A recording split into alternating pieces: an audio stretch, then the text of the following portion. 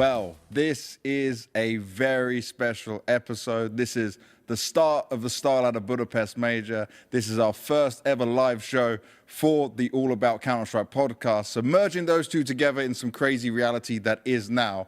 This is the All About StarLadder Budapest Major. This is the podcast I'm going to be running between the stages, during the playoffs, giving everything across the board. And as always, I finally got Devwalk in person with me here. Yeah, in the same room for the first time in a podcast, I think. Usually it's you in a hotel room somewhere, me at home. So, yeah, blessed to have this opportunity to actually do it in person. There's a lot to work with, there's a lot to go through, but shall we bring in Ted to start going through our VRS side? I think so. Why Ted, not? get your ass over here, boy. Ted, it is your first major. And I just remember what it was like for my first major. My first major was the StarLadder Berlin Major 2019. Right. So good old times, right? Very Zerk good was old still times. tier 1 player. I remember that very well. Yes, that was good times for your country, right? Yeah, it was absolutely great. I think that might be one of the few majors in which I've rewatched almost every single game out of the major, just because I remember how special it was. But when you actually rewatched all of these like Zerk games, did you all of a sudden become like an AWPer when you played Face It?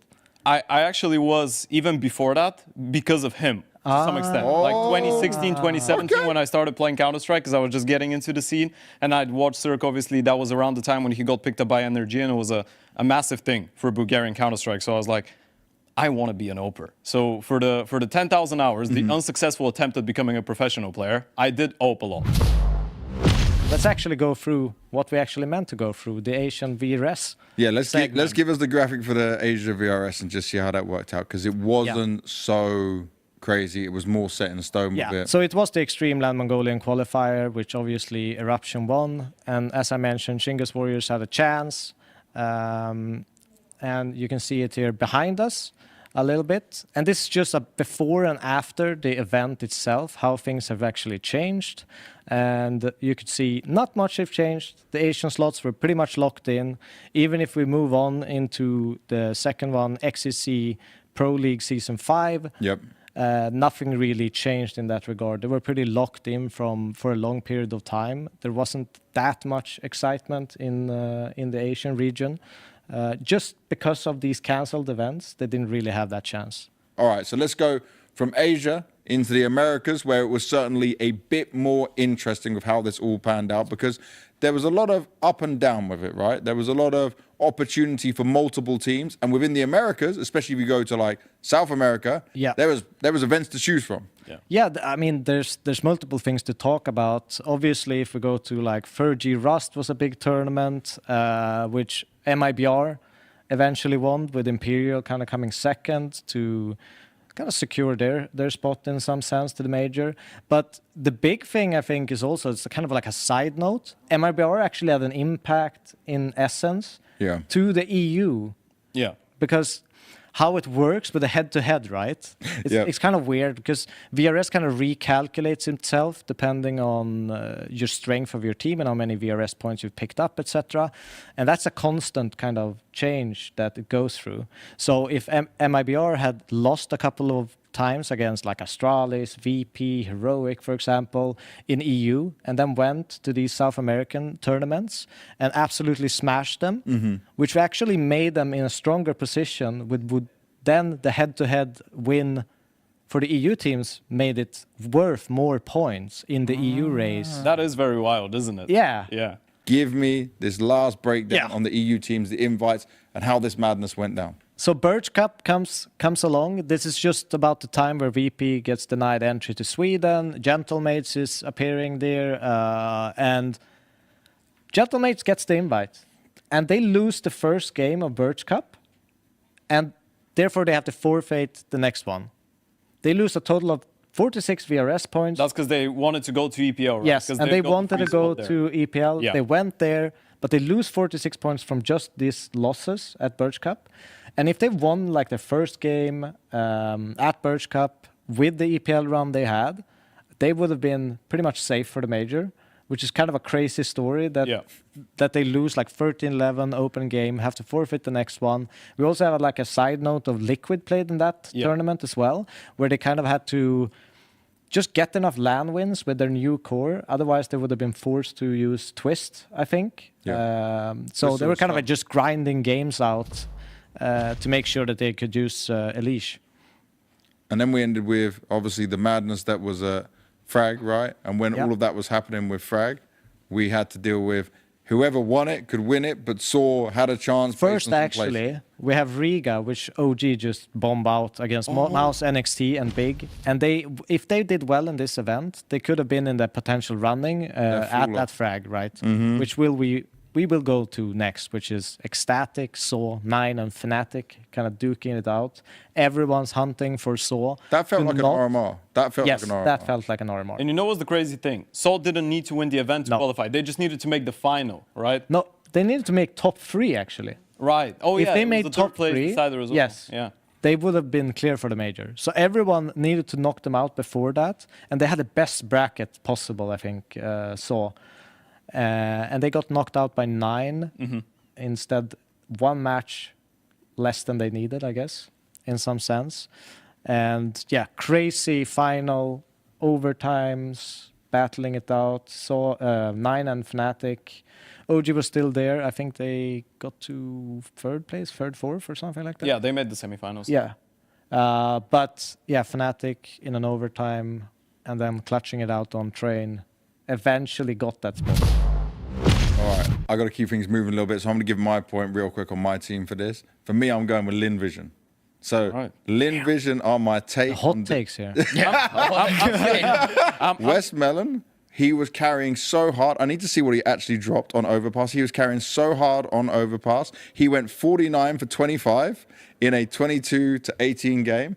And he was playing so hard when everyone else's energy was dropping down. They were getting so tired. He had a nosebleed while playing and kept playing. Okay, this is you that just guy's like on some gangster stuff right now. you just like this because it's an anime story. Like, Yeah, exactly. yeah. The way they explained no, it was it's time like to exceed he was my just- limits. Yeah, he pushed. He pushed so hard. He went so far, and I'm like, okay, this time they can do it, man. This time they can go further than before. That's my whole thing. Like Coach and IGL had a baby just a couple of weeks ago.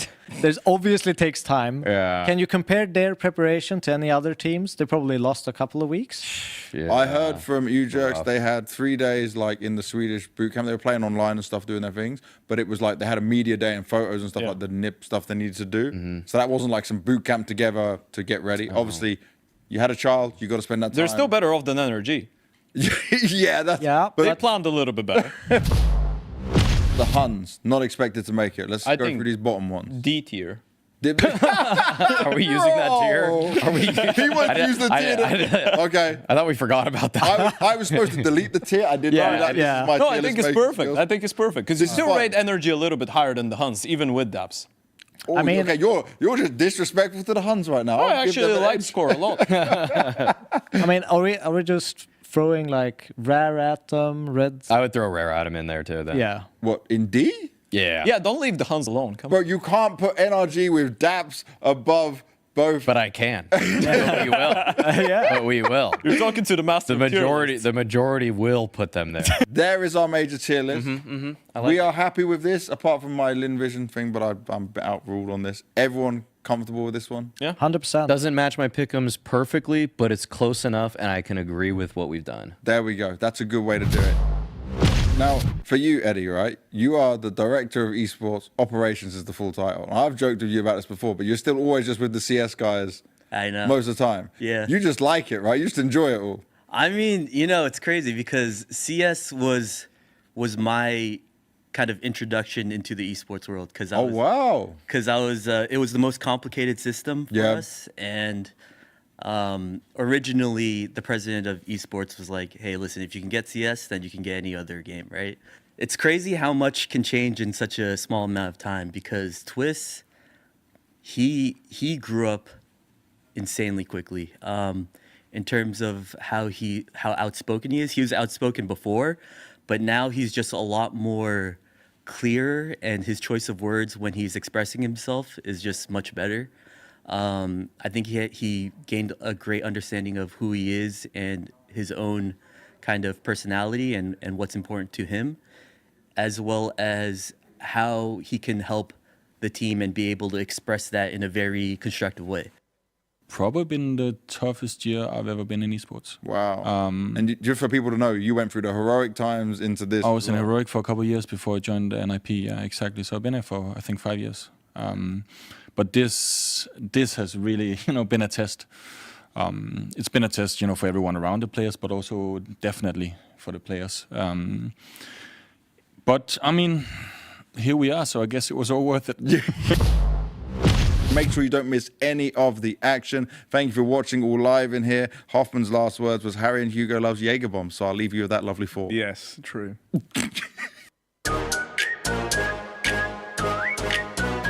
How excited are you for your first matches? I mean, we're just super excited, man. Like, a major tournament is always exciting. You don't really get many of these a year, only 2, if you're lucky to qualify to both, and we've been fortunate enough to do that. So, it's a pleasure. We're just really, really happy to be here, and we're looking forward to have a lot of fun, compete, and, put up some good wins.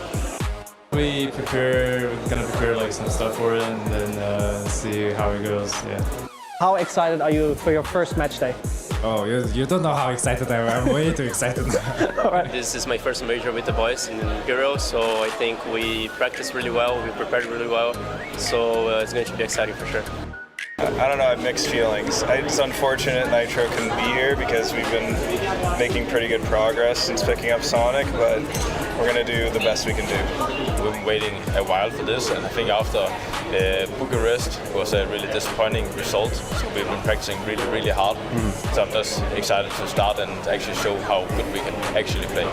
We just want to start the games because we was playing last official in PGL Bucharest, so yeah. We just need to play, we just want to play, so yeah. It doesn't really matter who we play, I think it's just the major is starting. I think that's very exciting, and I think it's not just for me as a player, I think it's for every viewer as well. So I'm just very excited for the whole thing to start. I would say pretty excited because it's been a long time since we've been playing Europe tournament, I would say. And we didn't make it to the major previous major, so it's a good feeling to get to the major now. I think after a boot camp there's always this anticipation of playing the first official after a while. So yeah, I think we're just looking forward to it. What's the first thing you want to do as soon as you get to the hotel? Go to the bed, yeah, and chill, sleep, and I don't know, just relax. Shower first. I always shower when I come from a flight and just unpack a gear, go into the practice room and start to mentally prepare for the tournament. What are your feelings and first thoughts now that you've landed in Budapest?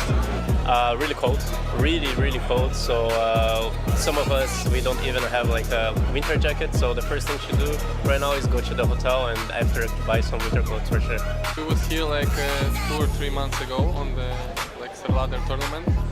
So yeah, we like the city, we like the people. So yeah.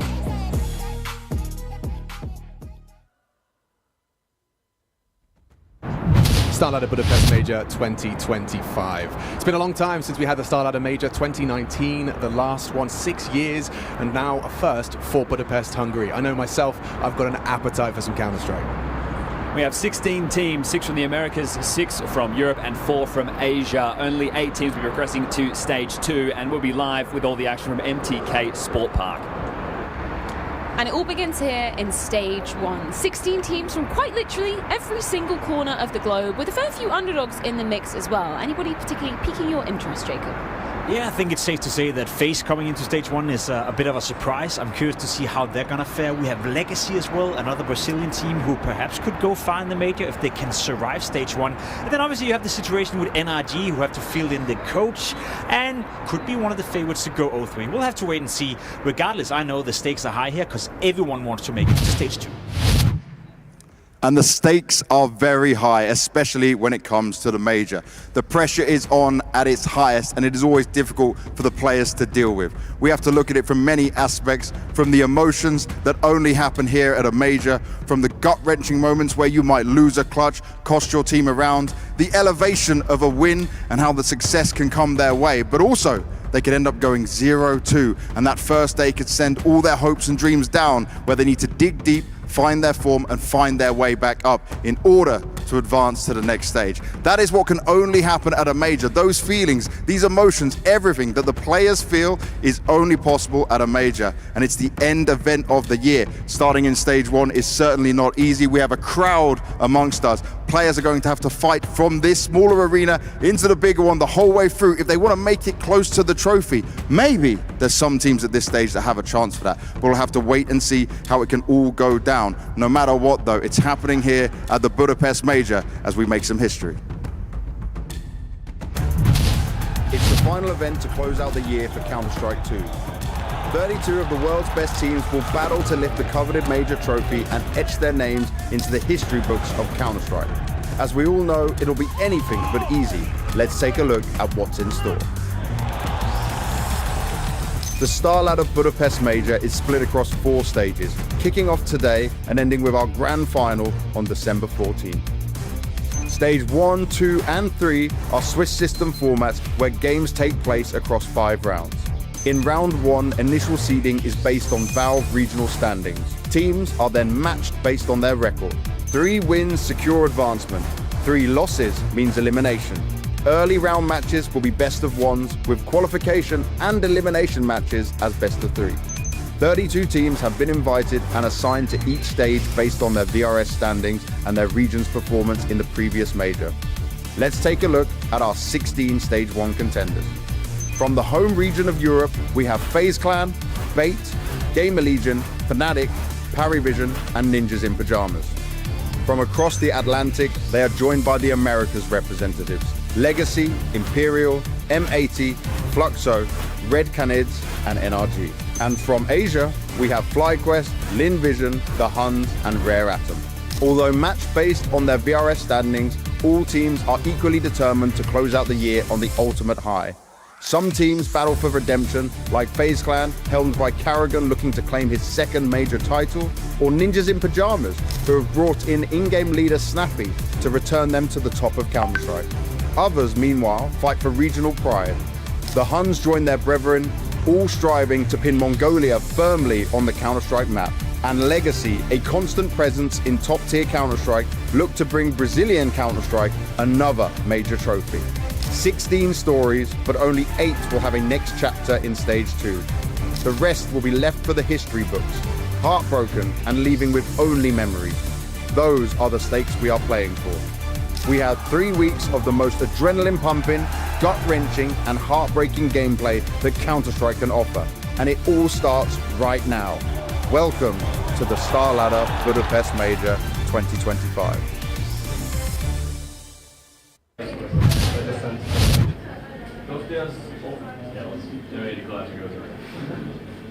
I played CS for like 2 years, but I had to play CS for like 7 months. You're so loose. No. But they've been rooming together before, maybe that's the reason they don't get anymore. Yeah. 2 small spaces, too many people. Very nice. You're going down there.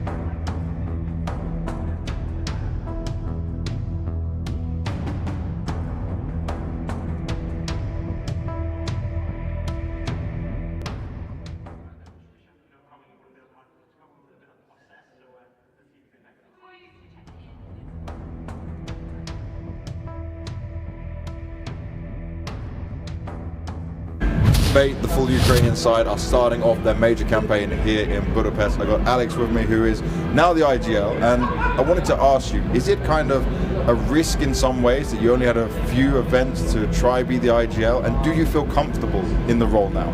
Okay, so yeah, I feel comfortable, but like overall, it was like our structure was like that we don't have like the proper IGL, so like everyone is trying to call just to help when NPL was captain. Yeah, so like everyone was talking, and after like the coach told me like, do we want to be IGL? So I said, why no, we can try, and yeah. But we don't have like that, like we're like 100% IGL, like yeah, we're just like for now, yeah, but like before it was no, so coach just told me on bootcamp like the things I need to train to be more proper in IGL, so yeah, so now I'm trying. We'll see what happens. Okay, so BATE officially have an IGL. It is Alex, but tell me this, what's been the hardest part of that for you? Okay, it's probably looking like everyone grenades, like telling someone if, for example, like if someone buys AK on first buy round, but we need grenades, I need to tell, oh, sell this gun and buy Galil and play with nets, yeah, just to control everything. Yeah. And how much of the BATE way of playing and the game plan do you want to change, or has changed over boot camp before you got here, or is it still the same BATE we should know and love? Yeah, actually, there is the same vision like we had with the coach, because like at first he was just talking like everything what we need to do, so we just was learning from him. So yeah, so for now we're playing like how he's saying, and sometimes like yeah, I can just like do some like custom calls or something, yeah, in game, yeah. Cool off your feeling, cool off your emotion, that's very positive. Looking at your opening game here, right, how much better do you feel you guys are than a team like M18? Actually, I think we're a bit better, like for now, because we played more LANs than them, like tier 2, tier 1 LANs. But the problem is like there is best of 1, so yeah, it can actually do damage, like so yeah, best of 1, you just need to have a good start, or just don't break mentally, and that's okay. It's also a first game of the tournament, so we'll see how it goes. I like that you said one thing, don't break mentally, because I've seen this with BATE in some games where it looks like the mood is down. Have you been able to work on that? Is there some discussion of, guys, we can't let this happen? Yeah, we were getting like scars from it, from every tournament. So yeah, so I think with every tournament we're getting more like stable. With our mentality is more stable. But still, if we have a good start, we'll probably win the game. If we have bad start, it will be harder to win the game, I can say. So yeah. That's the way it works. I wish you the best luck in the first game, man. Thank you very much, Alex.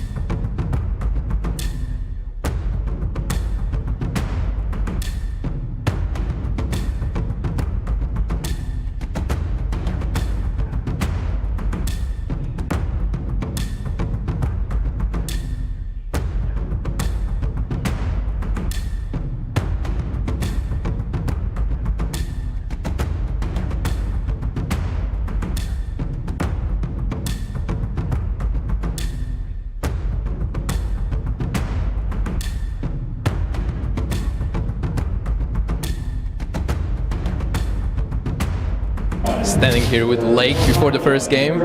Hello, what's up? Not much, ready to play. I have a question about your recent form a little bit, because I've seen some uptick, and this was mainly because of your competition probably in North America.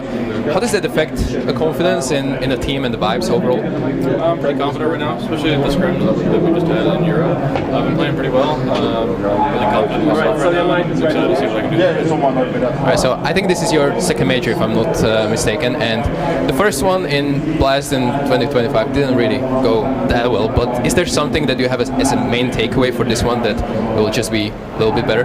I think I was honestly pretty nervous for my first major.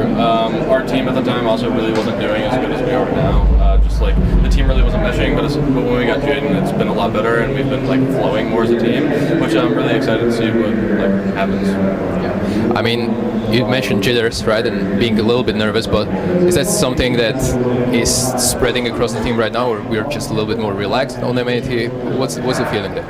I think some of us have like more nervous personalities. I really don't give a shit. Like I'm kind of been playing at this point for a year and a half. So this is my second major. There's nothing really to be nervous about. Just need to put our heads down and get to the next stage. I think the overall mindset is good. We do have a peculiar situation about the veto in your opening match against Bait here, about Nuke, obviously, where both of the teams are floating it. How do you think about it? For the majority of our audience, they are not familiar with the veto as much, but how do you as a team think about who is going to float it, who is going to be maybe playing it? Can you give us a little bit of a sneak peek here? Can't really give you too much info because maybe we play it, maybe we don't, But it's always kind of weird playing a team that bans the same map as you, especially coming off of a major. They haven't played in like a month or 3 weeks, so you never know if they practice it or not. But it's better to be a one because you can float it for a long time, kind of see where they are, see where you are, and kind of see who bites first. Well, this is what we have to see on the stream. Good luck and see you on the server.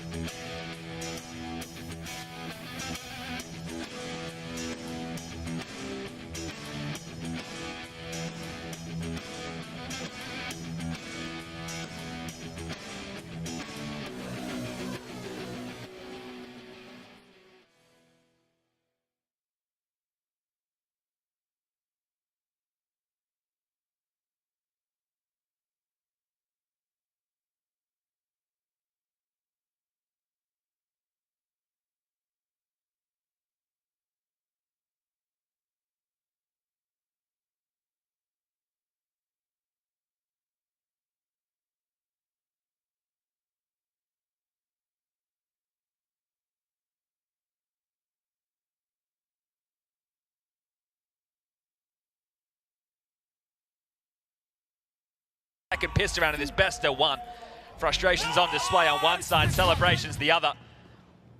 And M80, they don't have to be in too much of a rush. You get this pissed around, you guarantee the map, and it's a best of one. You want to put yourself in that 1-0 bucket to kick things off in stage 1. So slow and steady wins the race. The P250 in the hands of Slacks. Blocks for the rest and Sin with the util. Right now, no clear indication of the finish. The CT defense also split. Central defending B, KRiMZ staunch on Cat, MPL monitoring window. Alex over towards A, tucked in, and Hendrik towards Ticket. So as the util gets donated, the plan starts to come together. Alex lobs out a window smoke, and that's going to allow Lake to start working through Con. Slacks to oversee things with that P250.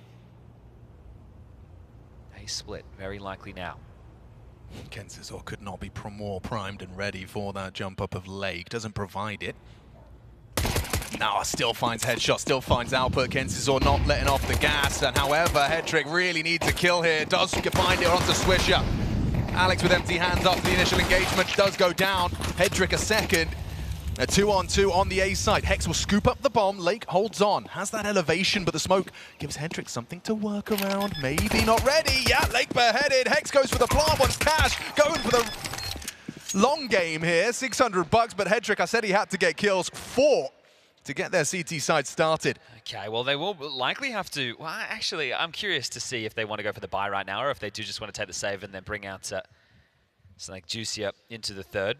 How quick do you want to get this one over and done with? Probably just accept your fate for one, wouldn't you? Well, it doesn't appear to be the case, and they are going to hedge in right now. Good opener from KRiMZ. I mentioned being the one-man army. He was the man to deliver them 2 rounds with multi-kills. Now it's Hendrik's turn to join that party. 2 Galils, a MAC-10, and 2 Tech-9s with a smidge of utility to work with in this one. Window and Cat smokes deployed, standard openers, and a heavy grouping top middle.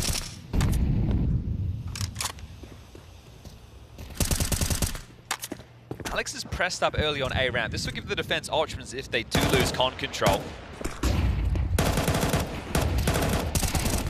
KRiMZ again, look at him go. Fantastic tracking on the leaping. Slacks, he's quick. He's not gonna let them go easily to that 13. Can they take that force buy back maybe? That's gone wrong very quickly. And surging forward now, Fake. They keep this one flawless. Beautiful stuff. All 5 staying alive, and that one was worth 2. Be an eco now. An opportunity to draw this ever closer. Well, it's good to know that KRiMZ was excited for the Major. Oh, yeah. He's definitely present and correct right now. He's actually got the most kills in the server in a 10-4 deficit. Wouldn't it be crazy if the 2 rounds that he was able to edge them into in the first half is enough to get them back online? A 3K and a 4K, and now coming into this one with what is essentially 17. He's absolutely comfortable. Just needs someone else to wake up. Hendrik's already... Ooh, you guys, I saw that from I saw it from his POV. That was nuts. Okay, Hendrik. Holy. Like, that's the shot we always go for and never hit. Well, he looks like he's awake now, doesn't he? And when the orb comes out, we'll see how much more impact he can have. Crikey. That's my line. Yeah, wow. I got spit all over the monitor. That's that right, was I got some tissues. Insane, bro.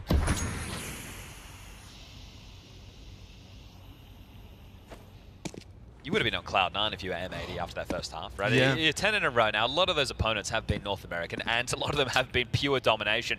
This probably felt like more of the same on this very map, but we'll see how much more Bait can draw back in. Oh, that's okay. not bad. Everyone putting their aim on display. I did feel like within the first half there was some moments where the aim didn't look great, but still the job was getting done. But some tidy shots into round number 15 as Central's going to get an opportunity to mop up a few. It's Swisher and Hexed. A little bit sketchy, scared, and needs some support, or does he? Yeah, not a comfortable fight for 2 Desert Eagles, is it? Hendrik's now rotated over, so Slacks and Sin will continue forward for the likely result of this one.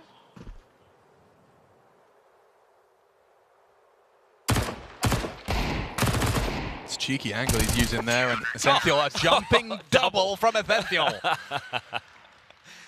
No cold inside, but we do have some Brazilian servers in the server right now. It's pretty chilly outside, I will say that. That's true. Shout out to Budapest. It's been a pretty city to explore. First time for me. Yeah, first time for the majors too. Here it is. Oh, we'll call that a happy accident. Yeah, Bob Ross would be proud. Okay, well, the AKs are now invested upon, but these MP9s carried through will allow a little bit out of the box. The problem is you're not working with a lot of rounds right now, Bait, so do you want to take that risk? Headtrick is setting up a flash on B for a mid-fight. So there will be a press forward. Look at this, 4 players ready to fight middle. Spray actually did a lot of damage there. That might call NPL off, but Essential's go with double nades. Sin's in trouble. He's got 4 HP to his name. Now he's counting on Slacks to provide some sort of cover. Essential in 2 minds as to whether he wants to force the issue here. He's in a very forward position and unnoted. Oh, hello, nade out. Awkward. Essential catches Slacks, only the one for Sin. KRiMZ aware of Lake's preference for the underpass. And now they can back off and just completely reset. At this moment, you just play the number advantage right now, Bait. That's been heard. Oh, damn. Alex gets caught by the swisher, floor bang. Okay, so right now, Hex is parked in sandwich. Someone needs to go back and pick up the bomb, and the round finish is yet to be decided. Remember, MPL took a lot of damage to that spam to kick off the round. So he's the walking wounded. He was boosted, expecting them to flood in towards B, but the round is completely reset. It's curious how much they've sold B. I say that, actually, no, Headtrick's responsible. So he might actually catch wind of the bomb. Oh, this is great from Headtrick. Just walking around. Knife in his hand still, okay. Oh, swish. He's actually got him! Oh no! Headtrick had the round right there for the taking. Lake, however, not ready for KRiMZ. He's got the output, he's got the aim. Has he got the 2 of them? Yes, he does! Time for Hex, he's got to get a move on right now. There's no chance. 13 seconds, the bomb's on B. He realizes he's just got no opportunity to convert. And again, I feel like a broken record. KRiMZ with a multi-kill. Yeah, he's been great, hasn't he? 20 frags, tippy top of the server here. The next closest on his team is only 6, so KRiMZ is really taking care of business at the moment. But that right there, that one sucks for M80, right? They had all that space over towards A. Swish gets this kill. Hex able to walk on out, take sandwich control. They still group up and try and finish towards B. And that is their coffin as KRiMZ is hitting some hard shots at the moment. It looks so easy for him. I mean, that's just prime mechanics on display. He has 20 frags. The rest of his team, basically that combined. That's me avoiding doing maths, but it's pretty close. 23. Thank you. Yeah, there you go. So first tack timer has been taken from M80 now. So this is 5 consecutive rounds, 4 within this half, and 1 came in the tail end of the first. This is a game now, right? I understand it's still a 4-round gap to bridge, but yet to make a dent. What's Steph got to say about this? That felt like it should have been their round. I understand that the opening exchange didn't go their way, but Swish did a lot to bring them back into it. I mean, I think Headtrick probably thought he'd actually completely sold them there. Yeah, it feels like it should have been his kill every day. And that would have been the end of the round. Yeah. He's got the bomb, etc. But yeah, don't worry, KRiMZ's got you covered. Well, with max loss bonus in play, Def is advised to take a partial buy right now. So they still have some heavy investments. There's a Galil and there is an AK alongside some pistol upgrades and util. So this one won't just be a walk in the park for Bait. You can see knowing it will be the lighter buy. They're not giving anything away in middle. They're not fighting too aggressively. They're just gonna block and hopefully be able to set up this crossfire between KRiMZ and MPL. Solid connection from the nade, about 57 damage. Hex is being set up to be the playmaker right now.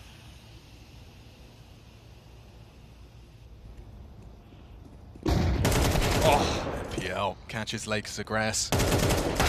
There's a nice one back. Slacks his dig, removes the short player. That might open up avenues. No, it won't. Essential's on site, catches him from the bench position. Here's that play, though, that I know he's here. Yeah, he wants to find it cleanly. And does so. NPL tapped out in the back of the head. Headtrick now on ticket. Has that AWP and has the presence of Swish to contend with. Will he be able to jiggle bait this shot? Oh, just looks away off the flash. Need to get that bomb. Get Swisher out of Palace, though. That's a dream. Now Hex is starting to activate towards middle. Essential's presence noted by Swisher. Headtrick still the unknown entity. Essential but put low. Headtrick progressing. Nice find. Remove Swisher on site. Hex versus the orb. Peeks in. Misses his second opportunity. Has Hex got a clutch in him? 20 seconds, and the moment he switches, looks away, one-on-one, Essential, 10 HP, no, he gives it to him! Beautiful clutch out of Hex, stolen away, Essential, capitulation. Especially with the type of buy. That wasn't a full investment at all, right? We're talking about the AK, we're talking about the Galil. I said he's the playmaker. He gets in through window, and he's able to really cause a whole lot of a ruckus here, isn't he? Headtrick just pins in, flushed out. 5 HP on Hex. And then this low HP just catches a whiff of him. His bomb's not even going down. Essential plays early, and that's going to cost them the 11th. Well, now it will be the full gun round. Tough one to lose right there, as we've just had a round restart. So play not underway for a moment.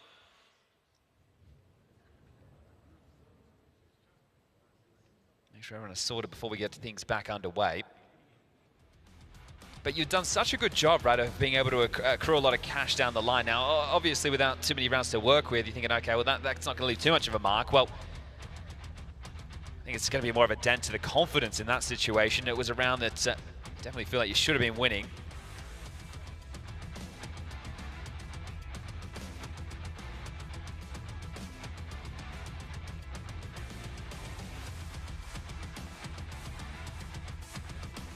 Back underway, round 18 in these best of ones. The first game to start us off at the culmination of the Counter-Strike season, the StarLadder Budapest Major 2025. They are holding on. Orb search towards a ramp early for Slacks. Not going to be offered anything. Will M80 find consecutive here? They've broken their silence. They got their first on this T side. Oh, they're going to palm through this top mid smoke. And NPL's just got to clear. Oh, and info as well. Spotting out the ladder player there. KRiMZ noted. Nade from NPL, little damage. Ramp smoke just came into block, so resetting the round right now are M80. Sethiel's just pressed forward on B, so he has called sector relatively clear. That is going to allow Hendrick to float and assist elsewhere.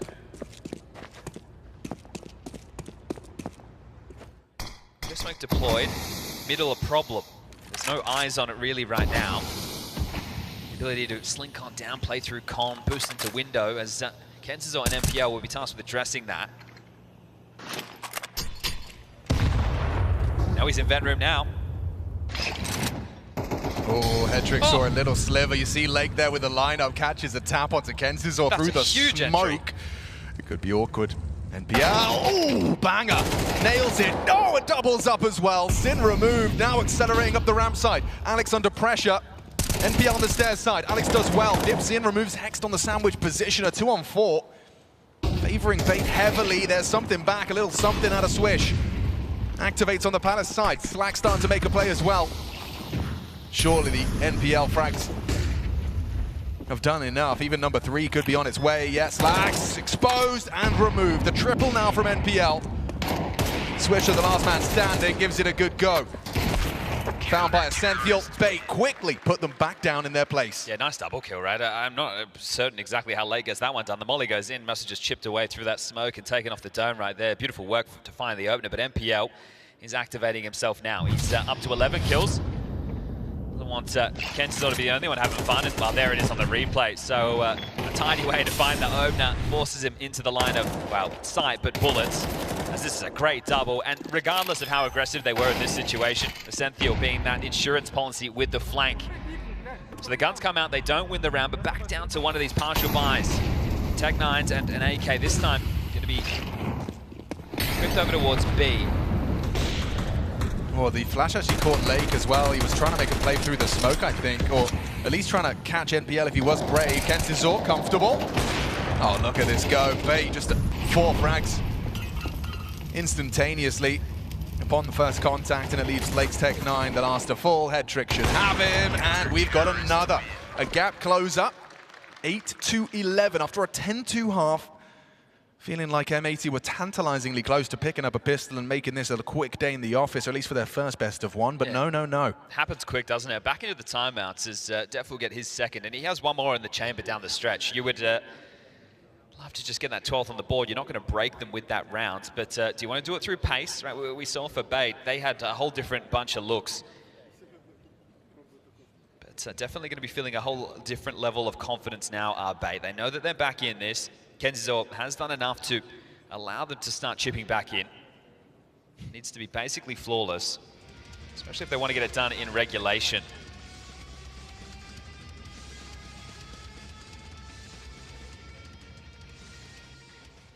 They brought out the orb, which tells me it's unlikely to see them just shift back into something that's going to be a set piece. You're going to go through the motions, zone out the map, get the control you're looking for.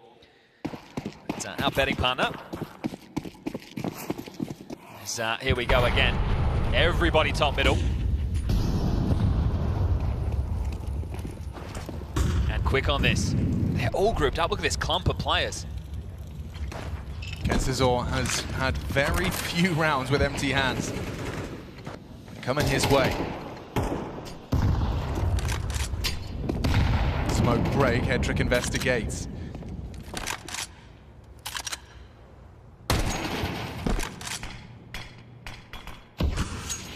So much pressure on middle, right? You are going to have to play off and try and search for space elsewhere, or hunker down on the sites and hope that you can get the multis. Alex is doing the former. Going to alleviate a little bit of pressure over towards A with his move, and everyone just waiting for a reaggress. So Dev said, hey, let's get this mid space and let's wait and see. Okay, hallzerk sees pressure, applied towards the short side, and then caught by Slags. Opening kill for M80, it's up to the two of them. KRiMZ's tucked in, essential first contact, he's struggling. Hasn't been able to find the shot, and they pivot. Indeed, they can. You know about Alex, though. He pushed forward towards this Tetris ramp side, and oh, what a shot! Removes him. 12 imminent, essential. He can give it a go. They've got money. He can have a look. Sure, he can't buy the AK going into the next, but just going to give this one over for free. Is he really going to consider the save? Just like that, the 12th on the board for M80. A couple of nice shots out of Lake. And a little bit of a bait. hallzerk missing that first shot, starts greeding in pursuit of finding output, and instead Slax is there, posted up and waiting. You can see Lake there on the microphone, just trying to compose his boys, just say one more. Just one more of those. And that's that shot we saw from Slax, paired up with a second onto MPL. I do like how they just swarmed in towards middle, though, and just held their ground. So very well done. As just one more round needed, 5 more kills. And the coach on the bait side of the server knows exactly that. He'll take his last tactical timer. You've got him, you may as well use them. They can fully invest once more. So it won't be like they're going up against this with MP9s and 5.7s. It's a full buy. AWP, defuse kits, sets of nades, everybody on the M4s that they desire. But for bait, this is not what many would have expected in this head-to-head. Only with this level of opponent, they can take care of business. 4 consecutive required to take us into overtime. Good team effort coming out of M80 with a couple of highlight moments from Lake, but going straight into an execute. hallzerk and Alex are side by side on triple. This is unusual, a little unorthodox. Especially with this timing, they're in trouble. Yep, Alex caught trapped now behind the triple commit, still gets output, that's not bad. hallzerk as well with the second. Catches Slacks in the head-to-head. Hex exposed, nice one from MPL. Sets up for a comfortable conversion. Just did. The Hobby Orpa picks it up for 1. Opts for the AK, trying to make a play, masks his drop. Smokes starting to fade, and it's KRiMZ just on the edge of the smoke. Okay, well, they get back, they pick up the AWP, they can throw that back into the hands of hallzerk. At what point, if you're Def, do you take this final tactical timeout, right? At the moment, you have another rifle round to work with. The loss bonus is in your favor to close this game. You are feeling extremely happy about that fact down the stretch. Hex to be operating with something a little bit less. It's a MAC-10, that's the weakest weapon going into this round. So they want to try and swarm middle once more. This time a 4-1 formation. And a heavy leer in mid from bait. Yeah, Alex and MPL, they're going. Flashes set them up, push through the con smoke. Nothing to report and slip back. NPL asking questions of underpass as well. He will stick around for a bit more. Okay, I was going to say, well, is it bad information? But M80, Optimate Noise on the point of control. So bait acknowledge they've given this over now.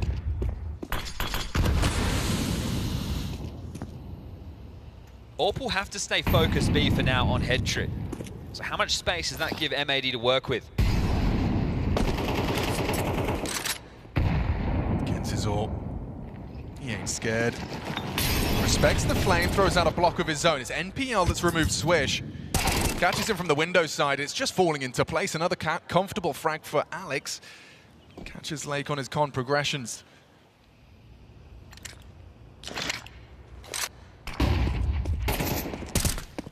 Bit of team play on display. Kensizor's flashed it. Set up Alex for a swing. I'm going to start having the save conversation right now, but when you're so far forward as Slacks is, you have to fight your way out. Oh, the angle, though, looks perfect here. The little off angle from Kensizor. Slacks has overlooked it. How diligent does he clear through and sweep through these angles? He's done very well. And spots out the jump cross. NPL progresses into the side. Good tracking. Hedrick nails it. Spots the drop down at that Mach 10. Hex falls and NPL pulls it across the line. Another multi from him. Triple from NPL to put us up just 2-round game. Okay, so again, we discussed the loss bonus. That will allow them to go for a half buy right now, and then they can go full buy into the final round of regulation. Otherwise, this will be quite the comeback from Bay. It was a slow start, right? I think they'll be the first to admit that. Kensizor kept them in it with his multiple kill rounds in that first half. And then everybody else is starting to slowly join him. Alex, he's at the bottom of the server right now with 6.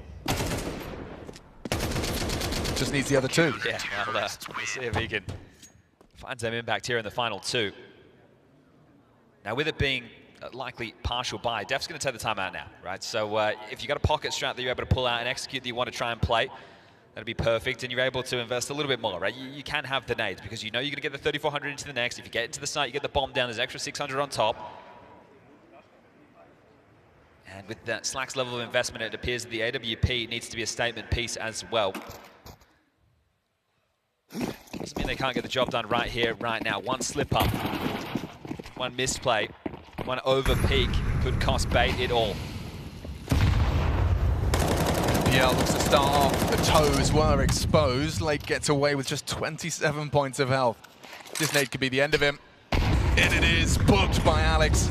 An opening kill for him. Kensizor. Oh, he could have all 3 here. Controls for 2. There's the lovely crossfire established. The Tech-9s can't break through. Bomb lies idle. In this situation, if you're Mady, you would love to have made it a little bit more stressful, right? So you know going into the next, but right now, okay, they've just been able to get through what should be their rounds, and now they can really set their sights on pushing this the way. So M80, this isn't the team, once we go back a year, we go, oh yeah, they're taking on teams like G2, they're pushing them. This is Bay, right? This is a team that they probably feel like they should have a very good shot against, and now the pressure, the crumble, a weak T side from them as well. Only 2 rounds to their name. It's been all about these CT sides, the blue walls. You know, Kensizor pulled those 2 rounds out for Bait in that first half, but maybe just one individual from M80 has their moment in the spotlight. They just double smoke top mid. Okay, a boost for the AWP, gets no answers on the mid window. That's a sign of stress, right? This late in the piece.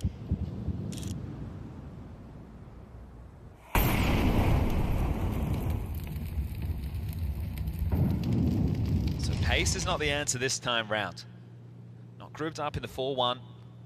Going through the motions, 2 and through underpass, Hex and Lake, side by side. Sin and Slacks out top mid, swish to activate through Palace as the late piece based off information. Kensizor, who's been over to short more often than not. Unknown entity playing sandwich, the Joker. Have Bait read the situation?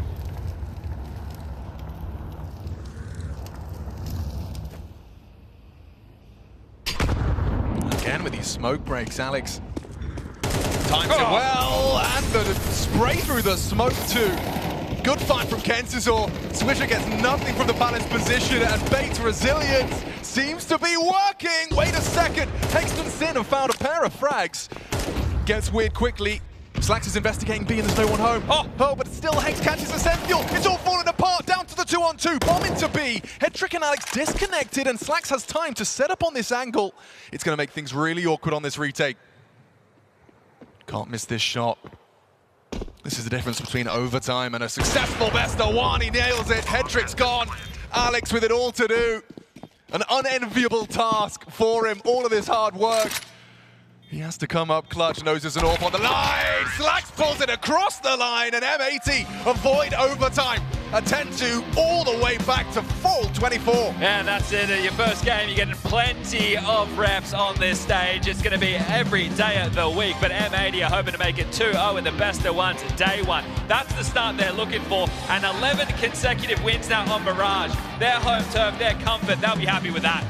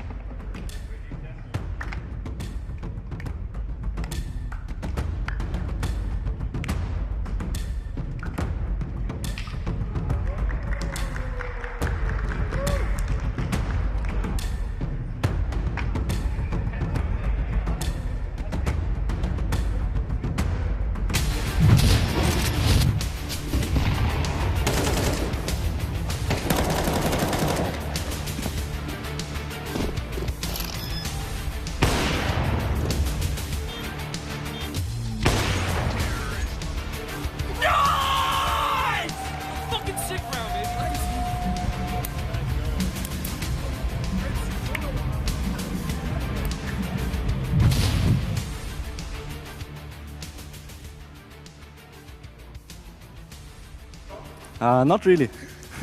I think we had good rounds on T side. It's some were not so good, but also some were good, where I had the crucial miss in the key round. So I think I'm still happy with our T side to some extent.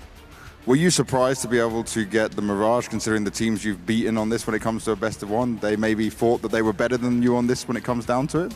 Somehow gut feeling told me no, like we expected this map. And we're really happy with it, of course. So I'm just glad that it turned out this way. Now talk to me about in the game though. You guys were winning every duel, every fight was working for you in the first half. Then it started to slip away, but I also noticed it got very quiet in your camp. Okay, yeah, fair enough. I think it's like when the juices are flowing, when people are hitting their shots, the comps are always greater. So I think we showed resilience though in the end, because we stepped up, especially in this last round at 12-11. Slugs had a great comps in this moment, and I saw him on the radar already going back. So I'm still happy that we kept kind of composure. Like, we weren't too desperate, to be honest. Yeah, we got the win, man. That's what matters. That's what matters, especially on the major. Are you happy with what you did compared to coming in the boot camp to coming into here? Do you feel like you're seeing a better M80 that you've shown in recent times? Yeah, to be honest, the city side especially felt like practice M80. And so that's nice to see. Well, let's see if it continues, man. Congratulations again, the first win. Thank you, thanks.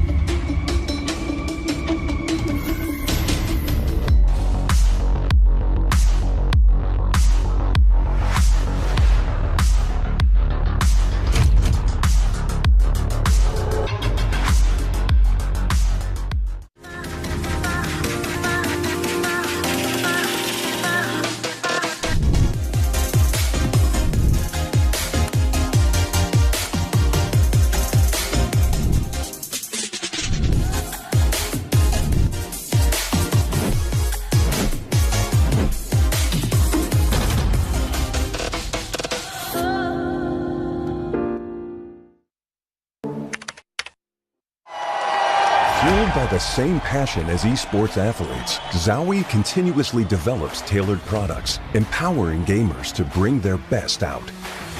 Today, we are launching the all-new XL2566X Plus, which uses the newly developed Fast TN panel and upgraded Diac2 technology. The new monitor series continue to evolve, refining details to ensure players can perform their best consistently in games.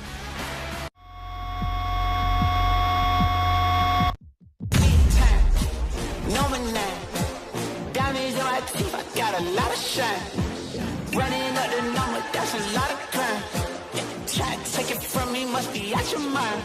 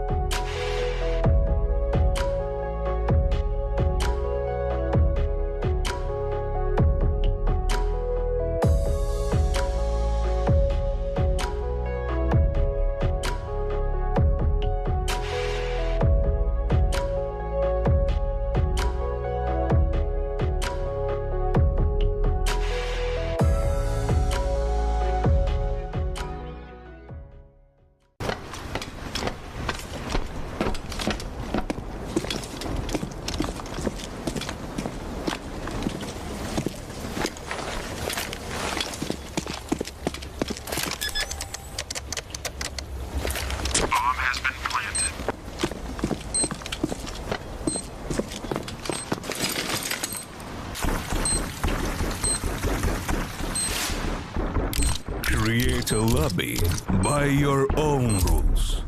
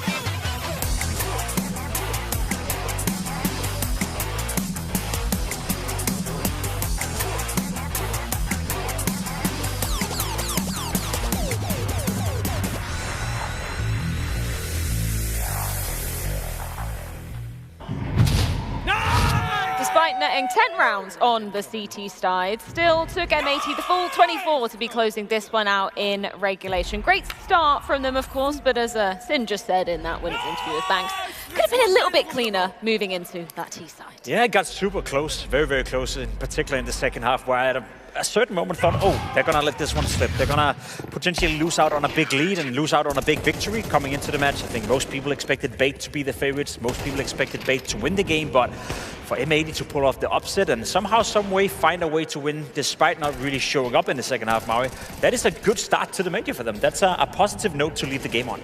What M80 can be proud of, despite the fact that it was an extremely rocky T-side there, is that they played the late rounds very well in terms of 2v2s, clutches. When they got into those open bomb site situations, they were the better team. And for the first half, thank goodness that they gave themselves the cushion there, because practically everybody chimed in. I saw Swisher with a great multi-frag, Slacks was consistently shaving off some of the pieces, Lake had some great moments too. I mean, I feel like everybody had at least one point in this game where they can be already proud of themselves for what they've done here at the Major. And we just got to see the clutch coming out from Hex as well, which is one of very few T rounds they did manage to get. Maybe we put the shoe on the other foot for the moment and talk about Bait and maybe the lackluster start that they had to this. Was there anything that you picked up from that first half as to the reason why they were really struggling to get those rounds on the board? I mean, obviously, when you don't finish out any of the rounds, when you don't get it over the finish line, and you have a lot of moments in the first half that could have gone your way, but you just over and over, you keep losing the important trades, the important kills, the important clutches. At some point, you're gonna hit. You know, it does feel like you're just hitting your head into a wall, and I felt that's exactly what was happening for Bait out there. They win the second pistol, and you could instantly see that they were relieved. You know, they felt like, okay, listen, we can still play Counter-Strike at a high level.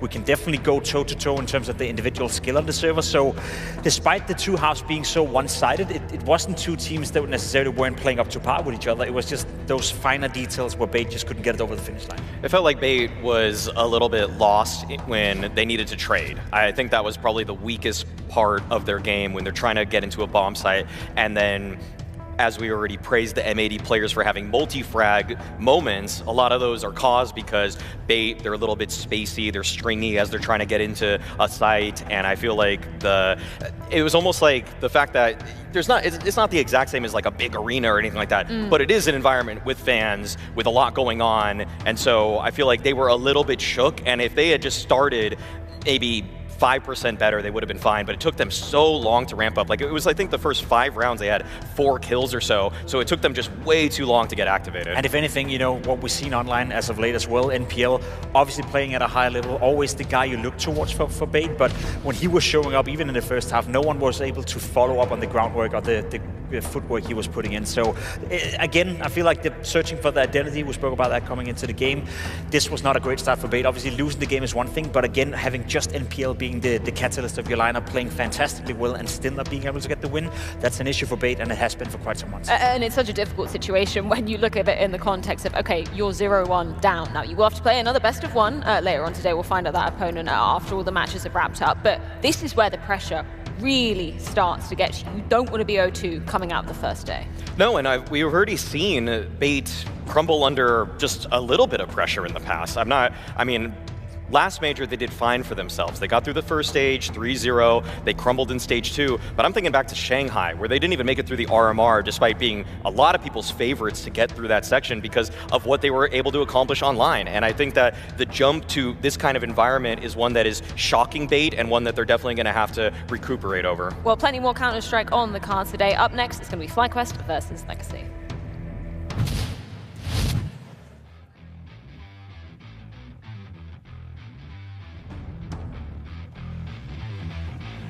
I think the major is the best experience you could ask for. Just to be able to play it many in a year, it's a privilege, to be honest, and we've worked hard for this moment and hopefully we can do our best here. The major is really special because it creates a lot of storylines. I hope we can be a victory storyline in this one. The 2 memories that I have from majors that we've placed the best in is probably the KRiMZ 2019 and the StarLadder Major actually in 2019 in Berlin. We placed quarters and semis there. Like, I've made playoffs at other majors before as well, but those 2 are probably the most memorable ones just because we were an Australian team at the time and it was like unheard of for an Australian team, right, to be making playoffs in a major.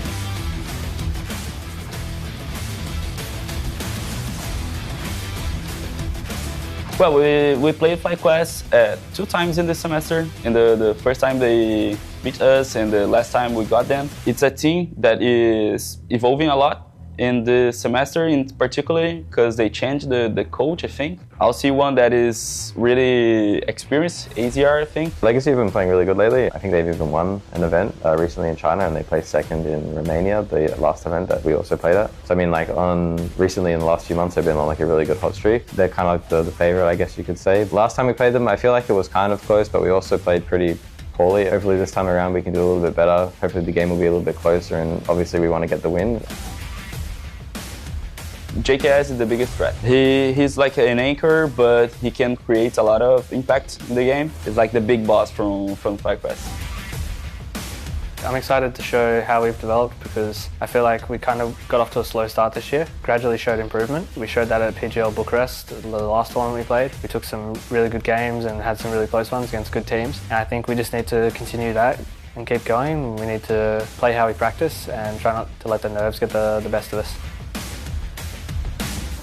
Obviously the goal is to make like a playoffs, I feel like, for everyone. The thing that we're focusing on the most is just kind of taking match by match and just making sure that we're playing the best that we can, improving each game, and we're not like doing things that we wouldn't do in practice and like we would regret after the match, in a sense. Yeah, our preparation is always pretty strong. We always kind of know how a team's going to play and what they're going to do. It's just about in game sometimes they can't control that. We just have to be our best individually. I think I don't have nothing to say to the FlyQuest. We will see each other in the server. Who will play better, we will win the game. Legacy, I think you're a tough opponent. You obviously had our number last time, but we beat you before and we'll beat you again. I want to touch on something that Inns was saying there. The fact that, you know, he alluded to they've had a very slow start to the year. I don't think that's any secret, but the evolution, what do we need to see from FlyQuest? Because when you've got a name like JKS on your roster, you're not content with the placements that they've been having this year. No, I mean, he even spoke about it himself. You know, everyone wants to go to the playoff. I think for FlyQuest and where they're at right now, their sole focus should just be making it to stage 2. Yep. Remember what happened in Austin as well? That's the issue I have with FlyQuest. I feel like sometimes you're watching them and they look like a decent team. They look like a proper Counter-Strike team. They have players who can definitely make damage. JKS, Regali, you name it. But it does feel like they're so easy to shake. Like they're fragile in a sense. A couple of rounds not going their way and all of a sudden you seem like a team who can play Counter-Strike at a high level. So I don't really have too high expectations for FlyQuest, especially considering the matchup here versus Legacy. This is a ridiculous veto. The last time that these two teams played each other, Legacy banned Train in the first round, and the time before that, FlyQuest banned Train in the first round. So I have very little to go off of for what to expect in this one, which is probably good for a FlyQuest team who probably want the game to get a little bit scrappier and just work off of the new positions and fundamentals that hopefully Azerins is instilling with the team. Okay, so it's a bit of an unknown territory we're entering. Jacob, who are you predicting to be taking this one? Oh, I hope it's going to be a close game. I hope FlyQuest are going to play good Counter-Strike and put up a fight versus Legacy, but I'd be lying to you if I said I don't believe that these guys are going to win. I have them as one of the contenders to go 3-0, and I don't see FlyQuest at that level just yet.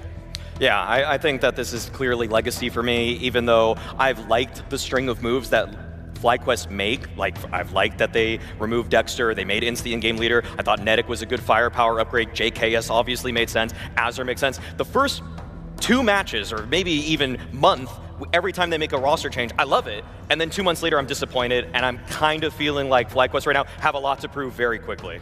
Well, let's see if they can indeed put their money where their mouth is. It's Legacy versus FlyQuest on Train. Very interested to see how this one goes down. Legacy, you know, coming into the previous major, everyone had them as their 0-3. Now, everyone's got them as their 3-0. How times have changed over the course of the year for the Brazilian side, and now Australia's finest take them on. Yeah, let's see if that pressure changes things for Legacy.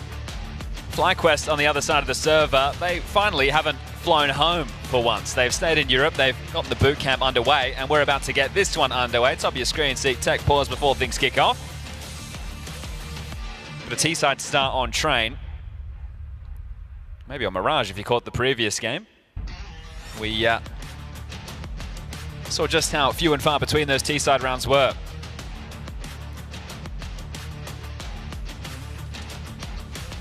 All right, well, we'll just get this one sorted before we get things underway. We won't talk about the buys or anything that we see taking shape on our screens. Well, we can talk about the map. Train as a best of 1. Is that expected? I mean, I know typically you end on a middle ground. I think with what Maui was bringing to the table right there, it does show how the map pool has definitely changed for FlyQuest throughout this year. Nuke was a weak point for them. It was something that they were playing a lot of, but just really not having any success. And sure, it was against good teams, right? That's their problem. But when Az's come in, he's wanted to shake up the map pool, and Train's become a bit of a mainstay for FlyQuest. T-side start, though, that's where the troubles lie. Camera smoke dipped in immediately, heavy over towards B. It's just Nissim high ramp, and he's got some aim on him.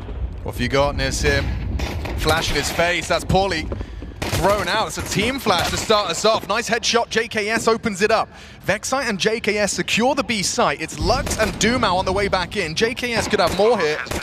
Spots out 2, the flank should be a certainty, and so is the round. 5 alive, T-Pistol. You're gonna let out a roar after this one. It's just Lado in spawn, and you hear Pimp talking about the mental. I think that's probably the biggest weakness of FlyQuest 2 over at PGL Bucharest. This team, they were starting to look like exactly that, playing some comprehensive CS.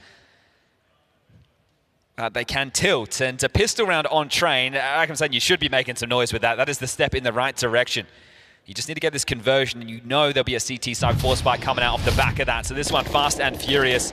Bit of util towards Yard to keep boots planted straight in towards the side. They get the entry, and you're bang on.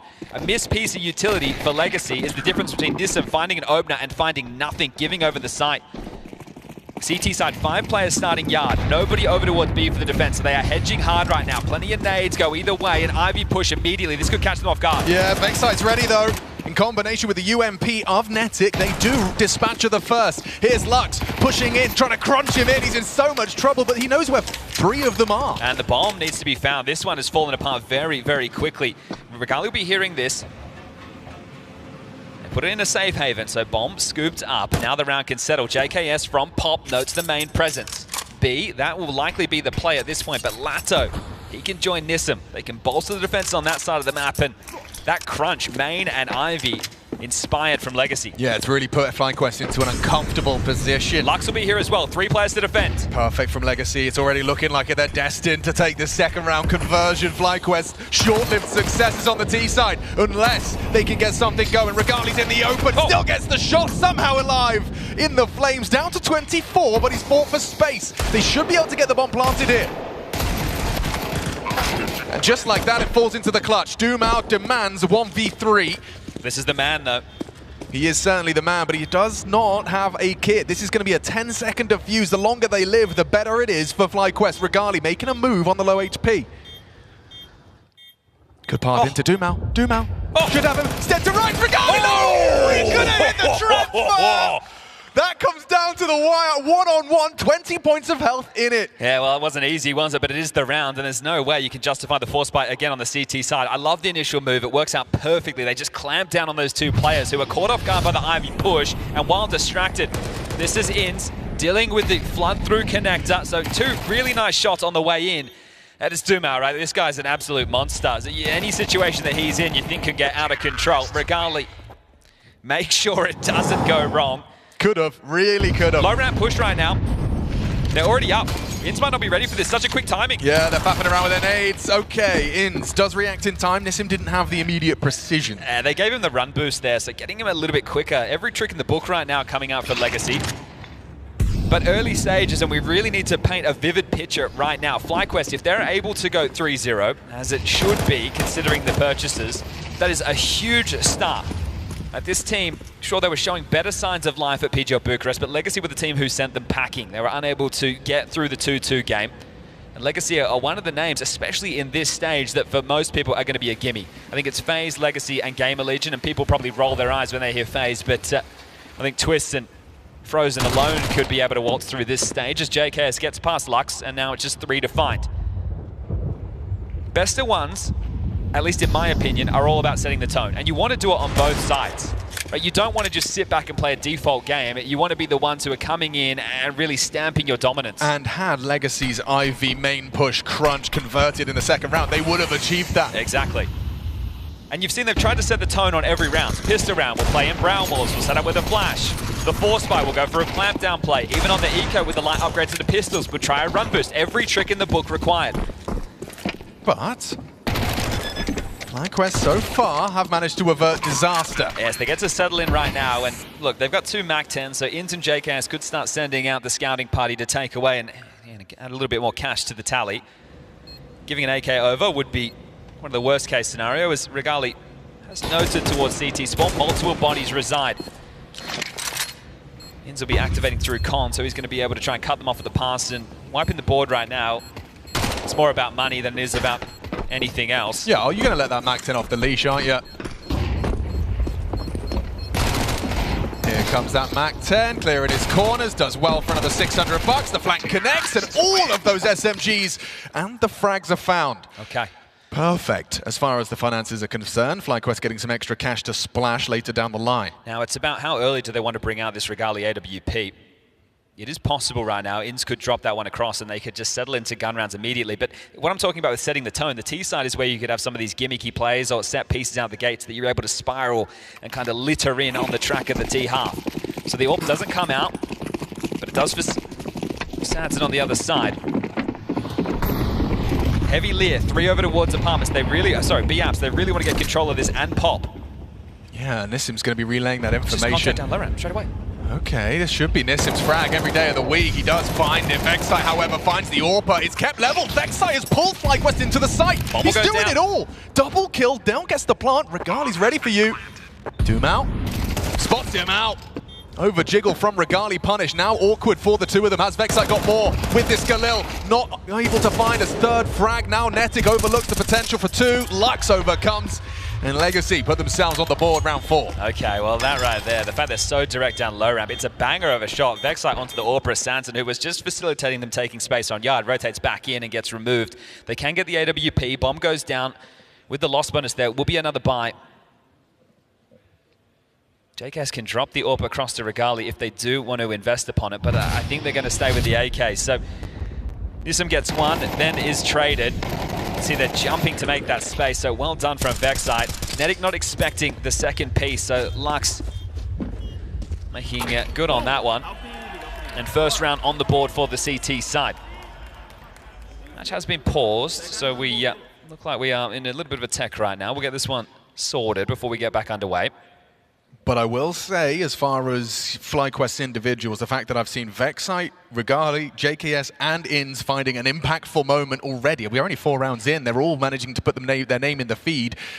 It certainly is a sign of life from the Australian... Well, I can't call it the Australians, but I can say the Aussie squad. Yeah, we've got a New Zealander in the mix and a Romanian in Regali.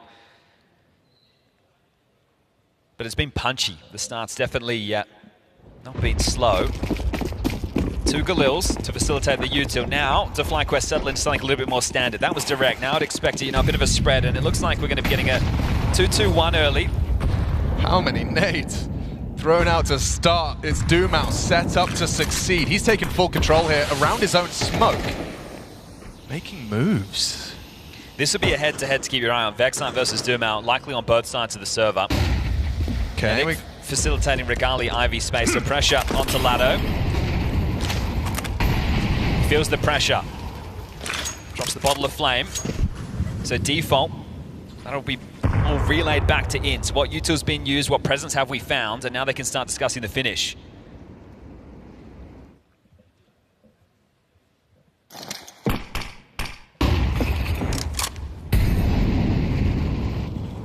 Feels like there's pressure all over the map, right? There's bodies Ivy, action main. They do confirm 2 bodies.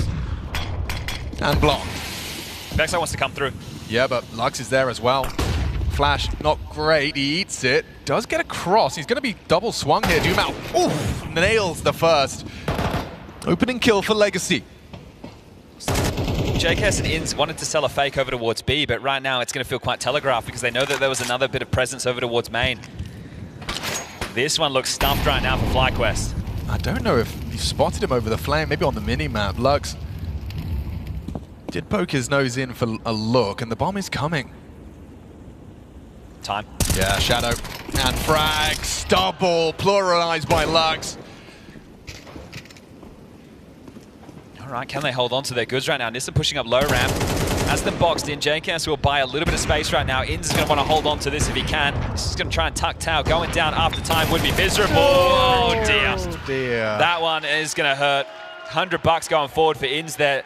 Didn't want to get wall banged. The molly comes in. He tries to run away and he goes down. So that one is going to set the in-game leader back. It's just a 1-round gap, and it is likely to be just a partial investment now. Remember, JKS holding onto the AK. How can they try and facilitate him into the play? You were bang on with the flash, right? It lands in front of Vexite, so maybe a miscom there and how it was going to be thrown. Comes across blind, and then the Lux double with the time.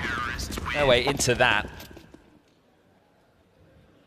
I think even if you do end up losing the half 9-3, right, it's train, you're not going to feel too miserable. The thing will sting is all of the momentum will be against you and the frustrations will be at an all-time high. Yeah, I mean, that strong start will feel like a distant memory, although I am starting to once again see early action from Regali and INS on the Brown Hall side.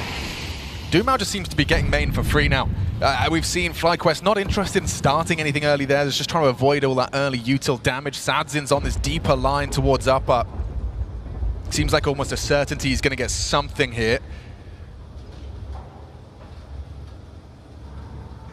Bomb's making its way through the halls to join them. Will they go wide? Will it be a jiggle bait? Or will they just walk on into that AWP crosshair? Nissim set up on site, Sad's in the early beacon of info, and just as he looks away, they start to action. Oh, that's the AK. Yep, JKS gets caught the tail of the assault. Nissim, good for the multi. Sad's in the same. Just the one discrepancy. Vexite punching in the code, trying to get extra cash. Oh. Shaddy's got it! Oh, wow. Okay, well, Sad's has got a smile on his face. Well, he can't believe he didn't take him down there. Little bit of a silver lining. And that one is going to help out INS a lot into the buy. So he's going to get a bit of extra cash to work with. Brings him up to 3.1 after not getting the loss bonus in the previous. But yeah, I think that he had his fortunate moment, and then Sadden has his unfortunate moment not being able to start the plant. JKS will be spewing that he's the first one to go down there after the clocks come out to make the space, and the hero AK, or saved, excuse me, doesn't get an opportunity. So all of you got across the line, but I am the guy that gets caught. Okay. So we're all tied up at 3 apiece. As up.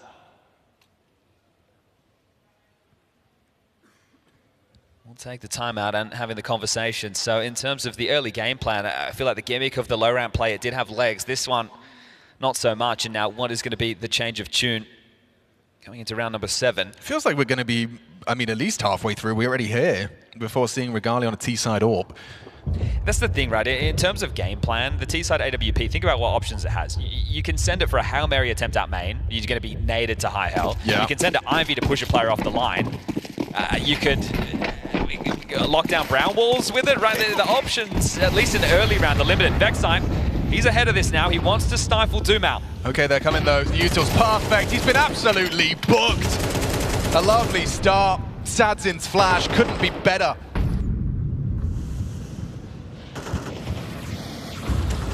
Let's see how Lasso handles this time. He's thrown out a block smoke. Are they walking through it? I think it was just a flash. Okay. He might swing on the flames, wants info. Hello. And confirms presence. That is the smoke. Camera smoke as well, kind of isolates him from his teammates, and so tucks in on the side of the smoke. Yeah, hard to lurk through that, right? If the camera smoke goes in and you have a bit of an open runway. Oh, he's flashed through and kissing. Netic takes down Lado, 4v4. That's a big clawback. Netic caught by Doomau, staying active all over the map, it feels. Lux and Doomau taking fights on every front. The info goes both ways, but that's too easy for him. Inns gets caught throwing nades. JKS pop, Regali still basically in spawn, and hang on, JKS with empty hands. It's just Regali. Sadzin's AWP seems destined if Doomau doesn't. But Doomau does. Indeed, 4 on the trot from the Brazilians, beating his chest, and 3 kills from Doomau. That's 4. Yeah, I think with Doomau and Lux, their combination right now being aggressive main and pop, they're winning all of that, right? And that's going to be a problem. They tried to tussle with it there, did FlyQuest by playing Vexite early. This flash, which you yeah, the one that landed over in Olaf was beautiful, nice. right? So they were ready for that type of response. And as you mentioned, Doomau, he's everywhere, Marauder at this moment. Racking him up, 8 kills in total. And we're back in with just a partial here. Starting Yard with 5 players. Is that a legacy? Nissan will throw some nades, then drop back through Con. So essentially playing a retake B setup at the moment. Vexite just made a step, so his position will be noted. Doomau is very, very close up. Olaf, 3 Ivy. How are they going to push this off the line? The AWP primed and ready.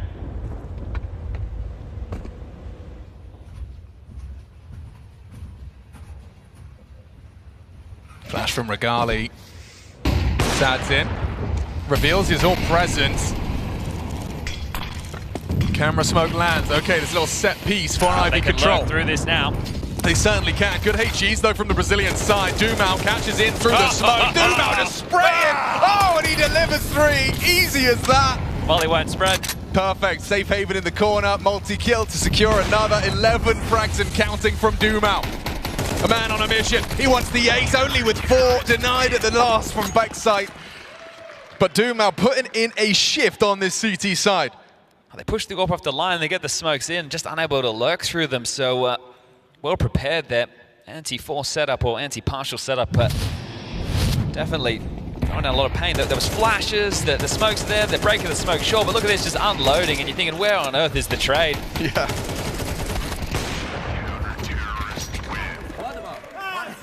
Be pushed, so they're going to continue to set the tone here. Doomau's being pushed up low round with the run boost. Okay, he's quick about this. It's going to be a bit of a jump scare. Oh, he's got at least 1. Look at him go, just unloading his magazine into the brickwork. An important trade back, and look at the space. This is the first time Vexite's actually been able to get out main. Lux up on yellow. He's underneath you. Lux has no idea. Audible dismount. He's really got a book. Hang on, wait. Walking through the smoke. On the other side of it is the AWP. Flank onto Lux. Takes his head off. Nice find. Vexite working around the map. Nissim unawares. The double kill. Puts him into a heavy advantage. An opportunity for number 4 on this T side.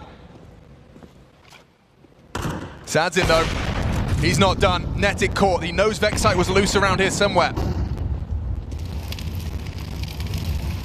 Bomb should be going down here. The incendiary will not stop. Oh! But the wallbang! Well, what is that from Sadzin? A Two-man advantage pulled back by the Brazilians. What do you do, JKS? Has he got another one in there? You might give him the fight! Just like that, Sadsin rips FlyQuest apart. Falling foul. Now it's up to Vexite. He's thought he'd done enough. A double kill and still seeming insignificant unless Vexite's got a clutch. He's going into the orb though. He doesn't have to move. Sadsin, quad kill from the sniper. Unbelievable scene. Smiles on their faces and bullshit wall bangs. Yeah, what are you meant to do about that? You got the number advantage, the bomber's going down, you think you've got it covered, and Sadsin straight through the wall. You're going to have to try and wipe that away if you're FlyQuest. Here it is. Excuse me, que orta? Oh, that is ridiculous. And just as a part in the rest. Oh, that is where the mental will be tested for FlyQuest. Maybe, yeah. I mean, that might have been a timeout just to kind of shake that off. Holy, straight back into the round though for FlyQuest. Another partial. Any sort of threats, the flash is good, it has connected. Oh. So is the bullet. 2 Flash Tech 9 frags, Lux and Dumao. Hold up. Kept on ball, now another Inz push through the smoke, stands in sideline. A massive round out of Inz, flying into the 4th. Okay, you didn't convert your 4v2, but you'll smash through them with Tech 9s instead. That is a definite momentum shift right there in terms of the pace, just coming straight out the gates. The Tech 9s leaping through smokes, taking all the space and giving them nothing. Maybe a timeout was a bad idea, actually. Yeah, I think I've been proven wrong there. Oh, they know they should have won that round, so they're furious with this one, aren't they? Damn, I mean, that's pedal to the metal. It hasn't been an issue in terms of lock and horns once they're able to get them in their crosshairs. That's been the bigger of the problems. Just backpedaling into AWP. So 4 rounds, that's decent for the T side. Actually, that's more than decent. How many more can they get on top? There's 2 more before we get to that halftime break. Good amount of fight being shown from FlyQuest here. So they break the spree of 6. Now Vexite head-to-head with Dumao. He might not clear this corner. Oh, the fight comes to him. Vexite, he's looking sharp. He really is. He's up to 11, going toe-to-toe with Dumao on the other side. Keeping up appearances in that kill feed. He's been given a lot more responsibility since the position changes in the FlyQuest roster. As it comes into the coach, they move some things around. Nedic's been putting more anchor spots. Vexite, a lot being asked upon him these days. Oh, a missed shot from Regali's orb. That's the first we've seen him equipped with. And an opportunity did present itself. Still, they have that advantage courtesy of Vexite's frag. Take a look at the radar. You can see right now, Nissa just passive towards connector, so not playing entrenched in the site. If it does end up being a B play, he is just going to have to give it over. But once again, they waltz into main. They get this control, and Sadsin doing the Molodoy. And it ends. Oh, I think he's been spotted, Lux. Relays the information, just a pixel of his fingertips, but it's enough to confirm suspicions. Hang on, missed shot. That's all it takes for Vexite to find another. Output continues from Vexite. Need the trade. Finally brought down. Lato gets second. Netic, no trade from him. And there's Lux from the back of the bomb. It's falling through the fingers of FlyQuest. There's Regali on the 1v3. Time. He doesn't have the time. 16 seconds. Hasn't even picked up the bomb yet. Was looking for Lux. Now time has escaped him, eludes him, and he's just going to try and save that AWP. Okay, well, there you go. 7 for Legacy. Vexite is doing more than enough, you'd think. But it's a great little double there coming in from hell. Maybe we see it in the replay. Lato, those kills came easy. Well, as the mic boom comes down, Azar, that's a 5th round before the halftime break. They've got the money to be able to get them across the line there. And when you win out the duel in that fashion, right, Vexite has done more than enough. Throughout that 6-round spread, we were talking about how Dumao was just dominating that position. Well, here you're able to get multiple kills coming out of main. You feel like you should have the round. It's just that lack of trade happening there over towards hell. So maybe 1, 2 too many steps ahead of themselves were FlyQuest in that moment. Now, a part of this, talking about setting the bar, right? 4 rounds, that's good. 5 would be great, because then you're not going to be so reliant on winning the CT side pistol. This is it, the double kill. So first comes in. Yeah, and it's just able to isolate the fights, right? He's not in an open position, so he gets the first, tucks in, swings back out, and at that point, it's a little bit too late.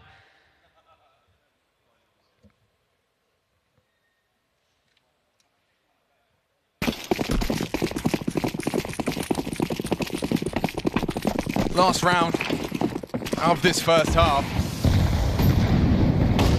Already 4 feeling okay, a 5th available for the FlyQuest campaign.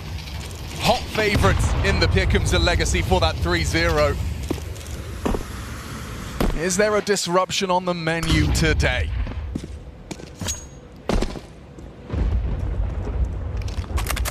Ladder got a lick of information there. Totaled up, set up now. Legacy, they've conditioned main, so now they don't have to play in the guts. They're able to back off. Dumal will be in a connection point with Ladder. They're smoked off, blocked immediately, rotate back. FlyQuest, they've seen enough. Just 3 players over towards B. Legacy, they're the ones who appear to be pulling the strings right now. In's making sure there's no pop aggression. JKS over towards high ramp. The rest of them with a long rotation back. Bomb on Regali alongside a Nedic. This does feel like it will be a B finish or a B fake into a pop play. But with 3 players here, Legacy look good to grab the 8th round. Can you believe it that JKS could be caught by that Satin line once more? This is so close. The flashes won't get him here. Yeah, you're right. He's actually cheating over. Nissim catches Netic, bomb down. Now the rotation can come in. It looks good for Satin. Oh, and it's perfect. Just ahead of the bloom of the smoke, JKS gets caught and it's falling into place masterfully. 5 alive. Regali just clawing back 1, but he hasn't got the time once more. Needs to rack up a second. Missed shot is his condemnation, and now with 10 seconds left, there's nothing here for Vexite. Legacy 8 on the CT side. FlyQuest, Amiga 4. Helpless for Vexite. Playing for the KD. Okay, Legacy 8 on the defense. The bar has been set. FlyQuest 4 on the T side. Is it enough?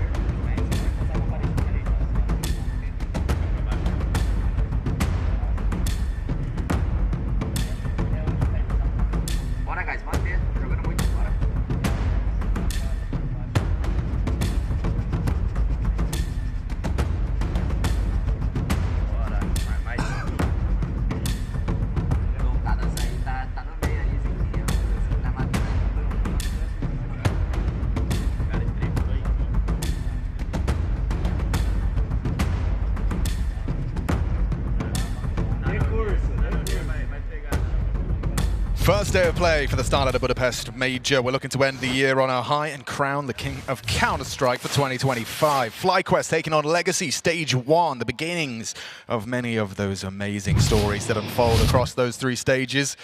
So let's get this party started, shall we? Take it to the CT side.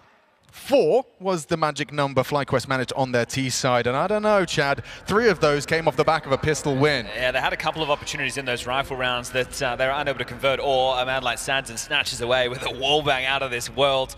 But another pistol for FlyQuest if they want to keep their head above water. This is fast, this is furious. JKS is here to receive, doesn't hit that one tap he needed.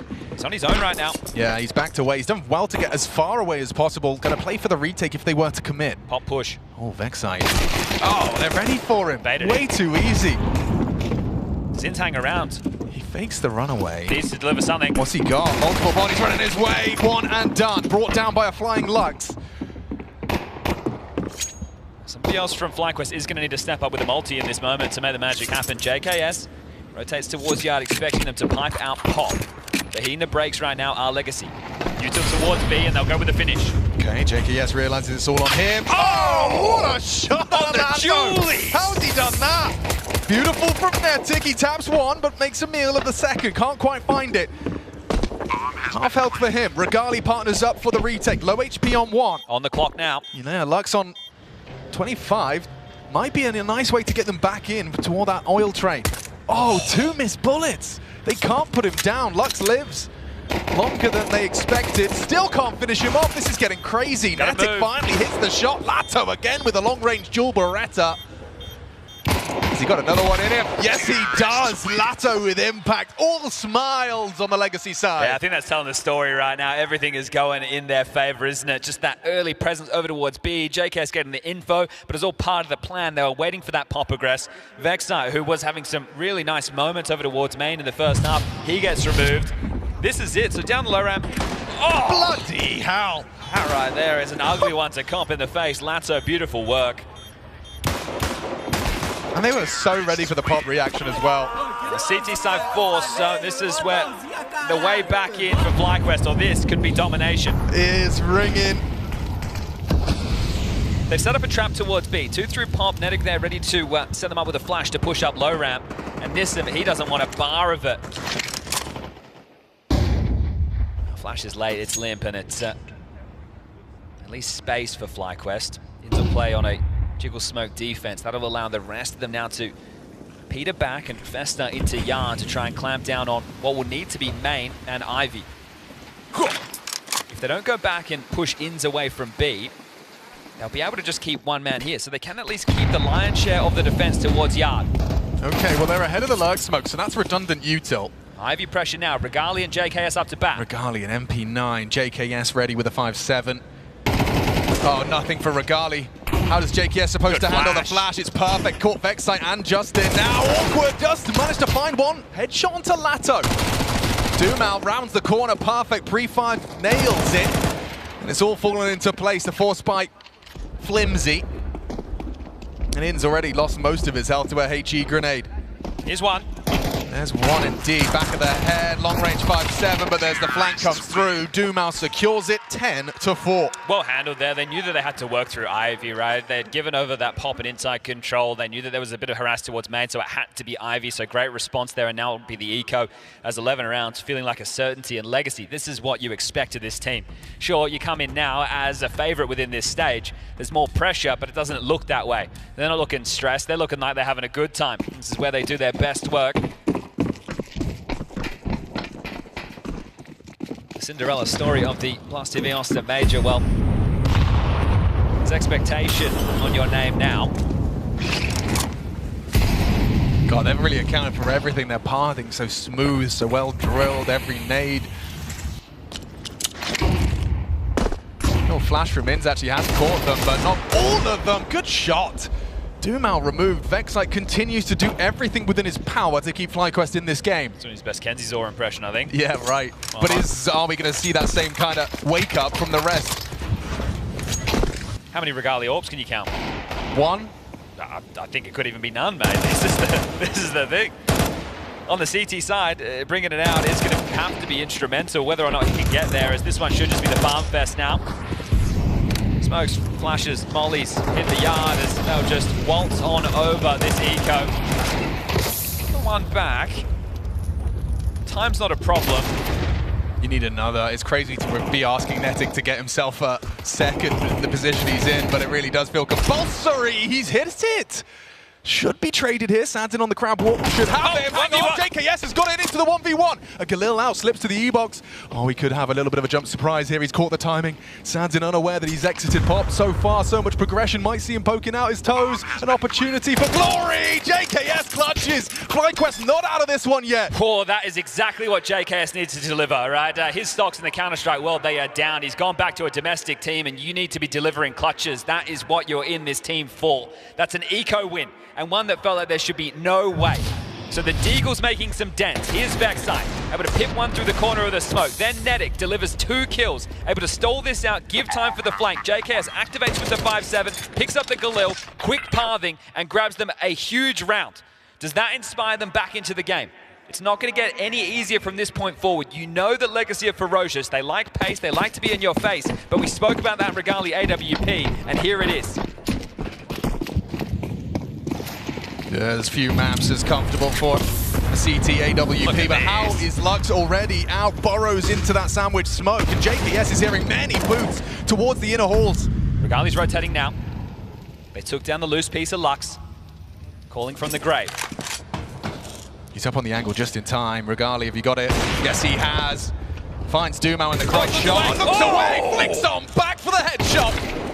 Now Nissim down the ramp, will trade. Still trouble brewing. Yeah, they're looking for Regali. Will they jump and bait? There's an AWP searching up close and personal.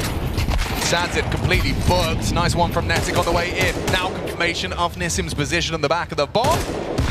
And Regali puts it in for 6. Okay, no celebrations, right? This is one of my biggest critiques of the FlyQuest camp, is that nobody gets on their feet, nobody makes any noise, and they're not G'ing the boys up. Look at that compared to Legacy. Dumao's yelling every round. The people at home might not like it, but I'm sure his teammates do. And that is a huge round. You win an eco, you deal with the force, you force them onto an eco, you should be celebrating that. You're right, the contrast is quite apparent, isn't it? Especially when you put these two teams up against each other in the server. I know Vexite can be a little bit sassy. He's got something in him. Netic, he was in Talon. They were getting out a couple of yells. And Azza behind, well, he might be the only man to make some noise. But this is the Majors. Last StarLadder Major, JKS and Azza in the server together, a semi-final. This would be a Cinderella run all the way from stage 1. Didn't exist once upon a time. 6 years ago, though. Or nothing invested upon. You would think to yourself, surely. But we've been here before. You certainly would think that. The support's here. It's fortunate it's 2 rifles. They should mow this down. And he grabs the first. Lux first to fall again. JKS will he be blindsided? No, he won't. Adjusts in. Gets himself 2. Vexite. The cavalry has arrived, and there you go. Just a 3-round gap.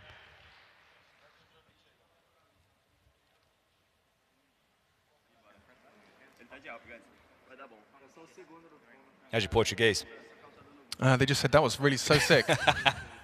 Well, I don't see. It's going to be AKs aplenty.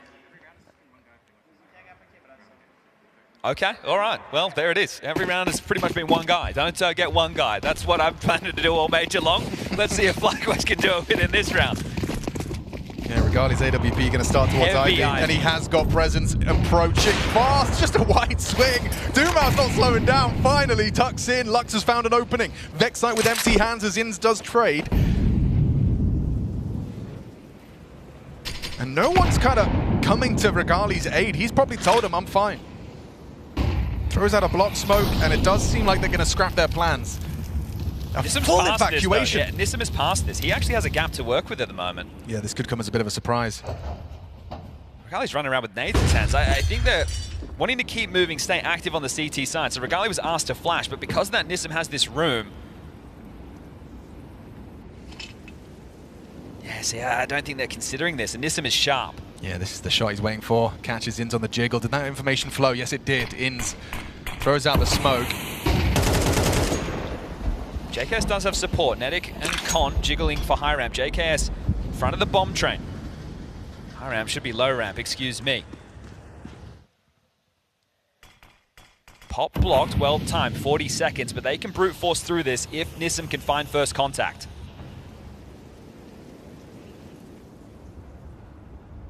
Inns readies himself for contact, knows what's up.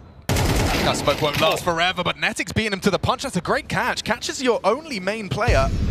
And now it's very pop-centric. They're rotating. 20 seconds. It was just one volley. That's what they wanted, the bait, the switch, and now into the cyber still. Regali ready for the fight, caught by Sadzin. Ins, what have you got? He's denied the plant. That's awkward for Doom out, hunting for more Ins and Jazz, and he finds all three. Okay, that was mandatory from the in-game leader there, and that got sketchy. It was one Molotov over towards B, and two players start rotating. FlyQuest are feeling a little bit skittish right now. Unfortunately for them, Ins had his boots planted. Yeah, I mean, it looked like they were trying to kind of almost force a reaction with the bait of the steps, but you can see Dumao so quick on that adjustment into Netic. Sads in the follow-up as well. Really looked like things were going to go awry. Ins has saved them in a very big way. A quad kill in total. Counter-terrorists win. Good to say, and good to see he's still got it. Okay, well, it will be a partial now. Tech9's aplenty, one Deagle in the mix, and U2, another one of these rounds where FlyQuest could very much trip over their shoelaces. JKS playing close-up, low round with Harass Utility, and that one lands in the pocket. Chips down 3, will get the support again, but playing against these B executes, if the flashes are good and you're in the wrong place at the wrong time, these Tech9s will overrun you. Oh, that's perfect. Bang! Softened up, and here they come. Yeah, how's that? Straight through the smoke, Regali removing the first piece. Nissim gone. A second miss, this time jumping forward was Dumao. JKS picks up the slack. Just the two of them holding on to this side. Perfect. Partners in crime for 4. Vexite throws the cherry on top. It's a one-round game, folks. And that's a 5-round streak. And it's starting to look a little bit more dominant there for FlyQuest. 2 of those rounds, sure, it was against an Eco and a lighter buy. They haven't given over any casualties whatsoever, but starting to build the confidence now. So both teams have the T-side pistol as the boon, the difference maker being FlyQuest winning a bloody Eco. In a best of 1, these are the difference makers. Our betting partner.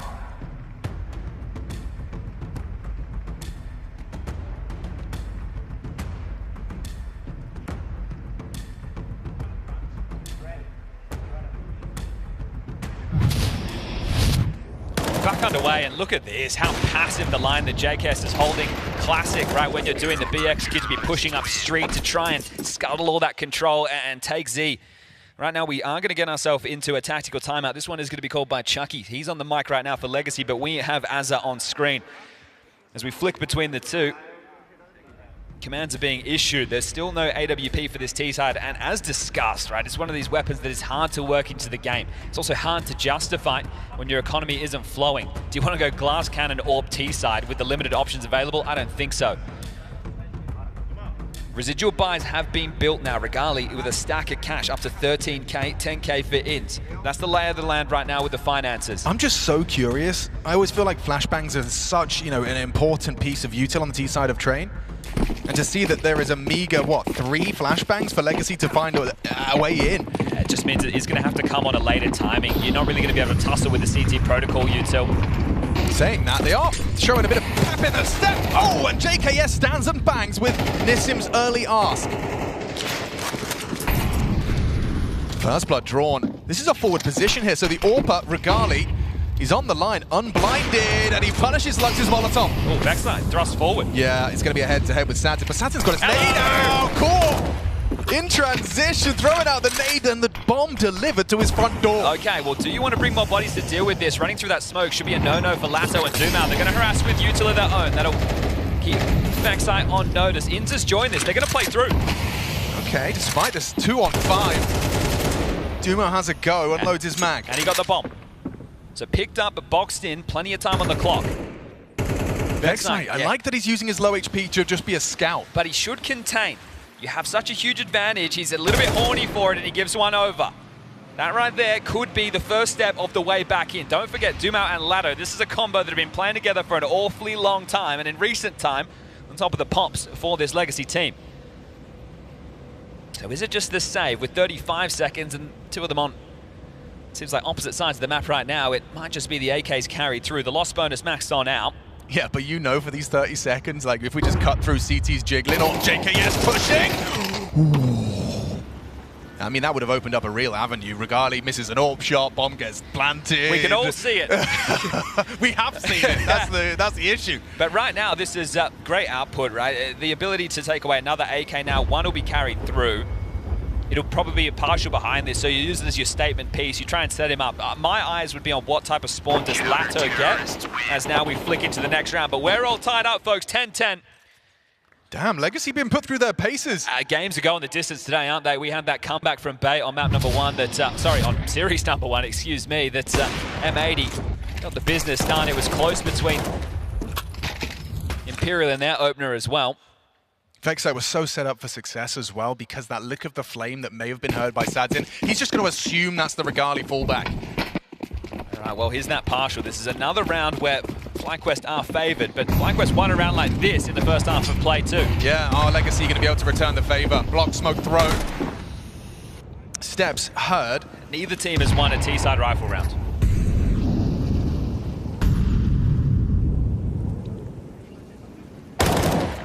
Hello. Okay. Another opener. Vexite, he is shooting hard, and he's definitely putting himself in the conversation. And now his teammates are starting to join him. It is that KRiMZ we saw on Mirage. And the fact he takes down Dumao early, who was giving him a tough time within that patch of 6 that Legacy posted after the pistols and conversions came in for FlyQuest. This one should start to settle in for another FlyQuest round. An opportunity for them to take the lead. The first time we can say that since that pistol and conversion moment. Gali grabs another. Spotted back red. They'll just peel this one apart. Kill after kill, they come in. And they know that, okay, well, where Nissim is. So what? Get 2 for his troubles. How has he got 2? Finally dunked on, finished off, but makes it a little more threatening than it should have been.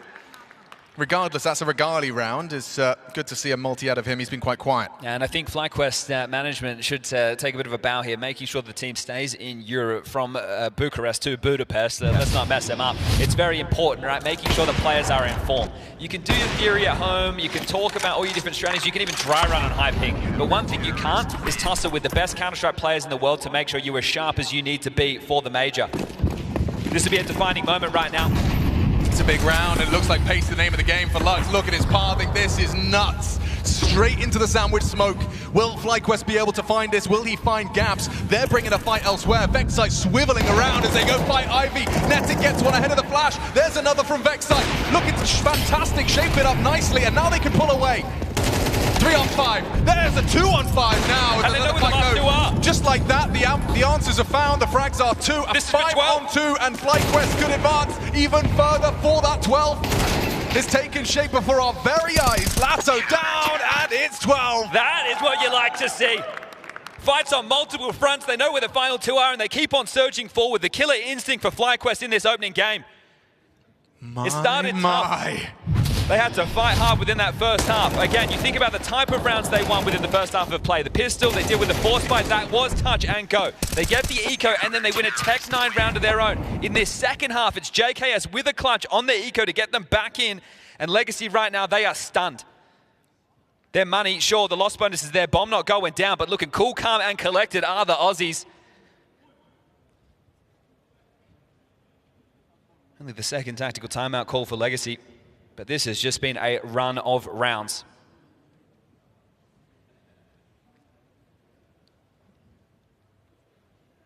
And now with a compromised buy, Legacy try and cling on.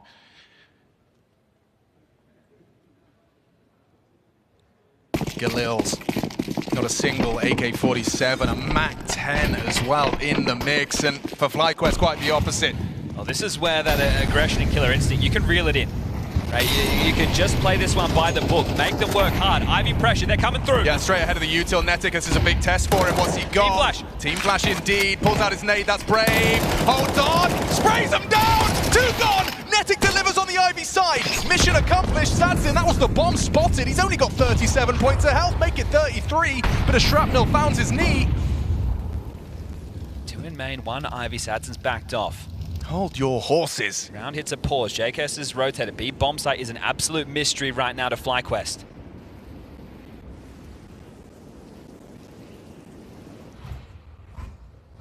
Grouped up. All together for the finish. Ins. Starts to activate. He has back turn. It's just beautiful. Perfect timing. No one looking. Gets another 3-on-2 though. Vexite hears all of this going on. He could have him right here. He could end it right now. and FlyQuest, a middle finger to your pick'ems. Stars, they mean to go on here at the StarLadder Budapest Major. As it lets out a roar, that right there, the new coach with a new look FlyQuest. The second half of the second season is looking good for the boys. It's comprehensive Counter-Strike, it's team-based, and they're getting it done as a unit. Shout out to Vexar in these new positions. He's delivering as he is needed. For Legacy, well, they're going to ruin a lot of people's pick'ems today, but they fall down to the 0-1 bucket. They'll be battling forward later today.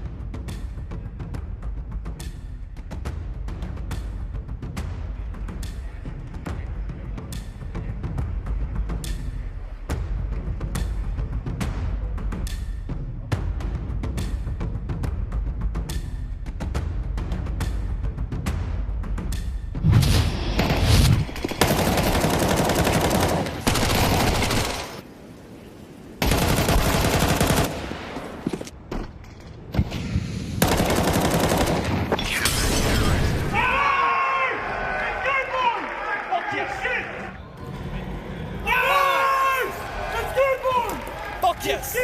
Let's go, boys. Let's fucking go. Let's fucking resilient.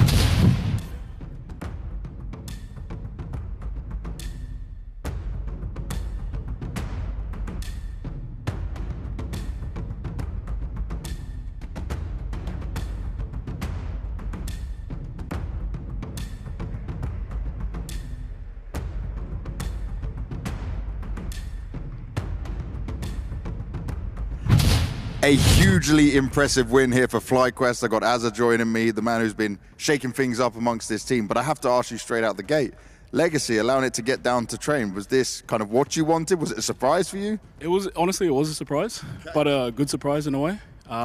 We've been working our train and putting a lot of work in it just in general. So honestly, we're pretty happy it came to that, to be honest. Yeah, pretty surprised, but happy with the boys' performance too, and yeah.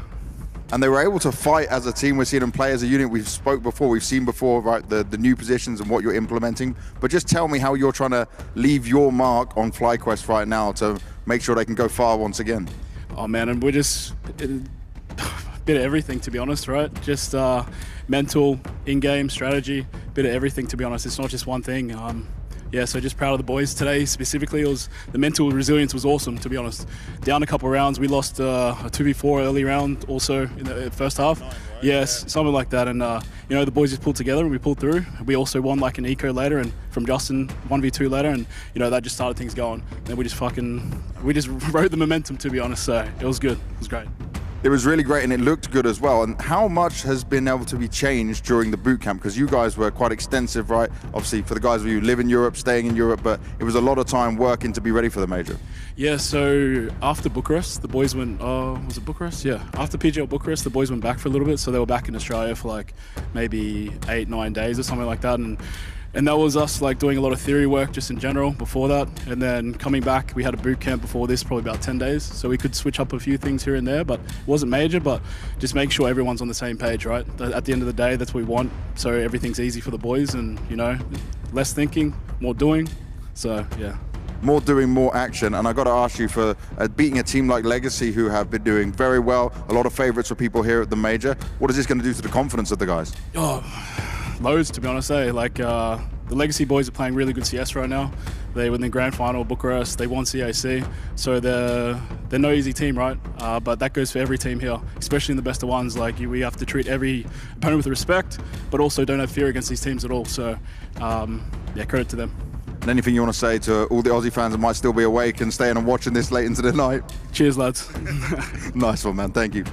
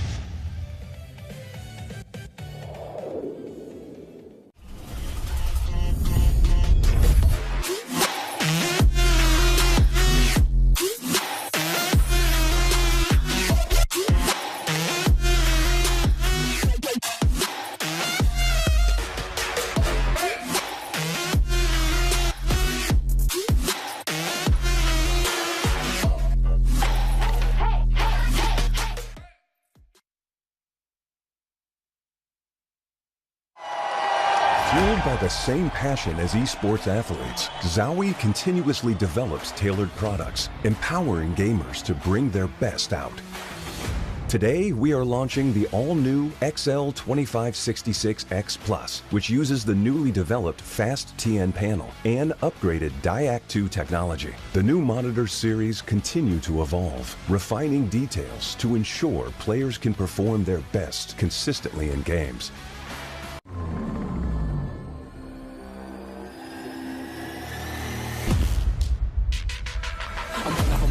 I'm shooting my shot and I'm already grinning. You know that I'm one of them, one that you're sending. You know you've been cutting, you know I'm ascending. I'm one of them winning. I'm one of them winning. I'm one of them winning. I'm one of them winning.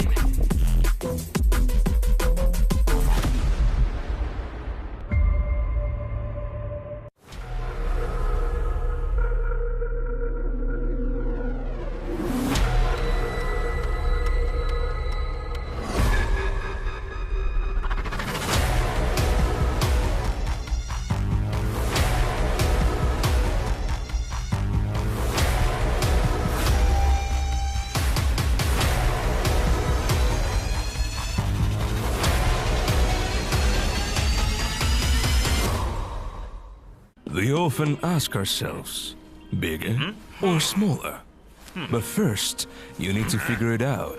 Do you have a massive FPS? Or a tiny ping? Is that good? Nice! Yes, it's fantastic! X-Play GG. High FPS and low ping servers.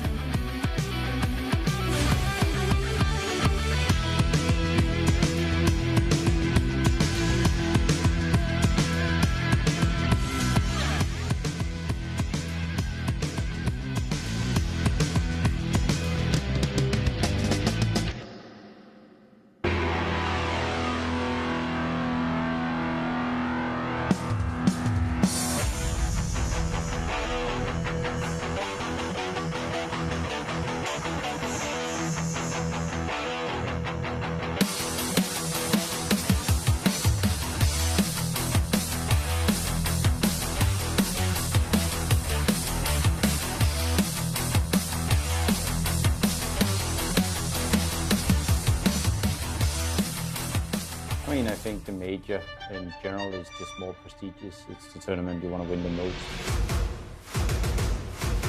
It's the one tournament that sticks out. A lot of cameras. It's the first few weeks now that we've landed in Budapest. I haven't really got to see anything other than the baggage claim, but it looked nice when I looked out the window of the plane, so I mean, we're going to have to explore a little bit. To me, the Major is probably the most prestigious event. I think everyone would agree with that. Sure, the competition is more tight, but it's also at the same time different play styles. Different tempos of people playing and different approaches to the game. I think there's maybe 5 teams that stand out above the rest at the top. Fury, Vitality, Falcons, Mouse.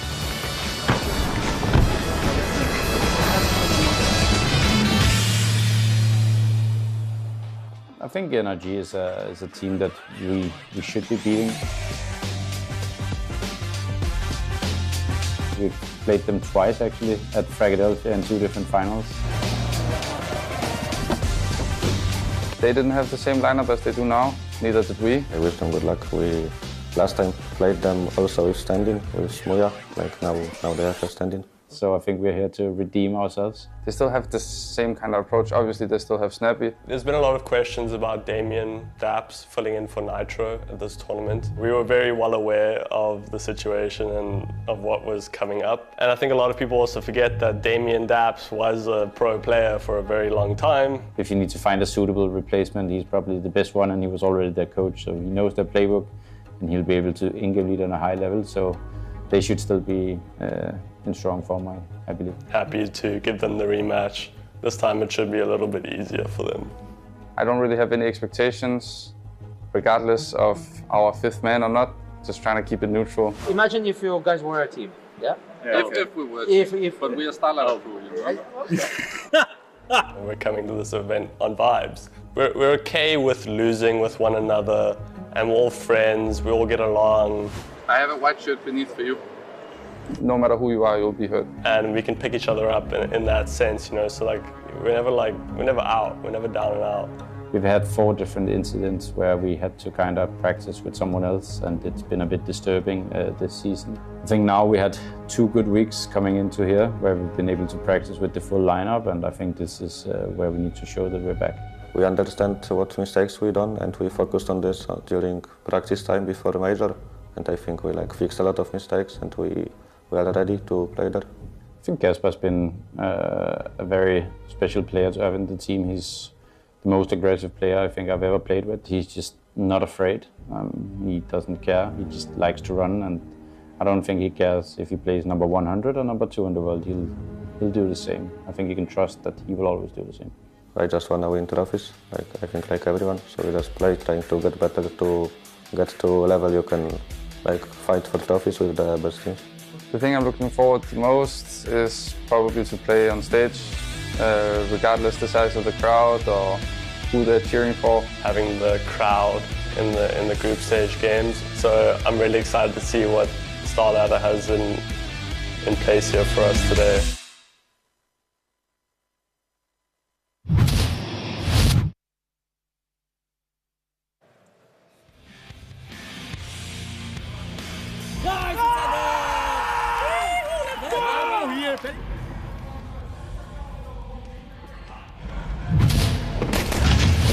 That extended boot camp coming up clutch for the likes of FlyQuest. Very competitive in that first half, but it felt like when we got into the second, it was just all coming up FlyQuest. Yeah, very surprised by the outcome of this game, not gonna lie.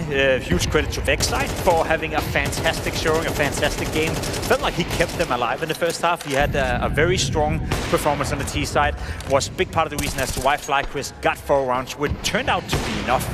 A bit surprising to me, Maui. Legacy disappointing here in the first round. I'm purely shocked by the veto here still. I feel like that's my main takeaway, that Legacy, a team that generally tries to move away from Train, and did move away from Train the last time that these teams faced off against each other, let it come up in the veto. I feel like they thought that they could maybe just kind of squeeze an overpass out of it, and then they thought that maybe FlyQuest would ban Train here, but no, this worked out wonderfully for FlyQuest. I feel like you already mentioned the fact that Vexite was fantastic, but I also feel like the composure, even though they were going through a really rough patch in that first half, and then they just swung it all back off the back of Vexite, a JKS clutch, so many good moments for the individuals. I feel like Azza was kind of sharing your sentiment as well still about how on earth did we get left with Overpass or Train? How were we left with that decision? It's pretty nuts. Okay, I just talked to Papa Smithy, the chief gaming officer of FlyQuest. He said they were just furiously printing out notes as soon as that veto finished. They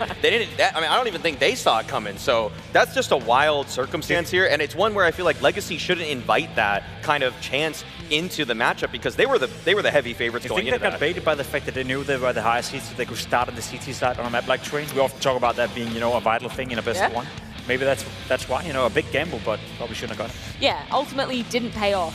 Is everybody's pick'ems already kind of screwed because mine of are fine. Or you guys are okay? My 3-0 was dead right there. I had Legacy as one of them, so that's a little bit concerning. We'll see how it turns out, though. I do want to echo Chad's sentiment, though. The fact that it's been such a tough year for FlyQuest, right? So hard to see them, consistently placing very low in so many tournaments. If they can make a statement here to end out the year, that would be something very special. It would be great, and I think whenever you look at that lineup, you think to yourself, it is a lineup that has an awful lot of potential. So it's good for them to get a victory, good for them to get off to a good start, but that was also the case in Austin, where they then, fumbled it a little bit. So I want to see a bit more from FlyQuest before I get hyped. I don't want to, be counting my chickens before they hatch, let's just say that. 2 more teams coming our way, NIP and NRG. NRG, we've touched upon it, Maui. A couple of interesting intricacies going on in that team right now, right? There was a cool story that was building with NRG in this season. I was getting pretty excited for them. The win over M80 at Fragadelphia gave me just reason to believe in them, and then it all just gets kind of cut out. Their legs just gone beneath them. As we all know now, Daps is subbing in for Nitro, who is expecting his next child. And so Daps, I mean, if anyone wants a fun fact about this one, or a fun stat, that is, Daps has only played 3 maps on LAN in CS2. He lost all 3. Okay, I like the guy a lot. I think he's great as a coach. That is a worrying sign for me when I'm considering NRG's chances in this matchup. It's never nice having to field your coach. Like, let's be completely honest. Even though Daps have a long historic career as a player, even back in the days, you know, he was part of NRG back in the day, where they were also, you know, one of the top contenders in the entire world. That's a long time ago. So for Daps to field in as a coach, he's one of the more suitable coaches out there. You know, I think he's one of the more competitive coaches still. But at a major, Maui, when you're heading into stage 1, where everyone is coming in what's possibly the best shape they can be in, it's not going to be a great thing for them. Also, when you consider their position in NIP, who is a team fielding a lot of great players. Yeah, what are NIP saying at the moment? What kind of results and stats can we put to their name to, you know, give them a story here in Budapest? Well, they had a deep run at the StarLadder event earlier this season, and then they just bombed out of the following Bucharest event that they attended. However, I would say that looking at the form of NIP, what you would want to expect and hope for is that more of what we got from StarLadder is what's going to be coming up today, because the Bucharest event that they played had all these extenuating circumstances. Snappi himself actually had a child, if I'm not mistaken, and he wasn't going to attend the event, so they were practicing with a stand-in. I think it was Exist that was going to be playing the event with them, and then he comes in at the last second, and so couldn't really expect for too much to happen for them. So I feel like what we're going to get from NIP is a good run through this stage 1. Choice of train or overpass for NRG. They go with overpass this time around. Does that sway what you think is going to be happening in this series, Jacob? Only in the sense that it's going to happen a little bit faster than maybe you could have anticipated. I think NIP is the heavy favorites, getting to start on the CT side and overpass, playing a team with a stand-in, a coach standing in. You can see on your screen right here as well, you know, pretty heavily favored in the sense of NIP. I expect them to win. I expect them to win fast, and I echo the sentiment of you. I expect them to go through to stage 2. So an easy opening for NIP, supposedly, but let's see if NIG have a fight in them. I just want to see if Daps can get an entry. Just honestly, just get an entry on T side, and then I can maybe believe in this, because I think this is an incredibly lopsided matchup in the favor of NIP, given all the circumstances we've already outlined here. But if I can just see some signs of life from him, from NRG. I just don't want them to go down 0-3. I know a lot of people are putting them there because of this new circumstance that's unfolding, but no, they showed a lot this season, and I feel like this would be a great springboard for them, even if they make it a competitive map. Well, let's see if your wish can indeed come true, Maui. It's time for NIP versus NRG.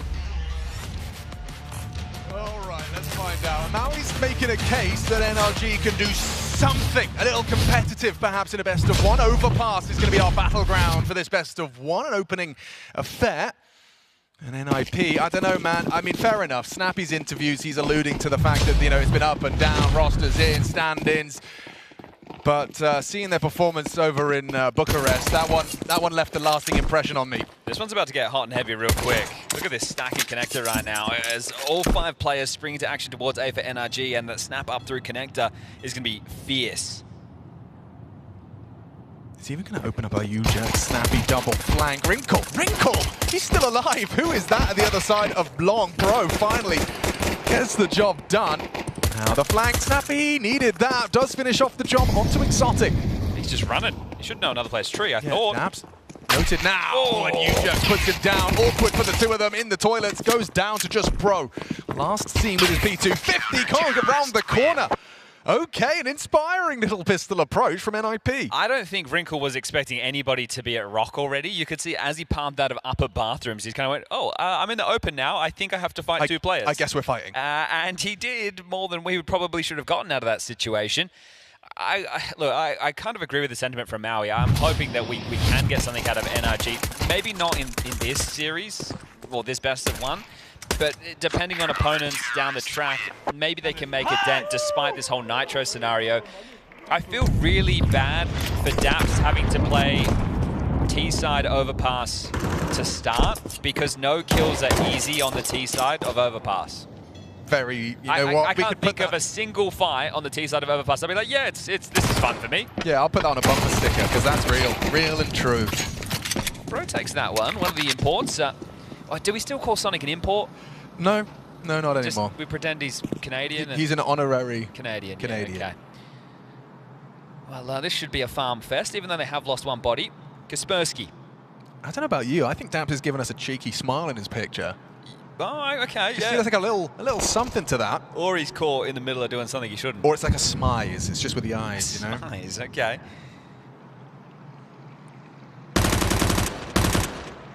However, passes.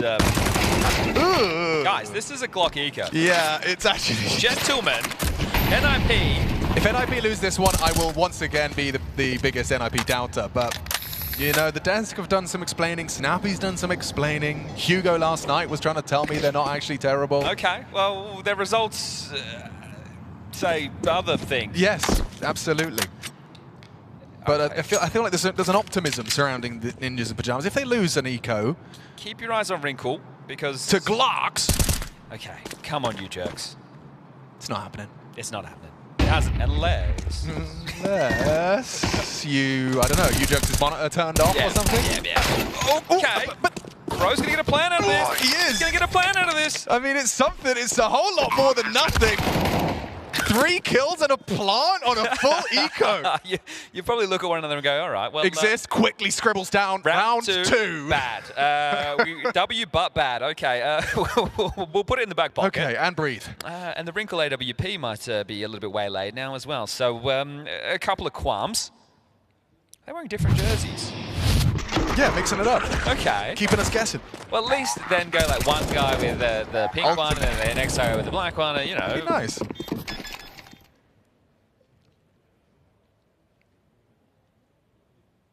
Well, an exciting start. Yes. Okay, well, now the guns are out. To the round follow. Wrinkle, starting solo A, going through the standard block utility. Exotic with the AWP through connector, going to do his best Molodoi impression. But there's a short aggress from the CT. Sonic, you've got company. Yeah, it's an MP9 up closer. This kind of range, it could get awkward for Sonic. Oh, he's missed it completely. Yo, that's so cheeky from Ujux. Daps is about to be screaming. Daps has got a kill. Ladies and gentlemen of the jewelry. Damian Steele. I present Damian Steele round 3. He's gone down, but he is going to be a 4-on-4. He got his. He got his. Okay, boost up. Snappi. Tippy top of this totem. Could catch the AWP if Exotic waltzes in, but no, it's up the stairs. Bomb will be scooped by Sonic. George and Exotic in through connector. Bro taking the long space. So looks like Wrinkle will be the man having company shortly. 55 seconds. Doesn't have to be the finish because of this con control. Nades available. 2 smokes. Could be dead. Oh, Exotic a little slow there. Oh, and he gives him another chance. Wrinkle. He's going to be feeling a bit silly, a bit hot under the collar. Rotation's coming in now. Snappi's here in time. Can tuck in a truck. Necessary. The flashes are there, but there's no go. Kaspersky in the smoke. Molly's not spreading. Snappi swings and beheaded. Good find from George. Kaspersky's going to think twice about even having a look here. It should be the save. Can't be going anything crazy this early on, so NIP. And I will say, you know, despite my criticisms and doubts surrounding the Ninjas in Pajamas, this kid on screen now, he's sharp. He is incredible. Yeah, no, truly is a talent, and I expect to be on our screens for many years to come. Yeah, there's starting to be a little bit of criticism levied towards Wrinkle, right? There was moments where he was exciting, but doesn't feel to be the case at the moment. Right. So seeing him be able to sink his teeth in, I think the positive sign for me for NIP is you have a really solid anchor, you managed to grow now Shush, and you have a nice opening piece in Kaspersky. Right. It's just filling in the gaps between that needs to come together, and no better time than the Major. Haven't been able to keep my eye on those P-Stream results so far. I do know that Imperial picked up the win to start the day. That was a close game, but while we were just covering off FlyQuest versus Legacy, we did have Paravision taking on the Huns. There is 8 best of ones going down on both streams today, so you can catch that action. And yeah, a lovely little shot there. See, Molly didn't spread, but Snappi, as soon as he swings the toes, got licked by the flame. And what do we see here? It is going to be a tactical timeout called in the early stages. See, it's fortunate that it's Daps replacing the in-game leader, because if it was like, oh, you're replacing an entry frag, I'd be, oh, we might have some problems. Whereas here. for Daps, it's kind of like just, you know, riding a bike. He's been doing this, you know. Yeah. Like, no one's saying that you're going to be pedaling the fastest, but you know how to do it. You are going to fall off every now and again, but otherwise unscathed. So let's see if NRG can continue to make a dent. This is T-side overpass. You're looking for, I would say, 3 to 4 rounds. If you're NRG, you're going to be looking for an awful lot more than that, because the CT side is where they might find a couple of weaknesses. It's a shame that that is the headline of this series, but it is. Especially as, you know, the desk outlined, NRG have been on somewhat of an upswing. Exotic and exciting prospect. Rattles off a couple of shots, announces his connector presence again. I want everyone to glance up to the radar, see this connection of Kaspersky and Wrinkle aggressing long. Bro, yes, feels handy. Will he be ready for this? He starts pathing through playground. Kaspersky is going to confirm. Wrinkle will deny. Bro goes down, but quickly, Daps and Sonic maybe can kind of hoover up that space that they likely leave on long. Will there be any jump spotting or sounds made? Snappi right is in a... He might go overlooked, right? Yeah. Because you saw too long and you might not consider a player up close and personal. Snappi doesn't swing off the flash. Hoping to sell that there's no one close divider. Kaspersky. Perfect angle for it. Good trade from Daps. Can't complain.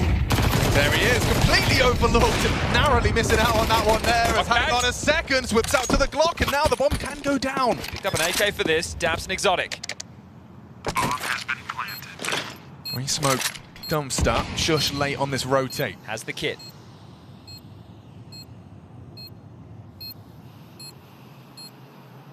Daps already finding a second frag, but he's going to need to do a bit more here. Oh, it's a fat mass burst Daps. Can he hold on? It's a bit messy. Exotic, not the MP9. Okay, can work with the AK-47.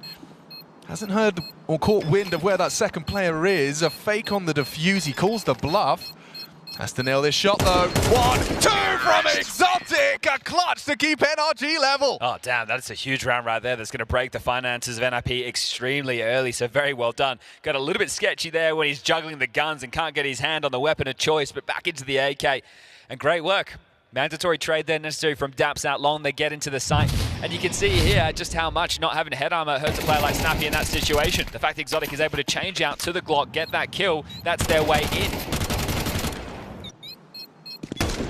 Yeah, well, Daps' damage converted upon, all right. Absolutely, so and if he had picked up the AWP that he intended to, a much harder 1v2. Bomb would have been defused.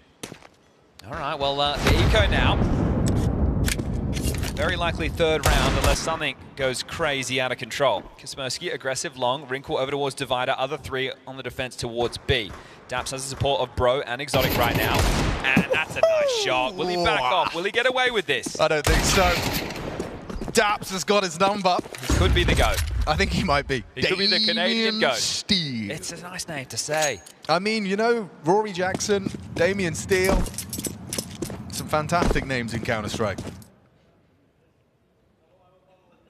This one does have a bit more of a jovial flavor to it, and I think it's good to keep it fun. Most definitely. I'll tell you, the loser of this will not be having much of that. No sirree. The likelihood of starting your opening day 0 and 2 in the best of ones and then having to battle through best of 3s day after day. The best of 3s are meant to be safety nets, but I'm kind of taking the BO1s and relating them to the blue turtle shell in Mario Kart, but everyone has one. I know that it's a hard concept to get your head around. The blue turtle shell comes into play in Mario Kart when you're last. Yeah, the comeback mechanic. Yeah, well, these are all underdogs. In the scheme of the Major, the only team here that actually I won't, none of them, right? How many teams in Stage 1 do you think can make it deep? Well, in Stage 3, if you make it there, best of 1 could be your way in. Yeah, true. That is true. And best of 1s is the way in for everybody right now. Safe execute. They get the smokes in, the molly's down, the bomb planted, and that'll be round.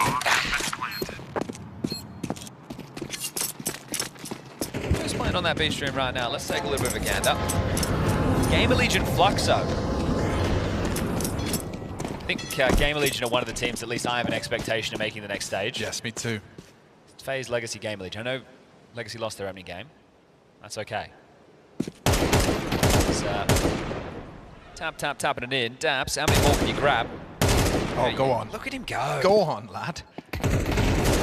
Here we go. He's doing it all. If any of you type the word eco in the chat, I don't care. And he doesn't either. No, sir. Sonic steals one away from Daps, but it is going to be 3 T rounds already. I mean, Chad, you're talking about this kind of potential difficulties they may encounter on the CT side. I'm curious to understand, where that apprehension's coming from. Well, it depends on, right? Are you just going to plug Daps into Nitro's position? Most likely, right? And then in that sense, are you able to hide him, right? So then there will be conversations that will start to mount around that. What do you mean hide him? This guy's a turret. Look at him farming him up. True. And you don't want to have to play as if you are at a disadvantage, right? You want to play pretty standard. So Daps is already delivering. Okay, all bound for Wrinkle. They're going to par through this, mode. They're actually boosting over for clearance. So Daps will par through with George. George is playing anti. I'm loving the details I'm seeing from NRG. I'm curious, is they stay quiet and contacty? Because if they do, it feels like, oh no, okay, smoke toilets and then what? You snake it through. But yeah, they're ahead on the timing. Right, they're probably 2 to 3 seconds faster than NIP would be expecting right now. And they're all the way through now. Look at this from Daps. It's wide open for the runway into the site. How far does he go without any more util? He's just going to glance in. I mean, why not? He knows what he's got to do, right? Take space for his boys. Progressing forward. The rotation. Here's the rotation. They're on the site and swinging through. They've got the A site unlock. Wrinkle's rotation heard. They must be long side or toilet side. They have to be considering that. Snappi should have the back turned here. But Daps is tucked. Daps considers it. Daps confirms it. Snappi spotted it. A flash would be nice. Trapped on the corner. There they go. Whoa. They throw them out. Confirmed and locked into the corner. Accelerating is George. Confirms Kaspersky was joining him. A 4-on-3. Kaspersky with a double kill. Still awkward for the CTs on this retake. Coming in from different avenues. Exotic Zorb staying on the line. No kit. And a no kit. Smoke for the They're running out of time. Bro does find Kaspersky and it's fallen into place for NRG. Wrinkle down. NRG with a 4th round, and I love the way that took shape. Yeah, just the bravery on Daps to take all of that space, just taking so much room. They had absolutely no idea that was even a possibility. Wrinkle rotates back, the site is already lost. And right there, it's like, okay, well, they're boxed in. No, they aren't. They're taking you down with the ship. And when you go for a long toilet setup like they did, there's 2-man long toilets, the one counter is a speed walk straight through the guts of the smoke. Well, this is the thing, right? When you go for these CT setups, you are tending to keep your 2 A players together. So you leave a gap, and those gaps are on these timers, right? You have a relative expectation of how long it takes to grab this map control, what type of utility you have to go through safely, and there was an AWP on the board. But by boosting and walking through that smoke, as you said, they were just a little ahead. Yeah, taking a couple of gambles and paying off early. Right now, though, if they are hedging towards B, which looks likely with the setup of the T's right now, there are 4 players over towards this side of the map for the defense. Wants to smoke redeploy. Exotic wants to break for info. Lobs it in. Doesn't catch a whiff of anything. Snappi has left the B side, so he joins Wrinkle over towards A. It's Kaspersky, you jokes and Shush, and well, say goodbye to Shush. Yeah, silenced by Sonic. Good nade as well. How about number 2? Dunked on by the double nade. There's a whole lot more. They're not in a hurry. I say that, Daps is running in and finding the tap onto Wrinkle's head. There's Kaspersky still finding output as usual. And Snappi the last to fall. NRG, this is a T-side they could be proud of, and it's not done yet. Okay, well, the confidence did wane round 2 when NIP lost 3 players to Glocks. Yeah, that might have been where it started, yeah. And it appears to be continuing now. So 5 rounds in consecutive fashion with a bunch of them having an awful lot of bodies staying alive, not close, not sweaty. I don't know what Hugo's smoking, man. This is exactly the same NIP I saw in Bucharest. Well, someone needs to be a fan. Okay. They released a good video yesterday with Threat. I saw the thumbnail. Yeah, well, you should watch it. It was it really good. It was Well, you gave me homework, and I watched Jamin Dastan talking for an hour. So well, that was good too. Yeah, that was good. Enjoyed that. 2 major winners having a conversation, starting in stage 1, picking up a win, and they've got 4 major rookies along their side. So that's a story that'll come later today. Paravision are in the 1-0 bucket. So Eco done, guns back out, AWP again for Wrinkle. Now, this is about recovery of the half, NIP. Sure, you can still win it with 7. But that is below par.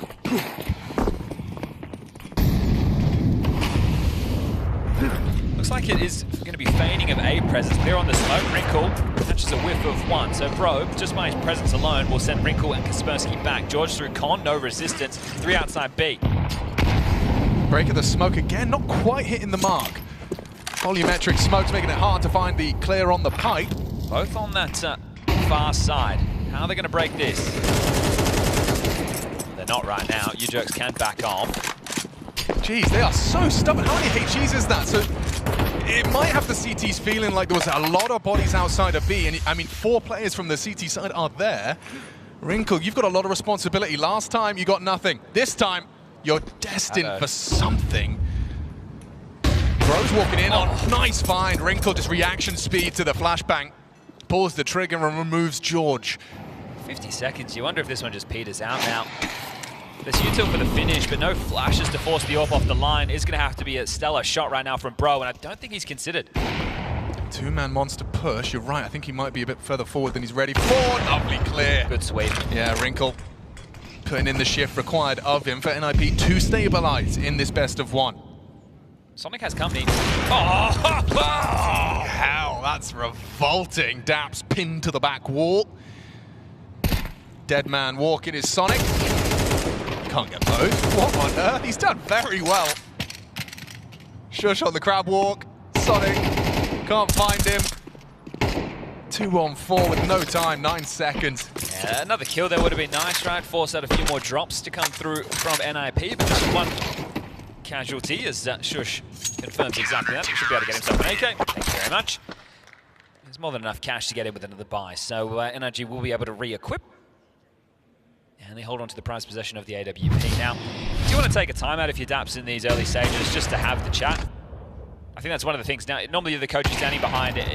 Easier to see the forest for the trees. When you're in the server, do you want a little bit of extra time? The poor pedestal for the boost. Bloody hell. Okay, well, 2 AKs carried across. Here we go, back into the mix. Short molly standard play. CT's opting for a boost. Exotic is looking for the jump across, not the AWP being boosted. Sonic's past that scope line. Okay, he's throwing out a nade. It's not going to lead to anything, but there was an opportunity for him to have rounded that corner for an early fight. Flash and swing. EliGE goes looking for answers. Sonic wants to try and take the fight. He could catch the AWP here. Wrinkle's ready. Sonic anticipating that re-aggress and actually a missed shot. Good info though to call around now. You know where the AWP is, that's a lot of info. How about more than info? You got headshots. EliGE's gone. Bro and George could take space on A, because you know where the AWP was, right? You know that you don't have to take all of these lines so carefully. Okay, so progressions from George. Kaspersky overlooked for now, but they know it has to be a possibility.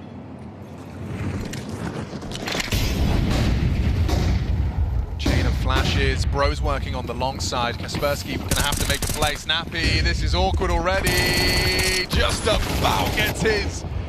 Kaspersky's flank though, he could have the multi. Secure this for Ninjas in pajamas. No one's looking. 3 back to turn. The double's too easy. No reaction out of Exotic. It falls to 2 of them. Make it 1. Bro, the unknown entity. They have no idea where he is. Only for the bomb. Can you make this play? Time of the essence for the retake. No smoke. If he times this molly, if time ticks just a little further, that Molotov could do it. No! Okay, Wrinkle saves him. Okay. Needed that from him. Yeah, they felt like they made the right play, right? Taking that space over towards the A side. Snappi, tough in their sight right there, but it's all about Kaspersky, right? The fact that he's undetected, able to cinch in from behind, grab that double. Throw it around to disrepute as there will be another buy again. Remember, Exotic having a heap of cash, and here it is in the replay. This is the round-winning move. At this point, it is just falling through the fingertips. And Sonic has so much to worry about. They're behind me, they're in front of me, the smokes are fading. Bro doing his best to play out that clutch, but just with the 1 man standing, not a whole lot you can expect. Now remember, 5 rounds, they're going to be content with that, but EliGE know that they need to add more to the top of the tally. This is never going to be easy, having your coach standing in for your in-game leader, who's already done more than I think most would have considered in terms of their output, sitting at 6 kills. A couple have been eco bashes, but you'll take them. Someone's got to get them. It's just a 1 round gap now. EliGE will have a couple of extra buys down the stretch because their loss bonus will be building into these last few. So if they keep getting in and getting the bomb down, they might be able to stay threatening, and we'll see if they have any set pieces. It should be perfect when you already have 5 to pull out, you know, a quick little B pop with some cheeky flashes or nade sets.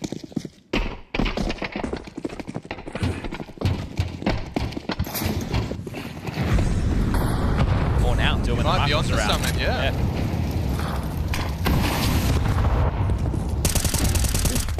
lot more to work with because of this lead that sure will be evaporating quickly, but still take a few more liberties. They aren't very set on what is going to be a B play. And you wonder, is it on the break? They go, Util follows through. Yes, it does. Yeah, okay, Shush is going to have to just turn tail, tucks into the barrels. UJug's the first contact. Divided smoke. Nice mollies, limiting UJug's options. Great Larry. And it's actually going to be George going down to Snappi. There's Exotic and Sonic starting to connect. Shush's position noted. UJug's at the back of the site with output. Both of them finding one. Smoke is fading. Frag is found. Bro, a necessary one. Kaspersky in the clutch. Impact rounds on impact rounds. Has he got it in him? That nade looks good. Avoided by Dabs, a bit too deep. Now it does get awkward for Kaspersky. How is he going to piece this one together? He can get in, he has a smoke.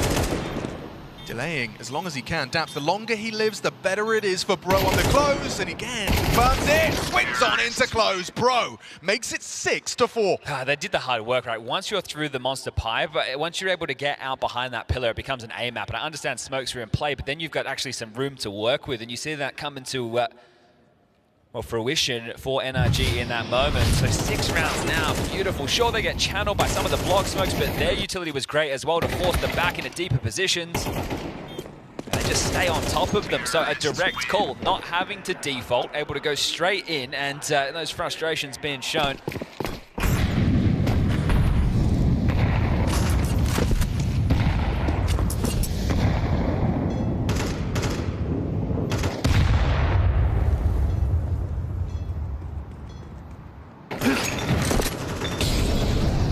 Both teams feeling they've had a moment within this half. We had Exotic with the clutch, and we also had Kaspersky with that flank double kill, right? Those are the two that kind of stand out as far as some of the key moments go. Right.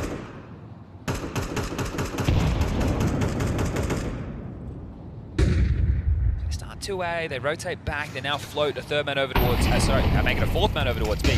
If you're going to go for stacks like this, you feel that you have to be active. We've seen it multiple times from NIP now. And this is exactly that. They played through short and through monster. So there's information. They don't find a fight, but that will now facilitate the rotation. Snappi joins Wrinkle over towards A. Kaspersky on the way. It'll come down to this execution. This feels like it's going to be a Wrinkle party.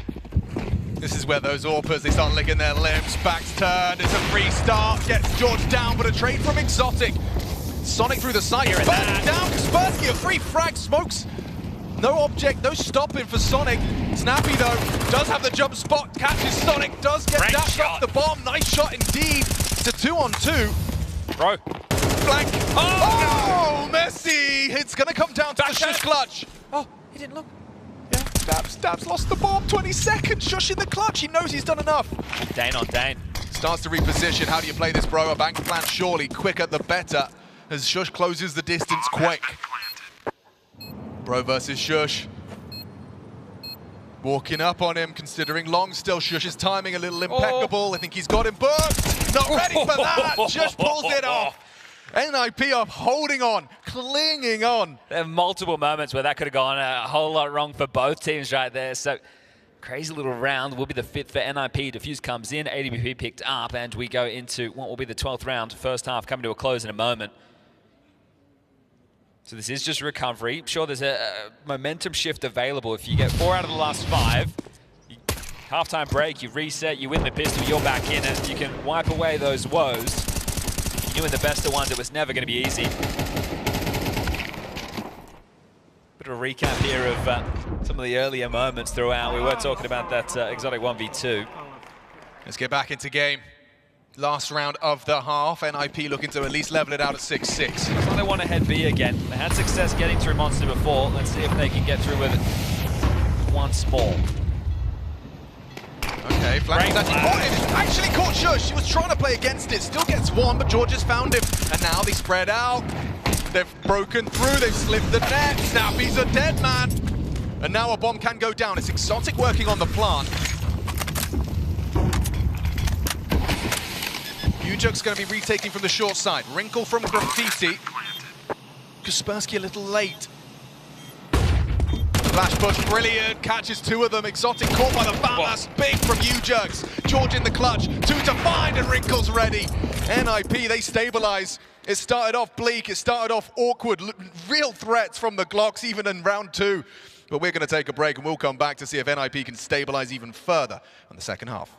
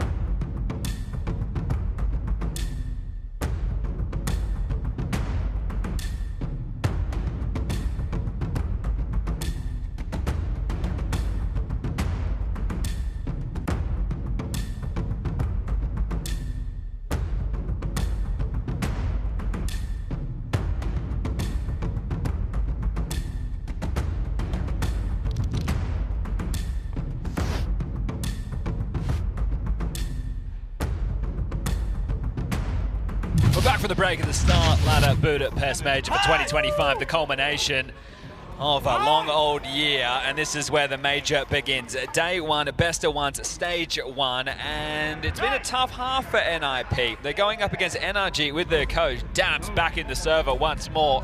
Feels like every couple of years we have to see Damien Steele trying on that player cap again. The coach delivering, not only with the calls, but with the frags, and they tie things up 6-6 on the T side. NIP leave a lot to be desired, but they can wipe that away quite quickly. If they grab another pistol round, they'll be off to the races.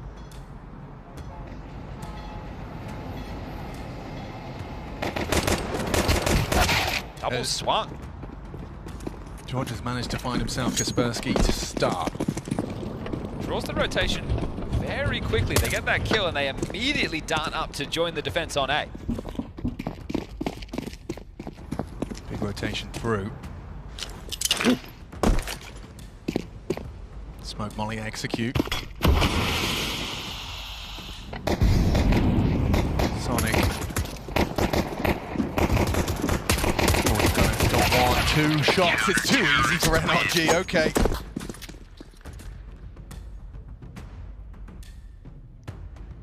We split the pistols and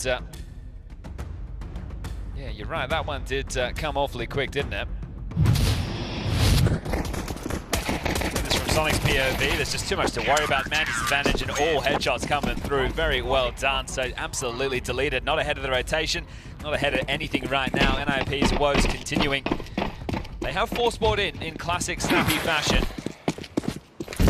When in doubt, force buy. Everyone's favorite. Plenty of flashbangs, expecting a barrage of them towards that B-bomb site. Could be ahead of this timing, bro. Just playing towards graffiti. I'm afraid, Chad, he is going to need to get one hit. Given the setup, given the allocation of resources, this MP9 cannot just be run down by Kaspersky and his Tech 9. Tries to bait them in. George at that back turn does have at least one. There's Daps as well. U-Chuds has enough bullets for another. Dancing around the pillar with his USP. It's fine. Good survivability there. U-Chuds is able to get the M4. Flashed off, but just to get that reload in. Back to the Tech 9. And down. Okay. Well, Now, is it really a Snappi game? Will he go for the Force again? Right? Will we see some crazy Counter-Strike unfold? Surely not. Well, this is the thing, right? We've seen it before. It shouldn't happen, but it could. Like, it is a trend, but on overpass of all maps, it's just one of those ones where you do need the weaponry, you do need the utility. It's not like Nuke. You can't just be rushing topside round after round. Yeah, one smoke and a flash and you're in. But a couple of deagles in the hands of the right men could get the right result. So we can see Shush, Kaspersky, Snappi, and EliGE as Wrinkle saves money for the rainy day, wants to bring out that AWP. Now, the tone is starting to shift quite quickly, right? If we get into that first rifle round and NRG win that as well, it's no longer, if they could, it's they are very likely going to hand NIP a loss, and one that would come in an extremely embarrassing fashion, right? This is NRG that I think maybe themselves even started to write that off with, like, okay, Nitro's not here, we'll come, we'll do our best. Yeah, as you expect. But I don't know, there's a jovial energy around NRG. Kind of feeling like they're on holiday here. Yeah, you got nothing to lose, do you? Which, as we know, in sports, in life, nothing to lose and everything to gain. It's a key indicator that there is upsets in the in our midst. I think, right, there's plenty of...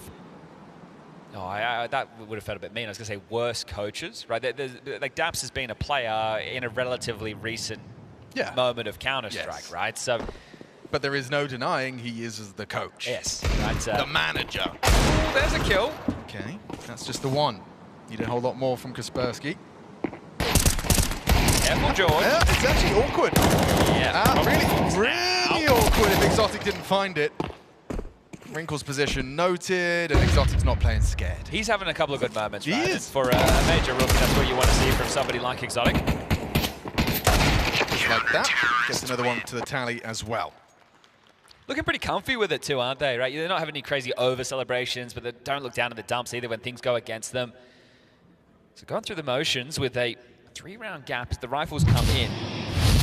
And as far as, you know, European imports go, Bro does seem to have landed on his feet as well. It was kind of looking like he was going to be in contract jail for forever. Hey, it's tough when you get Bro that, yeah, it's one of those things we don't know if you can get over it anytime soon, but he appears to have recovered nicely. It's almost like two different sides of the coin. You could either be Boozy or you could be Bro. Sure. Right now looking to be the wild card. They're going aggressive. On it. God, catch your break. Wrinkle's dead. Wow, that's cheeky way to find the Mate, that's your first gun round. Yeah. You don't get many of them. No, you're right. T-side overpass starting 4v5 that quickly, and not even a heads-up duel, just a spam through a smoke, and an unorthodox way to lose that opener too. It's not like the board smoke into con. Oh, they quickly regroup and look to want to execute over towards B. You might spot the bomb. Oh, yep. Bomb's near B, boys. Block utility follows. Sonic on the string, he can dip over quickly from bank to try and join this.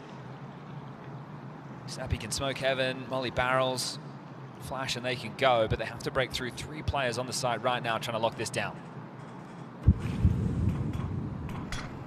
Daps remains selfless, an MP9. They're hoping there's a regress, but you don't need to on the CT side, right? You can sit, you can wait. You want a little evidence that Daps hasn't been playing much? That's a 57 stat track on the MP9. Okay, well. You might have 100 by the end of the major. Nice from Daps, there he is again. Kaspersky's gone, but shushes into the side. Big from Bro. Double spray, awkward and ugly from the ninjas in pajamas. They have not woken up on the right side of their bed. They won't be going to bed on the right side of the bed by the seems of things, right? Yeah. This is, oh, mate. Well, it's not over yet. It's true, and it's only the opening game. That's true. Do you know the amount of people who would have put NRG 0-3 after seeing that? Yeah, my hand is up. My hand is up. I set mine and I left him. I went, I'm riding this one out. We'll have some faith in Damien Steele. My pick'ems are in the bin already, so Legacy 3-0, no. And NRG 0-3, we'll see.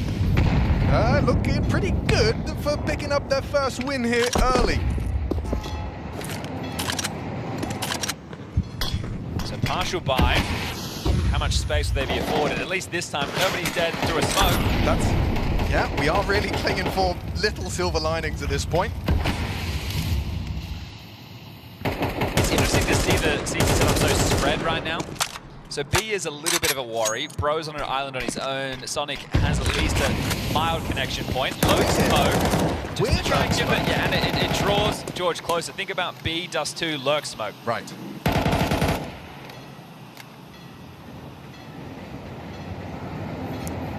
Just so we're all aware, Bro is eventually going to be flanking the entire team.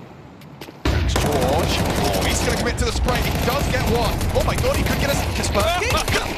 No! Double on a USP! Hope waits for NIP. Oh dear! That is a catastrophe. Yikes. How has George got two? How has he got two with a starter pistol? I think he's asking himself the same question. Oh dear.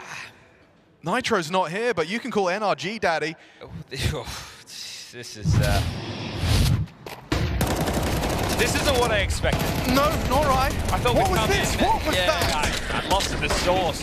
That's probably the definition of that right there. And then it's rare to see a team that is actually less than the sum of their parts. Like I've never seen it before. That is a harsh but fair critique, I'd say. CT start on overpass against a team with their coach standing in. A manager. Ooh. 2 more rounds. Not over yet. I'm just a broken record. I'm gonna sit down. I'm gonna sit this one out. Yep. Bro's got the Insta Monster lined up.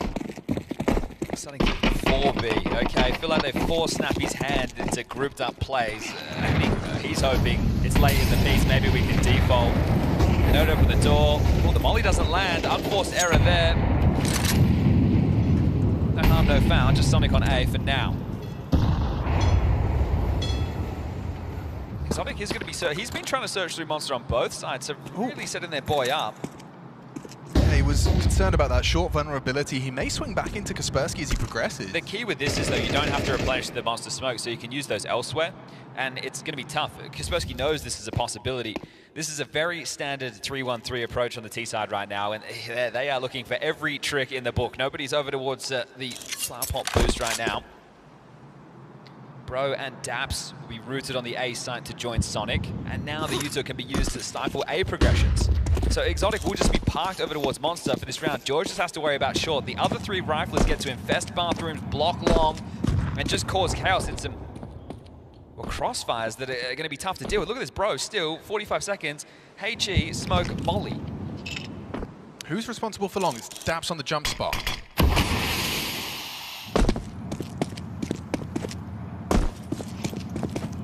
Info.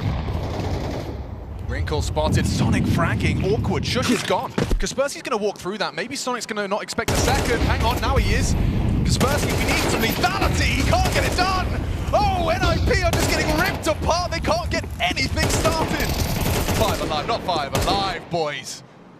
Good gun round. Mega. Okay, there we go. Certainly not 5 alive with a collateral kill. George has confirmed this, though. There he is in the back lines. Played forward on short, came up through a connector and sealed the deal. 12 rounds.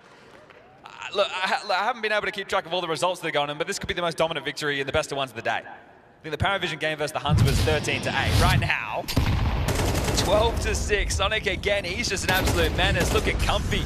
Thought after the wildcard situation, that's all, we might not see much more of Sonic, but no, found himself another team finding output.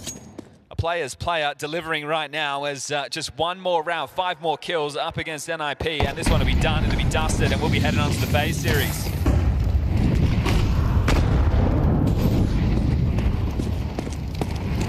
Sonic could be caught here. Oh dear. Has he heard him? Yeah. He has. Okay. UJUX is not going to be expecting this. Oh, never mind. Sonic didn't quite catch it. Now a missed shot from the AWP as well. This is falling fast. Exotic actually catches UJUX, and he does dig. A smoke vulnerability. Okay, perfect. Post up on the line, expecting a push for the trade. He's done enough. He sticks around. Kaspersky gets across to sandbags. This could be undetected. Especially because George is low. So they are going to try and partner up Daps and George. Door swings open, Wrinkle worried about the boost. They can set up for an execute on towards the site with, well, I say execute, it's just smokes. Daps will have vision. Daps is the healthy one. How does he play this? Oh, in his hands. Okay. George does find something despite his low HP. It's a 3-on-3, not another USP. Okay. They're fast on this through con. Do they want to give it a look? Seems like Bro does. A silent dismount as he progresses towards the short side. Wrinkle still concerned about the potentials of Heaven. HE thrown out from con side. Well, now you know that they're coming through short. And at this point, I think Save would be the better of the calls. I understand if you look at the money, they have an awful lot of it, but you just need one more round. Don't throw it all away here. Don't give them an AWP for free. Don't give them a way back into the game.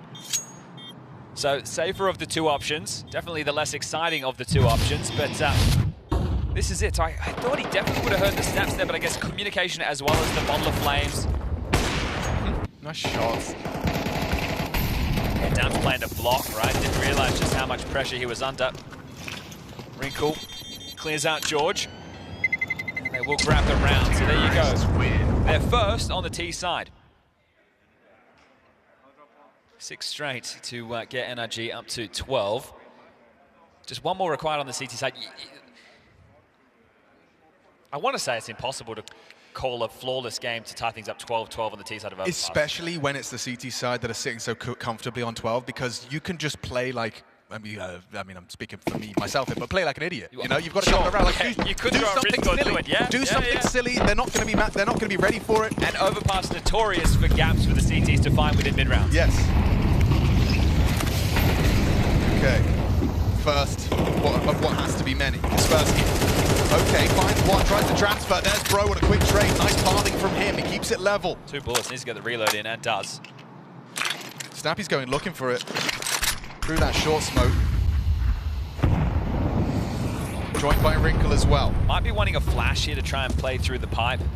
Is Bro going to completely tuck in and yeah, that would be the smarter of the calls. He's hanging around. Yeah, it looks like they actually want to ask questions of Con. Ujux has been caught by Exotic's Orb. And now a fight for Sonic. Didn't need it, but just has found it. Flash. Bro. Bad flash. He drops off though. Still stabilizes on the spray and dismount. Impressive from Bro. Double kill. Now tucks into the site. This is awkward now. And this could be it. It certainly could be. NIP to start off your major campaign. You're playing up against NRG. Not fielding them for Rockdust. No Nitro. No problem. The Ninjas in pajamas. Day 1 of the major. Getting that alarm bell and ringing it. Oh, the most embarrassing way to start your campaign. But NRG, they shrugged this one off. As you mentioned, no Nitro, no problems. Daps was handy in the server, the coach making the calls, but also making a dent. Sure, he ends up at the bottom of the scoreboard, but a couple of moments there in the first part where he was needed. NIP, what even comes next?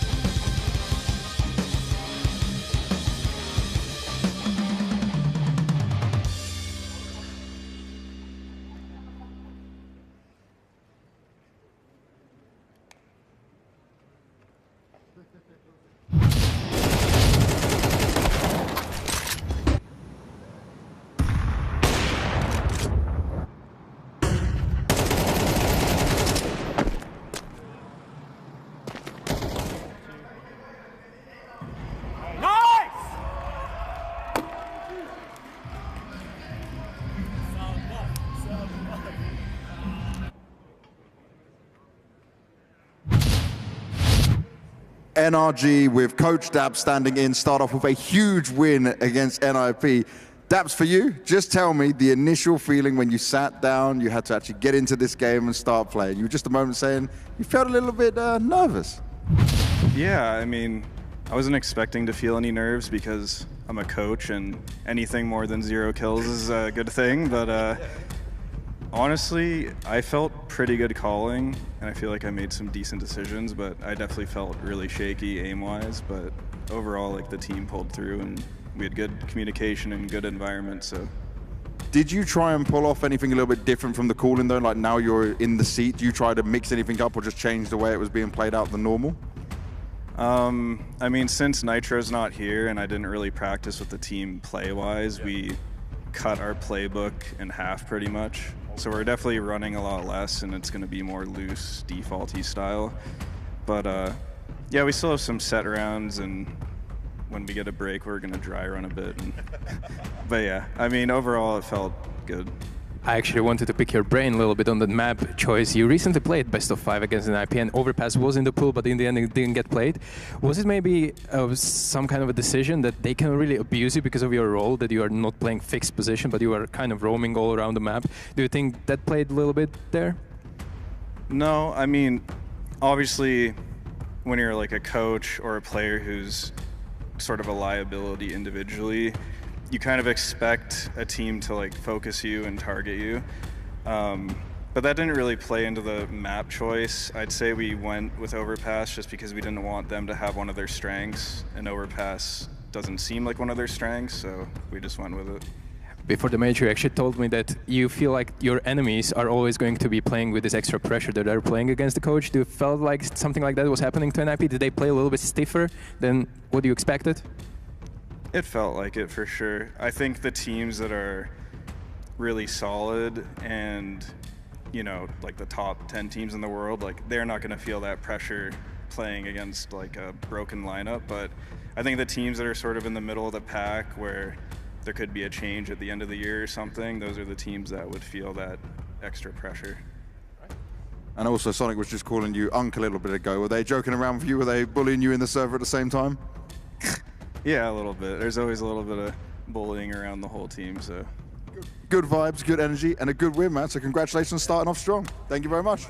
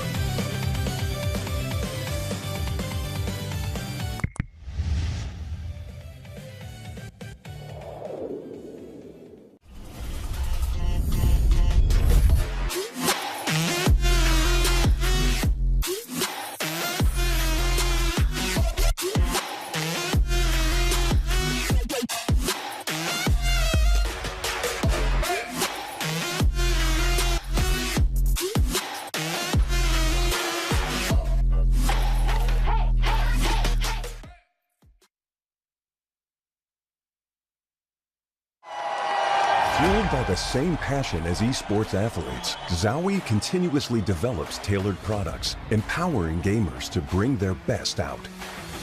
Today, we are launching the all-new XL2566X Plus, which uses the newly developed Fast TN panel and upgraded DIAC2 technology. The new monitor series continue to evolve, refining details to ensure players can perform their best consistently in games.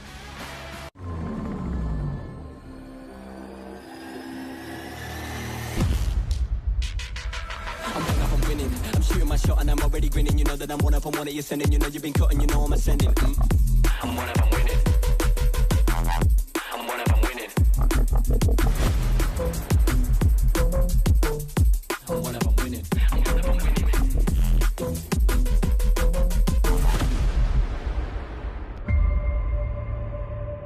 The return of Area 51, Alienware's highest performance desktop yet. Equipped with powerful Intel Core Ultra processors. Innovative architecture designed for ultimate gaming. Engineered to evolve alongside your game. Encounter the legendary Area 51 at alienware.com. Where are you playing the best of the matches? Where in retake will you pull out the clutch? Where you'll be testing your deadliest thing? Where are we perfectly training all day? Ready? X-play, X-play, X-play, X-play, X-play, X-play, X-play, GG!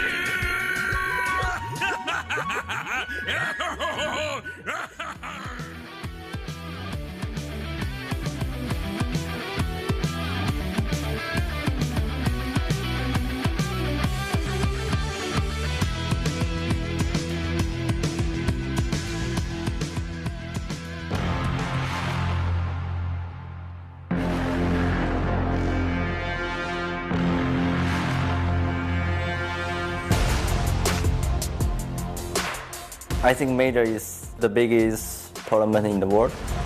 The Majors, those are pinnacle events and prestige events where legends are born, legendary comebacks. It's the game to talk about many years after. Yeah, it's a great time to gain your VRS points.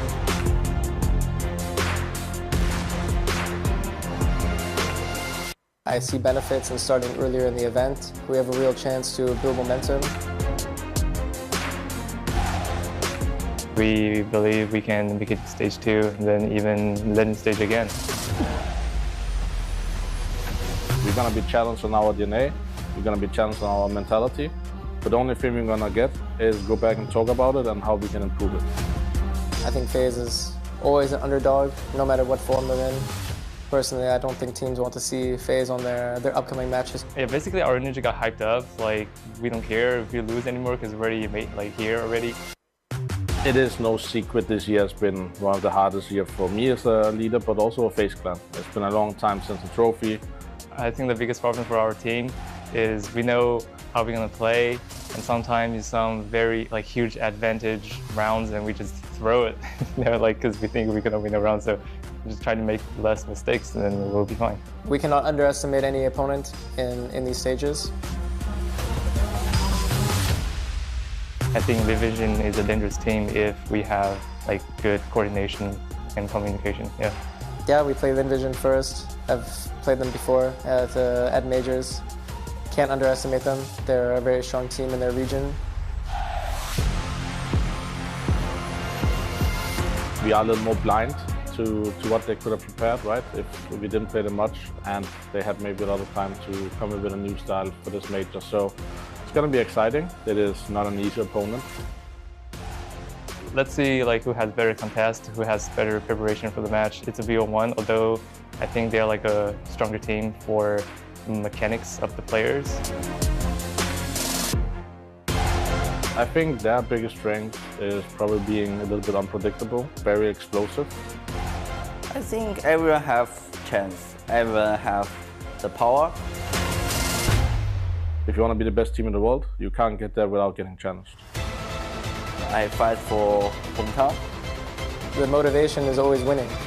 Fight for Asian. We want to make playoffs.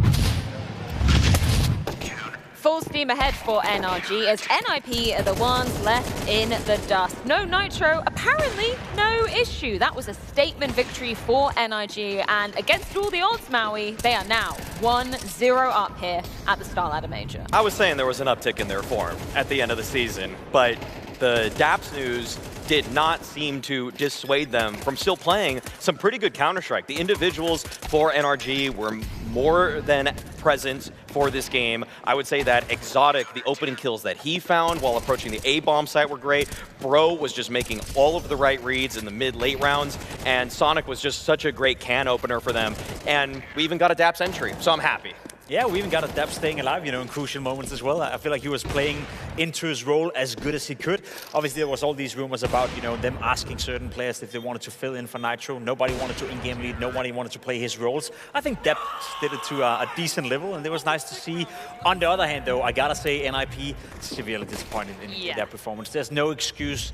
One thing is losing to NIG. That can happen, because I agree with you. They were on an uptick coming into the major with the roster with Nitro in it, but for NIP to lose against a team that is fielding a coach as a stand-in, it's simply unacceptable, especially considering that now Snappi is back within the lineup. They've had some time to prepare, had time to practice, and I know it's just one best of one, but that was a poor showing from NIP, and hopefully just one they can forget about and move on. 100% agree with you there. The fact that DAPS is saying in the post-match interview, we're working with pretty much half of our playbook. We got it, we cut it, 50% gone, and it's mostly, making reads out of spawn. The fact that NIP lose to that doesn't, breed good signs moving forward. Unfortunately for NIP, I feel like some of the individuals had they just flubbed some moments. They fumbled some free kills. The B-side defense was extremely vulnerable to just little pop flash plays. I feel like when Snappi was rotating on over towards A, sometimes he was in a position to multi-frag, not able to stand up. And then Wrinkle, like, they need to prioritize him having the op way quicker, and he needs to just be way more careful with his life too, because I think he's a little too re-peak happy, and I think that NIP right now, they need to find some discipline really quickly, because what I saw in that last game did not look like the team that I witnessed at the StarLadder fall event earlier in the season. That was just 5 guys playing on their own. Yeah, it was disappointing, to be completely honest. I don't know what to pinpoint for NIP. Again, I don't want to be too harsh on a team who's just lost one best of one on Overpass. You know, obviously you can have a rough start to the tournament. You can have a rough game. Again, Snappi coming back into the lineup. It's the first official with the full lineup in quite some time on this stage with this much pressure. So they can still turn it around, but there's no beating around the bush. That is super, super disappointing. On the other hand, for EliGE, I think, as you said, you know, Exotic having a great showing. Bro, in particular, his multi-kill ability on the defensive side on Overpass and that B-bomb side, kind of making up for the fact that Dabs was trying his absolute best to stay alive. That was helped and initiated by Bro being super, super sharp on that CT side. So kudos to him for doing a good job. And I guess a player that Astralis would love to still have in their fold. Yeah, undoubtedly so. Let's move on to our final matchup of the first round of games here in Stage 1. That is FaZe versus LinVision. It's going to be our monster matchup of the day. So big shout out to Monster Energy for powering the StarLadder Budapest Major 2025. And I don't blame them for picking this particular matchup because I'm so excited. It's pretty crazy to see FaZe entering this stage of the major, and maybe it's just recency bias from IM Chengdu, but I loved watching LinVision there. I'm so excited to see what they can bring to the server today. I feel like LinVision have sort of lost some of the form that we saw back at Austin throughout this season. We did see a little bit of a good glimpse of them at Chengdu, but something that's quite funny when I was diving into this matchup is that LinVision played 4 international events this season. You want to know the average amount of victories they had at all 4 of those games? 1.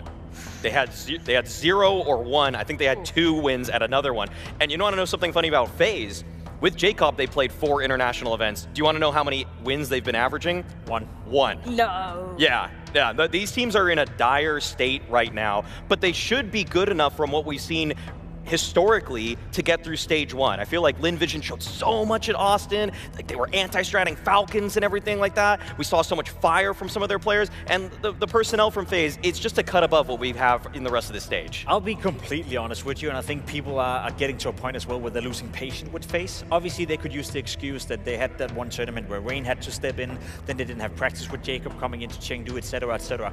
Now they've had time. They've had time to practice, they've had time to iron out the issues, boot camping perhaps as well coming into this tournament. So if FaZe is not playing good Counter-Strike now, if they're not ironing out all the issues, especially with Trish coming into the lineup playing some beautiful Counter-Strike, then you would lose all hope in FaZe Clan. I still somehow, some way have a little belief that they will find a way to bounce back considering the opposition. When stage 1 at the major, they should be steamrolling this one. They should be going 3-0 with no issues whatsoever. That doesn't mean that I think FaZe will make the playoff, but I would be super disappointed if they start off their major in stage 1 by losing to LinVision. That's the thing. If you take like a Twist, a Frozen, a broky, and Isolation, you would already say heavy favorites. The fact that there's 3 of them on the same team, this would be just a disastrous result if it's anything but really going 3-0 or at least 3-1 in this stage.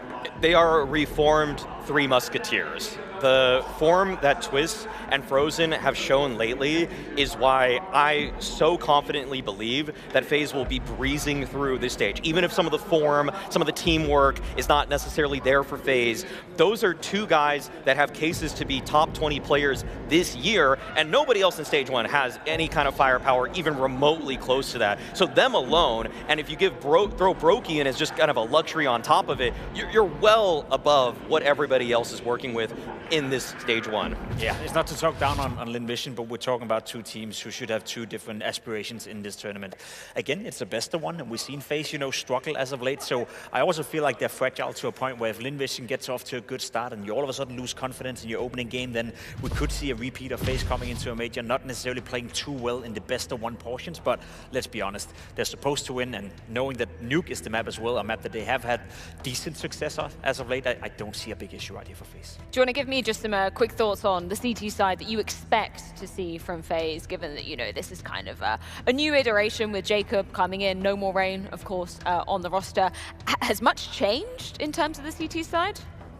Yeah, I mean, I think that they've swapped a couple of the pieces around. I feel like the main thing I'm really just going to be just kind of worrying about, though, for FaZe, is that I know LinVision come up with targeted game plans. Like, they actually look at what the heat map is of teams, they look at the data, they come up with specific plans to try to pick on the weak links on certain lineups, find gaps. And so I feel like this is a really scary matchup for FaZe because the individuals can bail you out in certain moments, but I think that LinVision might actually come in with some really tailored strats for this. They have that habit of finding momentum, you know, and they found that in Austin all of a sudden, you know, out of nowhere. No one really anticipated them playing well. So they have that, as you said, special, you know, game plan coming in where they can really target a certain position. And we have seen Jacob struggle an awful lot on the CT sides within FaZe. However, I expect that to be resolved. They've had time to practice, they've had time to come into this tournament, and I guess, you know, solving some of the immediate issues that they had. And as I said, I just can't imagine a world where FaZe is not coming in looking significantly better than we've seen as of late. Just a small side note, that kind of head-to-head pre-match matchup interview that we got to hear from both sides of the equation, that was like one of the first times I've heard KRiMZ actually sound confident. I remember taking him onto the desk with us in Austin every single stage, and he was like, you know, if we get a win here, that's a win in itself. I don't expect to progress. The fact that he just said there, want to go to playoffs, that's a big statement. It's massive. I mean, I know that they've captured our hearts and attention back at Austin, but they got to show some serious form immediately for me to believe that they have an actual chance. Well, we can head straight into the game as it is LinVision taking on FaZe on Nuke. Oh, we're straight in game. Don't you worry about that. Pistol round underway. City side for FaZe. This time last year, or roughly, they were in a major grand final. Now they're in stage 1, going up against LinVision, a team who I actually think can rumble them. Desk echoing some similar thoughts. This isn't going to be easy. Limp smoke, and karrigan spots him on the cross. And Zaka starts off with a nice headshot, no less. Westmelon even going to probe that top side to see just how guarded it is. Heaven for Jacob. Make noise down B. Yeah, but it is just broky down there. He's going to have his work cut out for him. He's communicating a lot, keeping the numbers, relaying that. Dari. Oh! They're pivoting. Nasty. Okay, bomb planted. They're going to pipe back towards Secret. Okay, he definitely got a little keen. A little aggressive, but it will just be Jacob and Frozen working on a way back in. I think they'll be working on how they can save their armor. A way back out. A way out. Yes. They immediately get that bomb down. They constrict any of the ways in, and that is a perfect start for LinVision. I'm going to say a crazy statement, right? Go on. Zaka is my favorite Chinese player. That is a crazy statement. It's crazy. Yo. I think he's a lot of fun to watch, Zaka. Yeah? He's definitely the best Chinese AWP. Sorry, G. You love ice cream, but I love Zaka. As can they hold on to the Kev? Terrorists win. Oh, Frozen just hit 3 stunning shots. That's actually huge. He can buy an M4 now. Yeah. So M4? Yeah, and he has the smoke. So he can even buy a little bit of extra utility around this. That's going to make this CT side force buy a little bit juicier. There he is, Zaka, the GOAT. He's a gamer, definitely.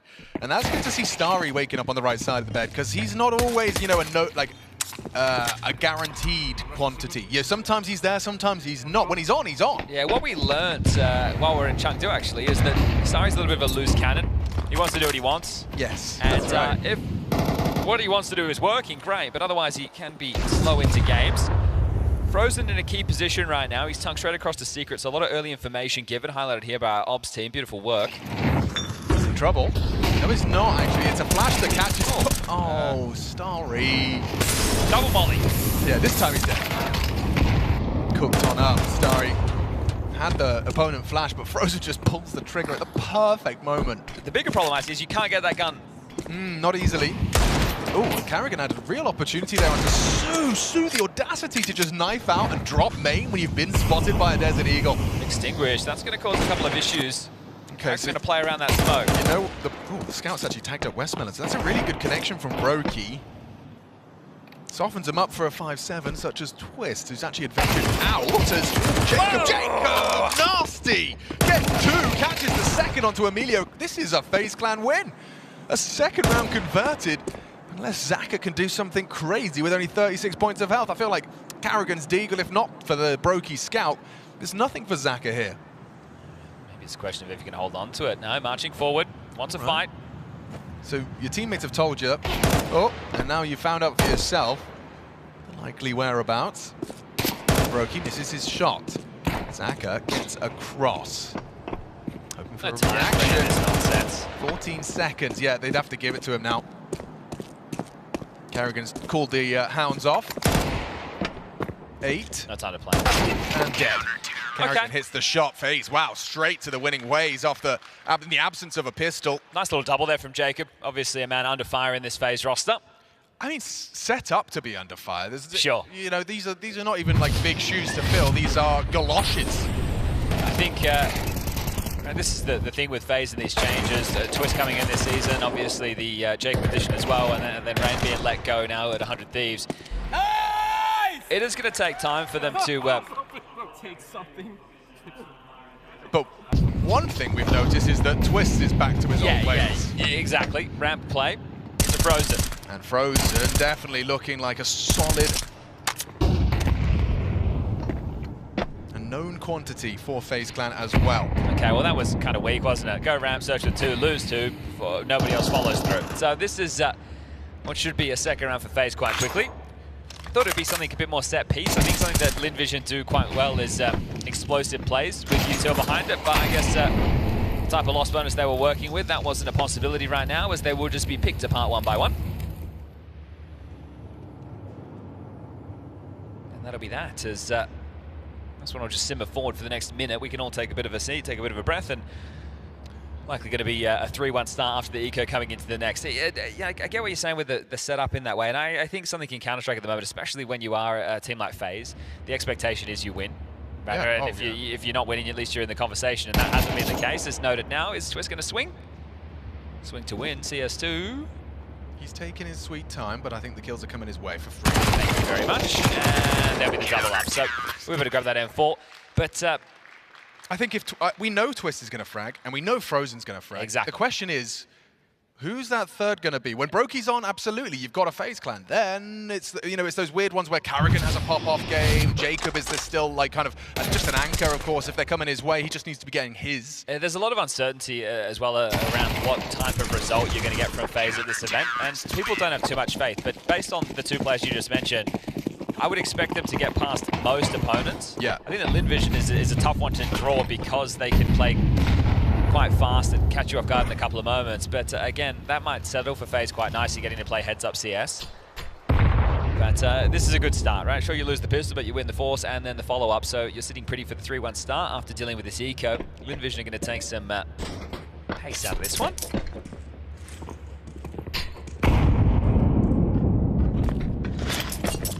This, alongside of the Fnatic game going on the B stream, will be the last 2 best of ones until we get into the round 2 matches.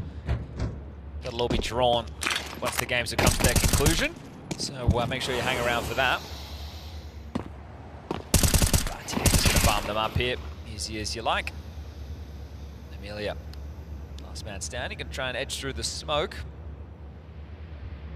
Oh, no, wants the vent. Just got it. But noisy descent has been noted, has that bomb, and I don't think they'll be allowing him to get it down. Frozen will address this, and there you have it, all 5 staying alive. Easy round for FaZe. I saw FaZe rock up and everyone walks forward to the podium, taking some pictures of them, so it's nice to have a flagship team. I mean, I'm loving it. The Budapest crowd, day one.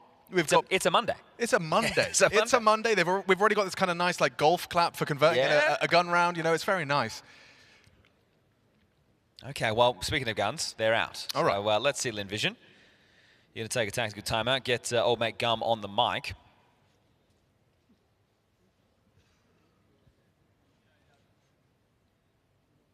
There's a lot to say to old Gum before this one kicks off. It'll also give Neo the same opportunity. Got a couple of major winners in stage 1.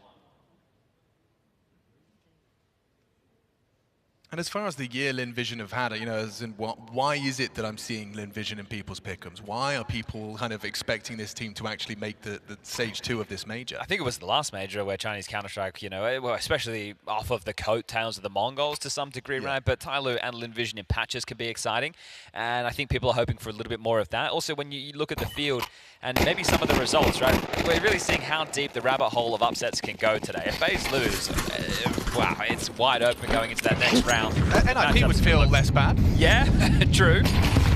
broky, this is aggression. Yeah, more than aggression, and they've heard you, spotted you, confirmed it. Interesting. Now it's a weird one for the bomb. You can see Zach is thinking twice about overcommitting.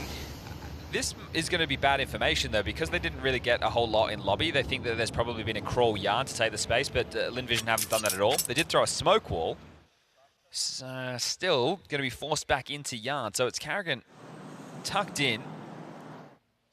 He's maybe partially confident because he would have heard something, perhaps. If they'd done the full slink, everyone keeping it quiet, karrigan will have nothing to report. He is just staring at the wall. It's crazy that they are going to get across completely silently, though. Nothing, not a step, no oversteps.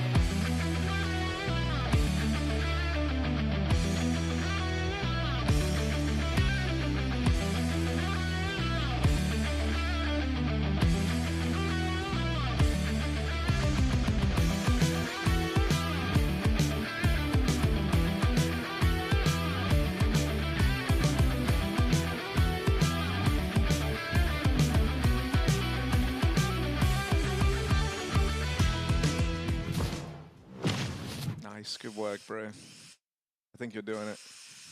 Are we back? We're back. We're back? We're back. You did it, Hugo. We fixed it. Good job. Holy. And they said you're not good for anything. Boy, did you show them. It only took you a couple of hours. Who are they? You don't want to know. Okay. Look, it's been a while. What game are we covering? Fnatic versus the Red Canids. That's the one. That's the one. Another BO1 coming down the pipeline. Ancient, the last game of this draw. And then we draw it again, Harry. We have another hour break between rounds. We get more teams, we get more matchups. We get the 1-0s, we get the 0-1s. We got to figure out who the hell's going to win this game. Yeah. Who is going to win this game? Oh, it's a good question. Look, we set the scene about a while ago now. And we were saying Fnatic, this is kind of their game to lose. They come into this as heavy favorites, but look, man, we got hate watchers wanting to eat good right now. Ooh. And to do that, they need a Fnatic loss. Are the Red Canids up for the task? On the T side of Ancient, bringing a bit of pace to this pistol into a stack. Storming the board is dropped. We've got blameF at the bomb site trying to take that contact, and Jambo helps out by swinging through the smoke. Double for him. blameF joins the party, and it's a shutdown on this B bomb site.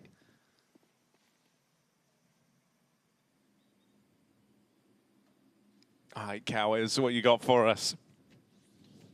1v5?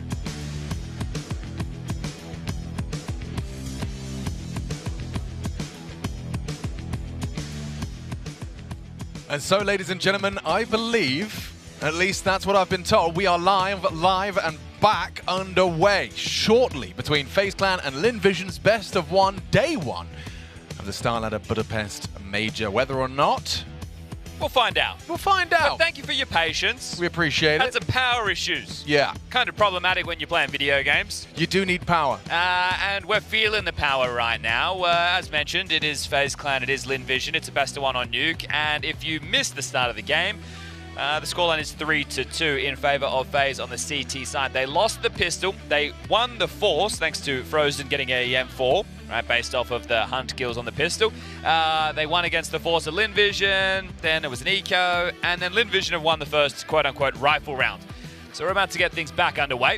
I can see that we have just used the bot to reload things, restoring match backup, score 3-2, and now we are just waiting for the go, go, go. So one moment. And we should be ready to rock and or roll. I believe Hugo did fix the power himself, so that's good news. Mr. Byron, hard at work. We are back in business in Budapest.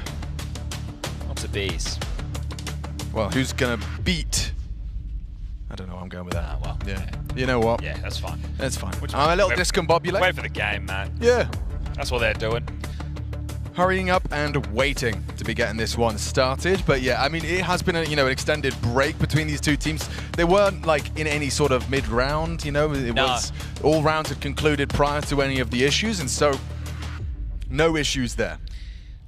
And we are getting into another rifle round in a moment's time, but we'll wait till it's underway before I get talking about the buys. The teams have not been able to glean any of that information, so don't you worry about that. Well, you were talking about Zaka being the GOAT. The GOAT. The Chinese GOAT. Of China. Yep. Well, I saw him just stay in deathmatch for almost really, the entirety and that's why he's the GOAT. Right? So, if you think about it, he's probably had about at least 1,000 kills in his warm-up. Well, he's having a big yawn right now. So well. he's overexerted himself. Yep. Burnt out. Yeah, well, he's going to have to play another best of one today regardless, so need to get that energy back in. Emilia's gone for the diagonal pillow strap. Jacob has glasses. He hasn't always had glasses, right? No, he hasn't. Whether or not, it's more of like an aesthetic thing. True. Maybe it is just for the visuals. I find it strange, but that is a thing. Yeah. Some people do just wear glasses to look like they wear glasses. But if he hits more headshots now, then we'll say it's the glasses. Absolutely, yeah. 100%. Yeah. I mean, if I didn't have to wear things on my face, I probably wouldn't. I think people who wear glasses are like the closest thing to cyborgs we've got at the moment. Well, yeah, for now. For now. For now. I wouldn't hold your breath, though. I'm going to be machine, half man, half machine. Okay, well... kind of am already. Yeah.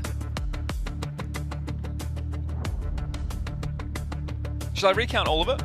What, like every single round? I can.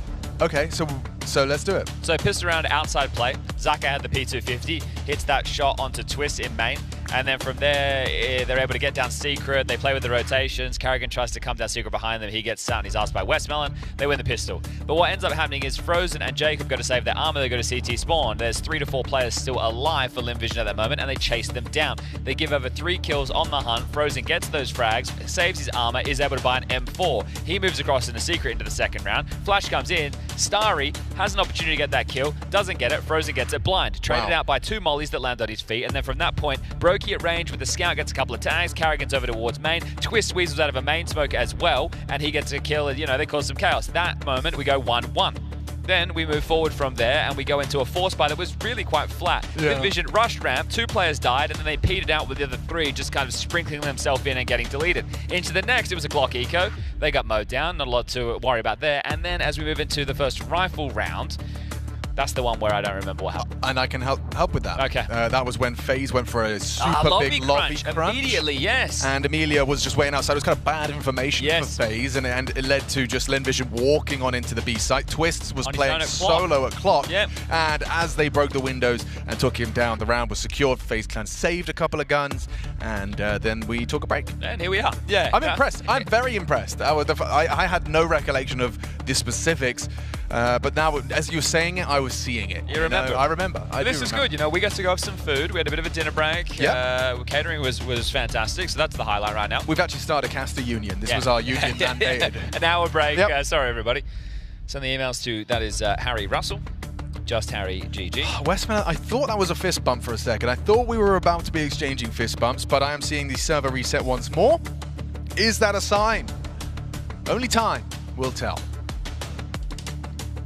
I guess we're all together for this. Yeah. You know, I feel like it's a bonding experience.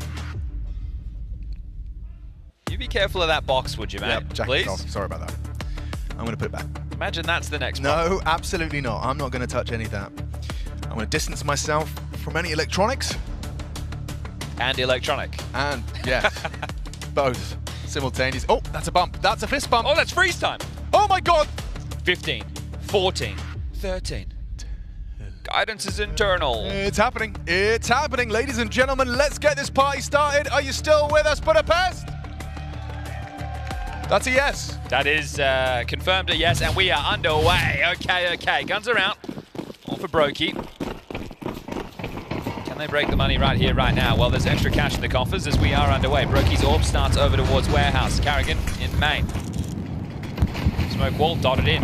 Vision will be denied, and a shot strikes. broky needs to be worried about top silo as he pivots back to clear information, but that's it. Smoke break thrown out. Ooh, didn't quite catch a glimpse of the progressions they're making. 2 on main roof. karrigan.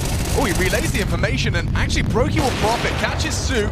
More pressure applied, but Westmelon caught, and the frags just flowing for FaZe. Lovely start, FaZe. Straight out of the gates, out of the timeout. Yeah, you've definitely been sitting wondering about that moment for an awfully long time, Right. and then it's over in the blink of an eye. So LinVision, unable to convert consecutive rounds, and they should be able to get something else as far as the buys are concerned. But broky, we started with him over towards warehouse, pivots back. karrigan, who's fearing a whole yard, is just getting the job done. And frozen from the heavens, so good stuff as the buyback in will be 2 Galils, Tech9, a Deagle, and 1 AK. Oh, looking to force a hole in a smoke wall there with that incendiary in play. It's a diagonal smoke wall.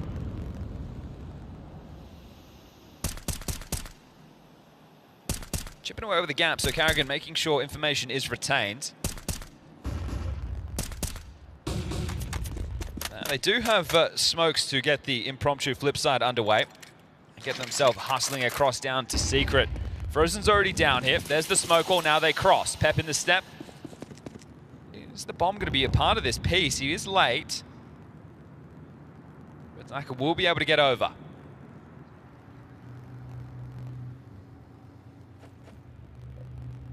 Frozen on the jump spots, on board with him. Information and likely tucks in towards the side. Also has a little bit of utility to block with. They're going for the boost, so they get an elevation, but Dink's not going to cut it. Yeah, that's tough. Oh, we needed to see the trade. That's Jacob, important. Catches the lobby lurker. Sue still lingers outside for a potential pivot. karrigan maintains their secret exit. Is he going to be caught by the red player? I think it's likely. Sue actually just misses him. Okay, so Frozen's whereabouts were noted, and don't forget he's been dinked, but with 25 seconds, time becoming the biggest factor. Heyman to break this. And if you open this door, oh, broky is there in time.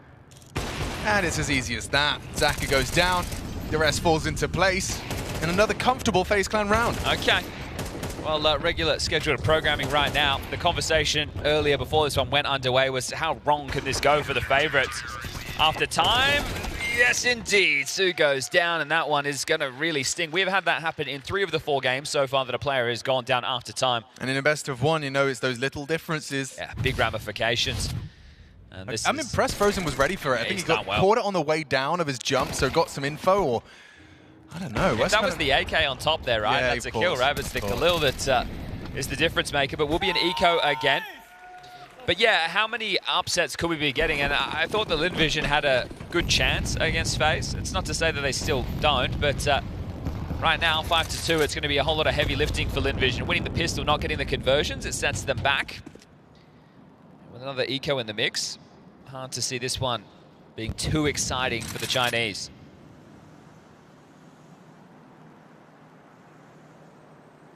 Yeah, they would try and eat a hero.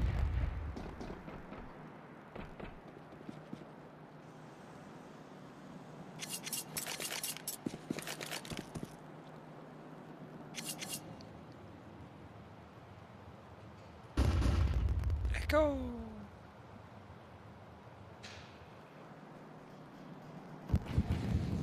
Man like Starry could open at something up with a head-to-head versus karrigan's AK. This position, very well known, occupied by all of the GOATs, Donk, karrigan. Yep. Just keep listing them. I think you got the main two right there. Zaka, maybe. All right, well, the deletion of the Yarn presence underway, as it looks like nobody will get anything for their troubles, as there you have it, 6-2 4-round gap. Guns come back out, and for poor Sue, it is going to be of a Galil variety. Looks like Amelia wants to equip Zaka with the AWP. That's been invested upon and should be dropped across. Now, spotty rounds, but streaks of 3 for FaZe.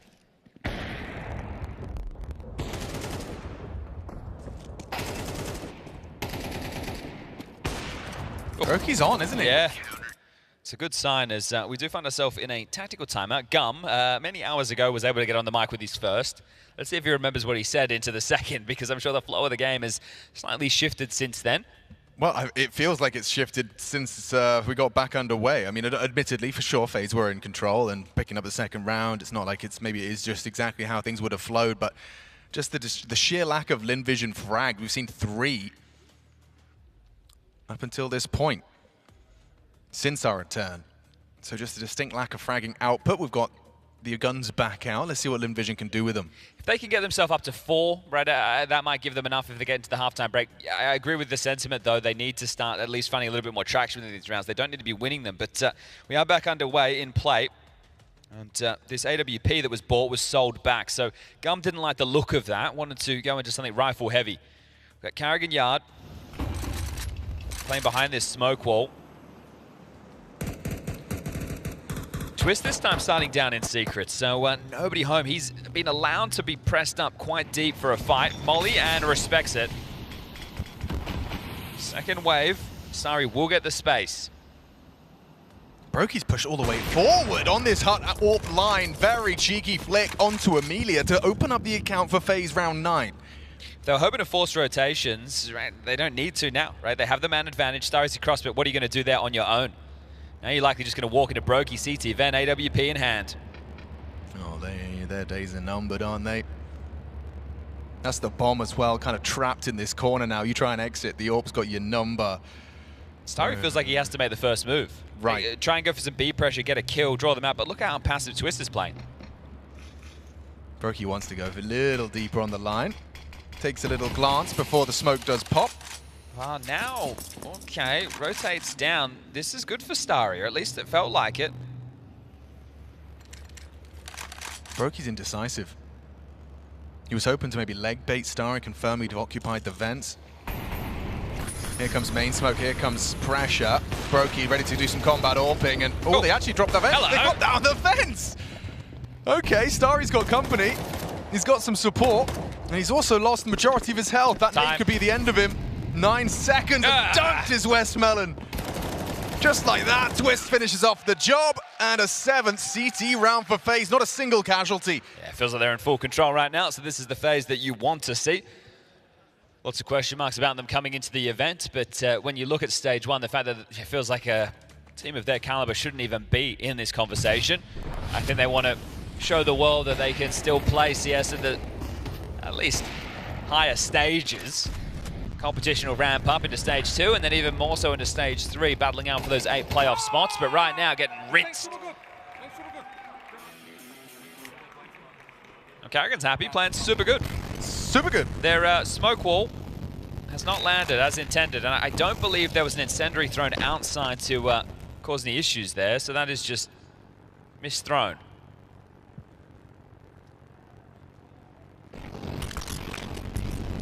All up in the right place again. broky just peels one off at ramp.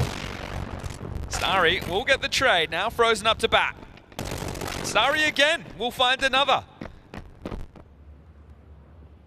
Eagles managed 2s, through into a 3v3. One of these rounds that has felt a little bit more competitive for Lin Vision. Yeah, but it maybe just would be one of those close but no cigar. Hang on! Amelia's found karrigan. His back was turned and now the bomb is planted, and of all the rounds, Lin Vision had a little bit of a breakthrough. It's Starry. Yeah, Starry Dig. Okay, well, this I'd still give it a look, Alex, considering the finances. You certainly will. Partnered up and making their way. Maybe Starry's got another one. Ready and fight. Okay, spots this first and dips away. Time on their side now, and Emilia's set up to succeed. FaZe looking like this will be a Envision third. Twist denying Emilia the AK-47. There's number 3 from the Starry Dig, and perhaps even number 4. Starry, take a bow. That's 3. Okay, so just one more away from the 4 rounds I set as the buy here. Might be enough, and well, they're going to have to do it the hard way. There'll be another full buy available for FaZe into the next, and even if they lose it, they'll be equipped going into the final round, first half, of what is one of our final best of ones for the opening round of Stage 1. There'll be an hour off between the stages to work out the round 2 matches. Get the players back, set up, ready and raring to go to fight for well, either 0-2, 1-1, or 2-0 on day 1 of play. Look at this, broky's feeling himself. It's what you want to see from your AWPer, especially, you know, first day out of the gates at the major. He's making plays, he's calling his own shots, and it's working. I mean, it's just a dream start from the individuals of FaZe, playing super good. Fast top pop, karrigan, damn it, none of it, he gets them both. No help required. He's just outside supporting broky, make sure things don't get out of control, and right there just delivers 2. Through Squeaky, not ready for it, karrigan doubles up. Feels like Zach is going to really struggle. He's given away a sound cue as well. Frozen knows someone's investigating, and so stays active. Shadow bait. Wow, Zach's movement there. He hit a nice bit of velocity off the hop. He's cheeky. Has he got it? It's a dance, a standoff. And Frozen still gets away with 1. Okay, well, Zach has grabbed something for the troubles, but this one looking very unlikely now. 2v4, 40 seconds. Starry with the bomb. He's likely just going to go down. I don't know, Jacob, it's a clear. Bang. Ooh, Jacob's ready. Yeah, crosshair a little bit off there for Starry, as Zaka will grab another, but now getting into this. Watch your way up the ladder.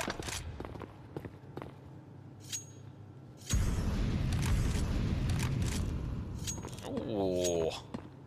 Broky just behind Unbreakable. Might end up being the save or the attempt at it. 14 seconds, looking to par the way, and there you have it. 8 rounds now.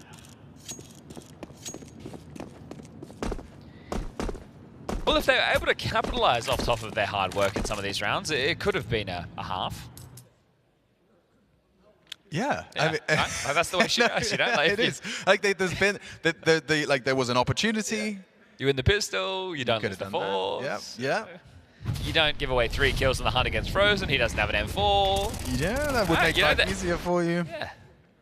To be fair, the fact that he did just blind spam in that secret position round 2, he could have done that with a 5-7. Yeah, MP9 right here. Would get the job done with almost anything there. All right, well. Last round of the half. They've been hoping to force the smoke wall gaps time and time again, but Envision have been opening with these diagonals.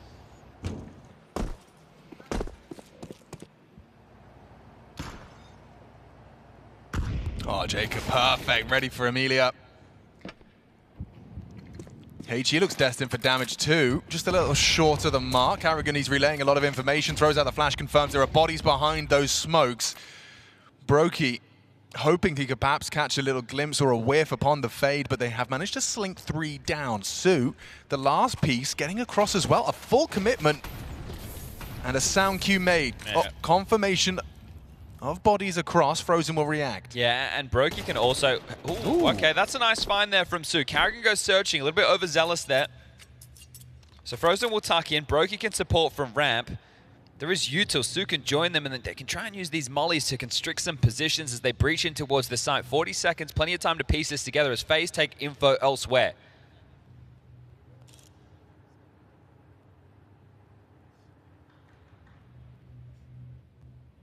broky and Frozen ready to receive this setup. He's in 2 minds. And push forward on the flame. This is cocky from broky, and it's well rewarded from Frozen. Dropping into dark, gets his. Zaka removed, Starry last man standing, and hopeless.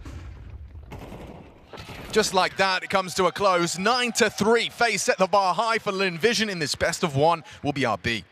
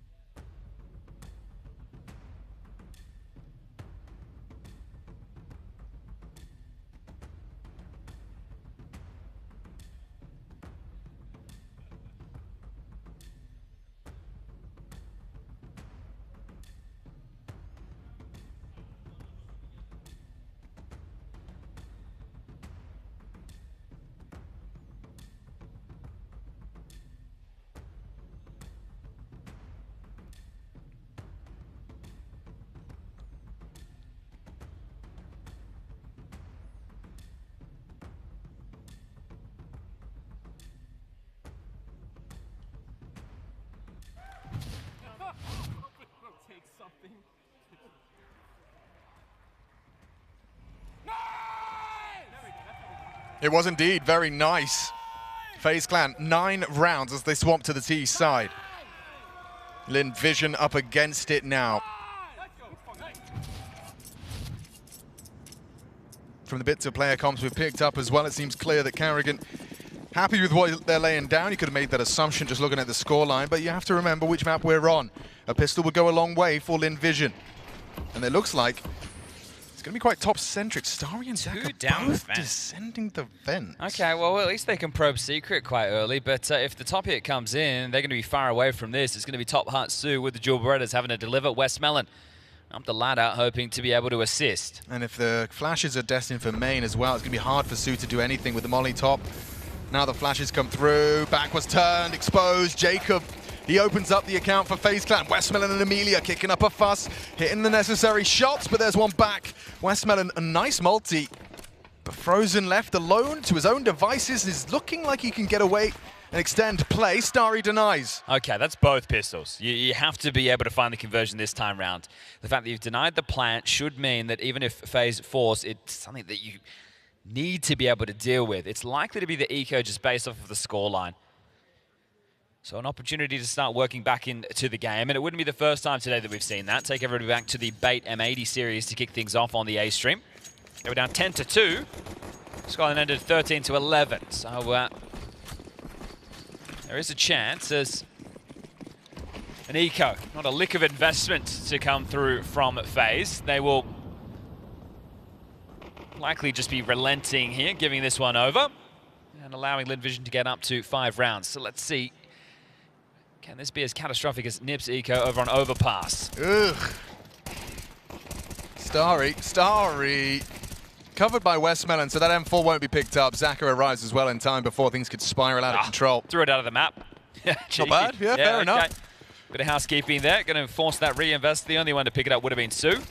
And if he comes a-looking, well, he's not going to find what he's looking for. Sue darts over to red, looking for the M4, and, well, sees it outside of the map. So, cheeky work from FaZe, and now the guns will be invested upon. So, AKs are plenty.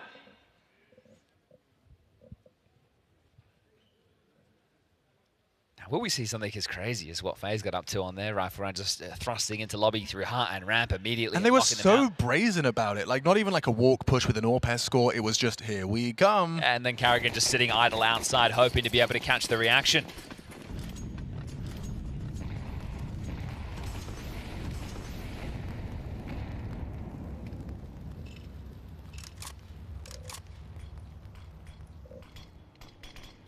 karrigan's got plans. You can see him top silo already looking to line something up.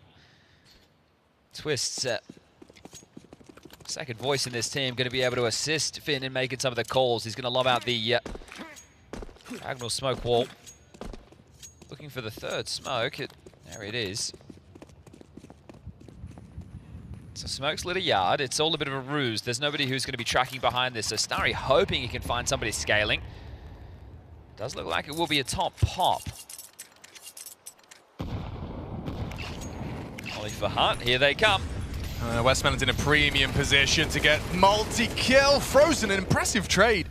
Still heading to that top side. There's two towards the heavens, and well, not for long. Lin Vision dropping like flies. It's too easy for FaZe Clan. Just cutting their way into that site. Asking a lot of the Lin Vision defense.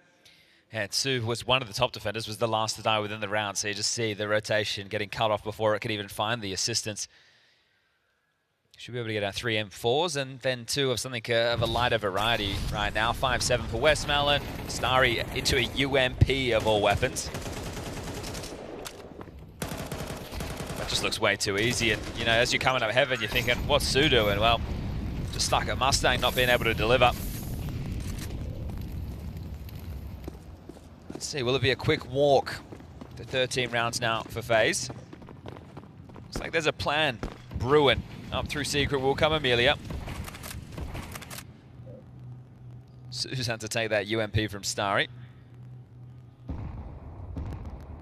Will Amelia catch them here on yard? No, not now. Ollie back. They drop out their own incendiary to slow the crawl. Hope they get caught in the open behind the smoke. And in the open core is Starry of all.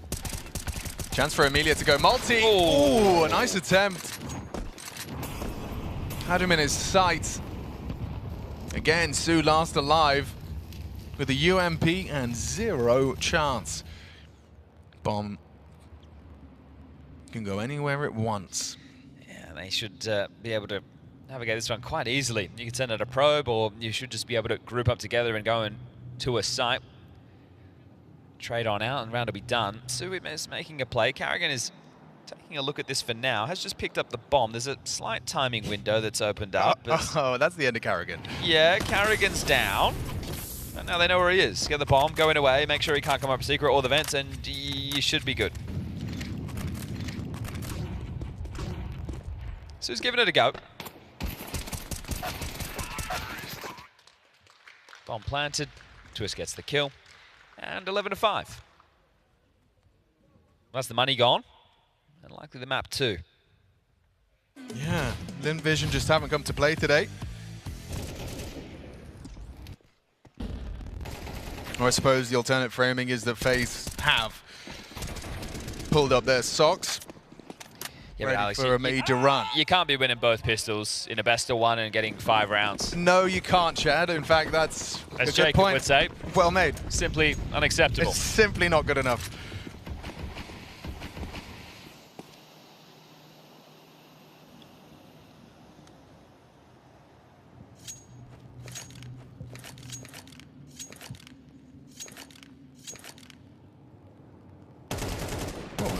Fun one for Frozen. Yeah, gonna punt this one in. No better feeling than being the solo lobby hold and all the USPs pushing lobby. You're just like, this will be me. Don't worry, boys. Lobby's clear. Don't worry, boys. Lobby's mine for the taking. 4 kills, the job done. And the Desert Eagle's been identified. Come on, Frozen. Grab a ace, would ya? Yeah, everyone else will let him have it. Twist is not so sure. Go get him. Yeah, why not? Yeah. What do you got to lose? I don't know, the major.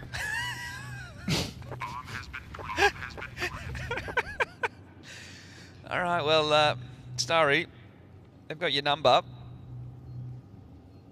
And you're on the clock right now. Currently, Starry's number is 10, which is the highest on Lin Vision. Frozen with a casual 24-7. We did witness him just do a little bit of the padding, but yes, but he can have them. He can have them. He can have them. And bang. Bang. Oh! It's an alternative bang. Yeah. Not the bang we were looking for. The subversive bang. Bang! And bomb. All right, well, that was the expectation as this does look like it will be the final round as LinVision will equip themselves. We can all hear the war drums are beating. Yeah, Chad, I think winning 2 pistols should lead to a competitive affair on a best of 1.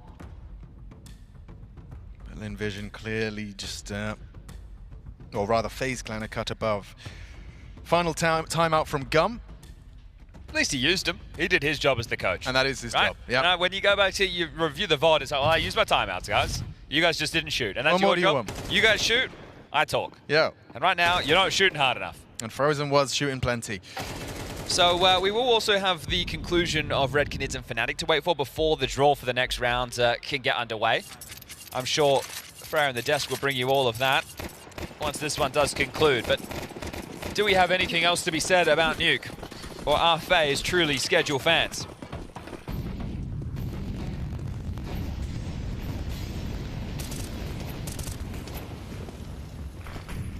Oh, karrigan dropping in. Oh, he's given us the taste of Twist, but shades of karrigan.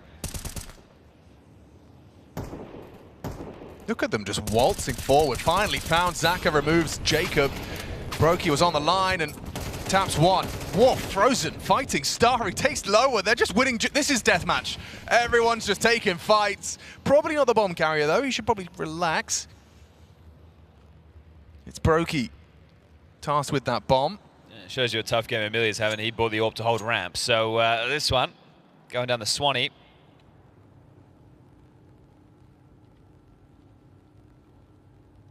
Well, not in a bad spot to get a kill at all, is he? No, the collision course is set for Twist's arrival lobby. They're very disconnected. Sue's chasing ghosts. And Emilia's starting to overthink. Off of the line that had potency, just as Twist is actually starting his clears towards the trophy side. So Emilia can't post up. Sue's now revealed himself. And Emilia actually... Oh, never mind. Twist catches a whiff. And so FaZe starting off their major campaign with a comfortable conversion. Yeah, an issue-ridden best of 1 for LinVision in more ways than one. Sure, an extended break, but when you get both pistols, you can't find the conversion. You're just getting bopped left, right, and center. FaZe turning the screws on this is Sue. Be running to his demise. 3 to get past. No kit, no hope, no chance. As FaZe kick the campaign off with a W, 13-5. They will join the winner's bucket of Swiss for stage 1 at the StarLadder Budapest Major. A whole bunch of underdogs await, so FaZe very likely to find a favorable matchup into the next round, but we're headed to a break. We're going to keep this action flowing. Don't go anywhere.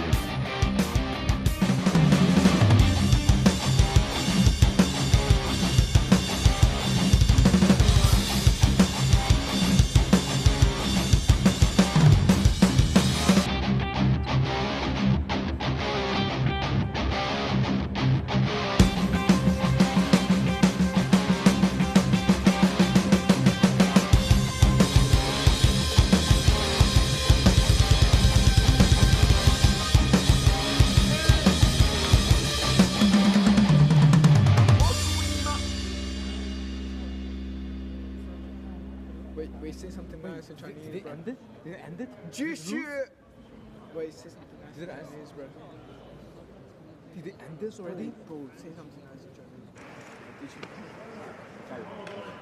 Chinese. Jayo!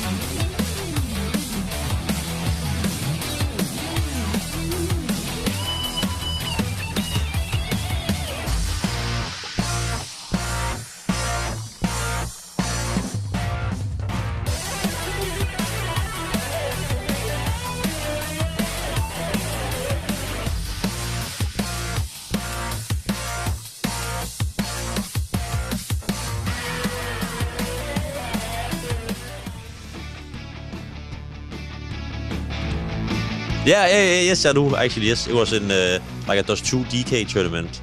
And I remember we were very hyped because we were getting on HLTV for the first time. And we lost very big and had very bad stats and everything. So I remember me and my friends were like, oh my god, like it was not that nice anyway. But it wasn't really professional. I was like one step before getting professional, playing Cobble. It was, I think, maybe the only time I played Cobble, and I did a Digo highlight against the Argentinian team. So yeah, that is definitely in my memory.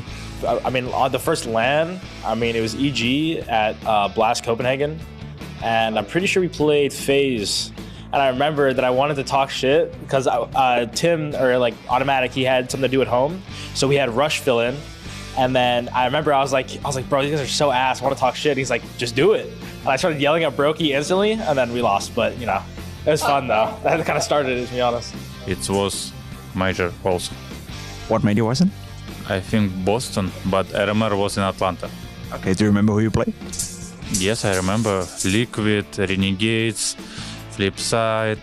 This is last 3 matches, I think. Yeah, I remember my first HLTV match. I was playing with Ace Paquetá. Okay. Playing against Paquetá, I think. yeah. And we played with our coach. Yeah. And yeah, we lost. It was a mirage, but it was good. After the match, someone asked my full name. I didn't know why, and then I got my HLTV profile. It was on internet PC. Yeah, in cafe, LAN cafe. I don't remember my first game, but first game in Tier 1, or one of the most memorable ones, played against C9 at the Rio Major. And yeah, we won the game. It was a BO1. And yeah, it was good. Felt really good. Some Czech local tournament. I was playing on a team named Dark Tigers. Did you win? No. No?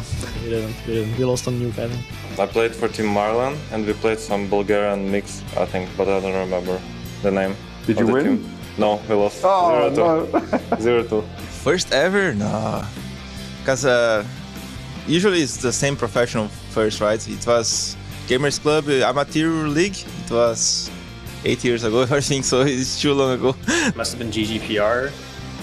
I have no idea who. Maybe Mythic is my only guess. Did you win or lose? Probably won.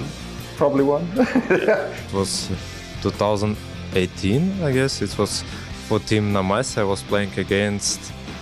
Actually, I was playing against Monas, I think. He was playing in New Balls or something like this. It was against Big Academy. And I remember I made my first highlight there. And casters was saying, like, how do you call this name, Mito or what? Yeah. Playing for MTK. Oh, nice. Yeah. And like against Chinese team, Eclipse. Oh, I think. Did you win? No, lose. Oh no. Yeah, big lose. Big lose. No. Welcome back to the StarLadder Major. Here we are in Budapest, Hungary. My name is Kekel, taking over from Freya for the evening shift. We have 4 best of ones coming up, and joining me on the desk, 2 new faces as well, Ted and Devil Walker here. Ted, your first damn major, boy. It's been a bit of a long day. You're getting a really good taste of what to expect. Yeah, you know what? It kind of feels like it's an old school type of an event, right? This is the vibe that we're getting. We get a good day. We got to come in a little bit earlier, enjoy some of the earlier games as well with the other talents. So yeah, I'm very excited about it. Talking about old, Devil Walker's with that. Right. How's it going? This is our first time that we get to work together, and you're back at the majors. Yeah, it feels fantastic. I mean, rocking it up here in the StarLadder Budapest and getting to watch some old school kind of vibes, a few delays, some, upsets and great games. So I'm excited for it. Just a few little delays, Yeah. right? Just a few little delays. We're moving into the second round. It is, of course, the best of one terror, I like to call it, for the teams. No one enjoys this. We've just seen the first round. If you had to guess, because I have one game that I think might be the upset of the first round, but if you had to call it, Devil Walk, for you, what was the upset of round 1? I mean, Legacy losing to FlyQuest is a pretty big one. They play great. But I think also like the best of one format, a little bit in FlyQuest's favor, being a little bit of an underdog, facing one of the top tier teams, at least at this stage. And, best of ones, 2 pistols, few anti-ecos, things can go your way. Well, for me, that was the upset as well, right? Because if you think about it, Ted, when we talk about Legacy, they were coming in with a trophy. that puts them in the same talking points as Vitality, Spirits, future major winners Furia. Like, it's all there, right? I mean, those are the names that we're comparing them with. To go down to FlyQuest, huge boost for the Aussie boys, who we're now going to see. That is actually our next matchup up against Imperial. It sets them up really nicely, I'm sure. Yeah, it really does, right? FlyQuest towards the last couple of majors, I feel like we've been accustomed to seeing them do well in best of ones, but I don't think anyone expected them to beat Legacy, right? Legacy was the 3-0 team of pretty much everyone out there. And yeah, the game started pretty normally for the side of Legacy. They had, what, a 10-4 lead on Train, and then they lose an anti-eco, and from that point on, it kind of felt like everything started clicking for FlyQuest. JKS was pulling off clutches, they were winning rounds with pistols, and Vexside had a phenomenal performance. Let's actually just be honest now. Devilwalk, does FlyQuest get much further than stage 1? I think actually they have a chance, but I have a huge kind of like, you know, I saw them in Bucharest. I thought they looked great, only with a few days with Acer. I think they've looked cleaner, a little bit crisper, more confidence in the mid-rounding. So I think that's the development kind of gets on, and they got their first taste of best of one now. This feeds them with confidence, and I could see them doing some upsets in stage 2 as well. You think they could do upsets in stage 2? Yes. Wow. I'm big on FlyQuest. I see that, eh? Like, you're going for the boys down under. I mean, what is it that you like about this team now as it stands? I mean, I guess I have a, you know, I know Acer since way back, like 2013, and, you know, I know his calm, his presence, you know, he's just a great guy to have behind you and a great guy to have as a teammate. So I think that he's kind of just settled them down, you know, showed them the way of how to play, you know, in these big games. I think that has a huge impact on everyone. I feel like he's someone you will want to listen to without question. So I think Acer is a big one for me. And for you, Ted, I mean, what is it that you like about FlyQuest? I think I want to be a big fan of them because I think Maui brought it up earlier. All the decisions that they have been making throughout the last 1 year and a half have been extremely logical, right? Givens the IGL role, bringing Nedek, he's bringing in a lot of firepower. Before that, Regali as well, and now with JKS and Azure, the recent additions. I feel like there's a lot of things to like about this team, but in the same time, haven't we learned our lesson, Devilwalk? I think we've seen that happen too many times where we get excited about FlyQuest, they're playing great Counter-Strike, they're making good decisions, and then the important best of threes come through, and something's not clicking. Do you know what's so funny when you say that? I remember, I think I did an IEM Cologne like 2 years ago, and at the time I was trying to be spicy, but I compared FlyQuest to the funny guy at the bar. So I'm like, he's always the dude that you'll entertain him for a little bit, you'll let him buy you a couple of drinks, but you're never going home with him. I mean, is that still the case? Is FlyQuest the boy you get the drinks from, but you don't take home? I've never been in that situation, I'll be honest. Do you get taken home every time, Devin? No, Is that what you're trying to say? No, not that, but I think, you know, just the evolution of FlyQuest a bit, especially on T sides. In the past, they've kind of had a good game plan the first 3 or 4 rounds, but then as the half has eventually gone on, they've gone for more gimmicky rounds, more pops, faster and faster. And I think they've now kind of gotten to a point where they are more settled in the rounds, they know their roles, the deeper the round kind of develops. And I think that is a great platform for them to play great Counter-Strike and be consistent, even in a Swiss system like this. They're obviously facing up against Imperial, the Brazilian team who, I know during the Thunder Pick World Championships, Vinny mentioned like this is a team that's focusing a lot on Europe. They're focusing a lot on trying to be here as much as possible. They're doing the VRS track, flying backwards and forwards, but knowing how important it is to be based here to improve their gameplay. Do you think that that's happened? Have they reached a point where they look very good coming into the major? I think you can tell that there is a little bit of a difference between their approach and the approach of other Brazilian teams like Flux or Red Canids, for example. But then if you were to compare them to Legacy, there's a clear difference, right? I wouldn't say that Imperial are coming into this tournament in the best shape they've ever been in, but at least there's some positives when it comes down to some of the individuals, right? You have Cello, you have Skulls, both of them played a very good map earlier on, but I still feel like we haven't seen the top level that we could expect out of Imperial. What do you think about Imperial? I mean, I think Tri has always been in that like kind of conversation of being one of the best South American AWPers, and it feels like it's never really gone above that hurdle to play in these big international events. Sure. And, you know, he's always delivering. He's always on top of the scoreboard, having great impact. And I think with the addition, as you mentioned, with Skulls and Cello, they get a, you know, he gets a little bit more of a backup. He gets a little bit more help on the server, and I think that is the big difference for them. Can they beat FlyQuest though in a best of one? No, of course not. I'm Team FlyQuest. You're fully committed to FlyQuest. I mean, how do you feel about this, Ted? Devil Walker said it. Nope, not going to happen. So the thing is, FlyQuest is very volatile right now, right? So, and we had that conversation earlier, I feel like it's going to be one of the reoccurring topics about FlyQuest. How strong is the team's mentality? Who's going to bring them up when the spirits are low, when things are not working out? I wouldn't say that Imperial is the better team. They definitely aren't, right? A lot of the changes that FlyQuest have done, even internally with the roles, have made them a pretty decent team and very intriguing team to watch. I feel like they are the better team, but in the best of one, we've already seen that anything's possible. So I feel like the veto will actually give us a lot of answers, because FlyQuest are playing a lot of maps, but there's a couple on which Imperial's individuals could pull through. I'm going to call you out on this, and Devil Walker can be the adjudicator. Sure. I don't think vetoes matter in a best of one. I think it's a gentleman's handshake. You go with the middle ground. I don't think that the veto plays that much of a role, Ted. I mean, I would agree to some sense, because you're never going to get your best map. You're never going to be, you know, it's like you say, it's a handshake, and we're just going to duke it out on a map that both teams are comfortable on. I mean, you say the veto doesn't matter. What did Legacy do in the first round matchup? I didn't say it didn't What matter. happened to Legacy? Let me save my ass here a little bit. I didn't say it didn't matter. I just said I don't think it matters that much. Well, it did for Legacy.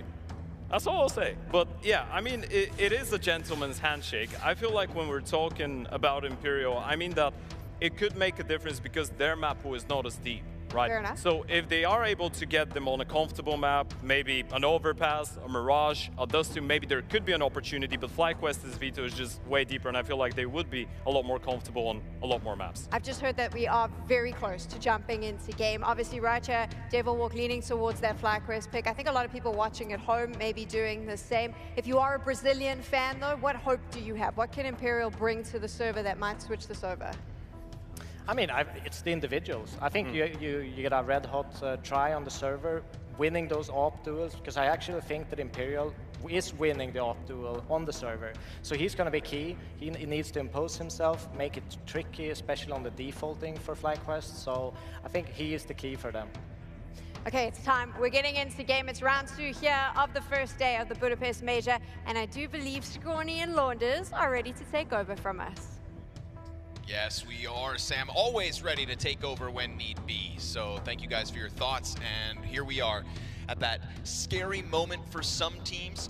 Mohan, the never so desired 0-2 pool is going to be going down on the B stream. We're talking about guys that have already tasted victory today, maybe in unexpected fashions when we discuss FlyQuest, but up against an Imperial, this is an Aussie representative looking to go 2-0 in the opening stage of the Major. Wouldn't be their first time doing so. Yeah, that's true. I mean, they get close. Their only issue really is, like, can they actually close the stage? I think they know that.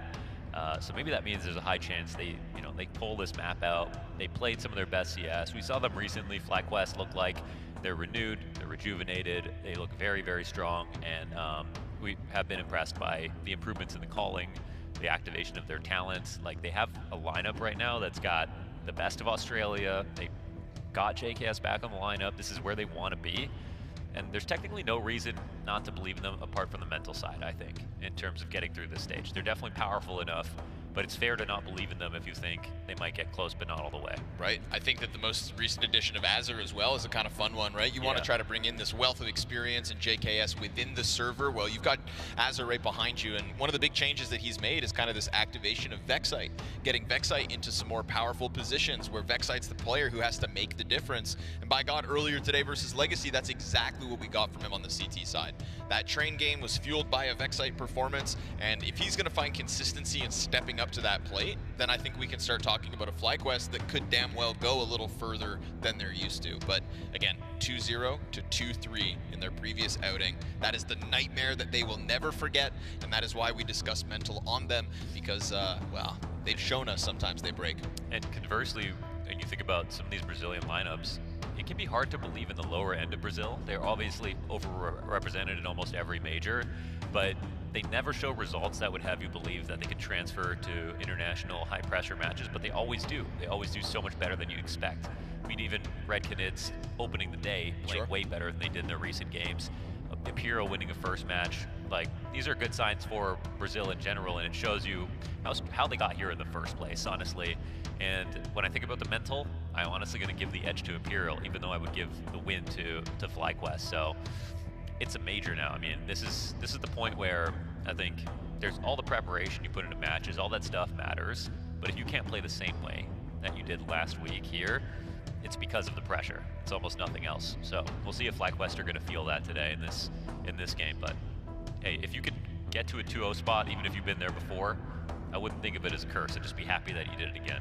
Yeah, right. Show that consistency and try to take it one step further, knowing you've given yourself, again, three best of three opportunities to do that, to push it over the line. I mean, really, you just don't take anything for granted from there. You can still get a hard draw, but at least you now have odds of getting one very winnable match.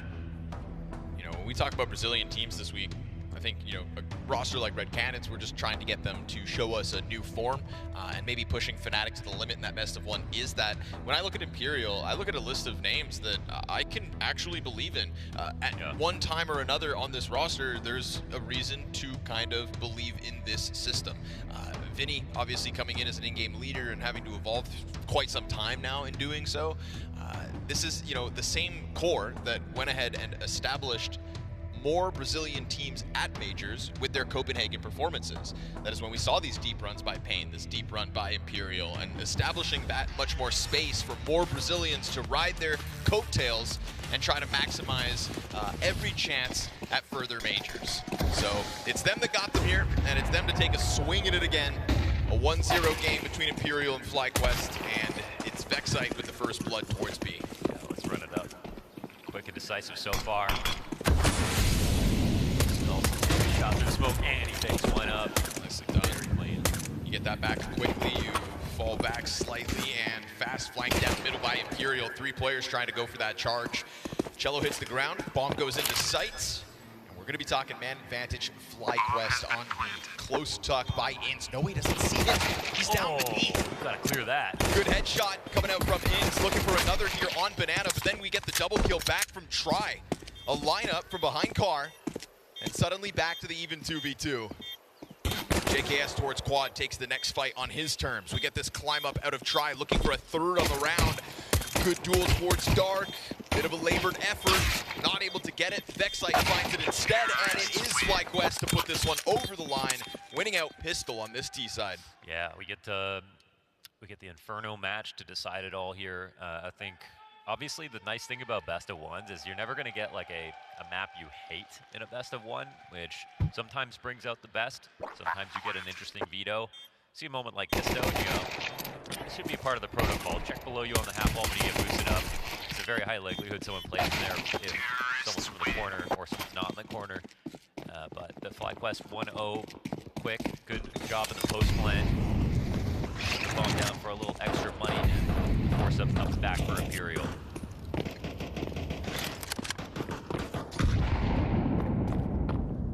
This was a conversation that was going down across the games earlier today, but best of ones at a major, high octane situation. I think, you know, you're looking to set tempo, you're looking to set pace, you're looking to come into the server and show that you can control the situation.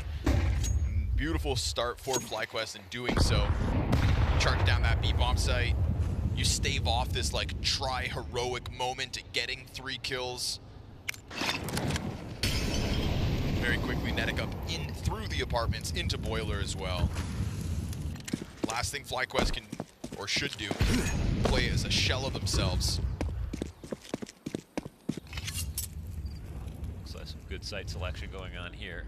It'll be a 5v1 inside of A. There should be no way to stop this corner. Should be. Won't be.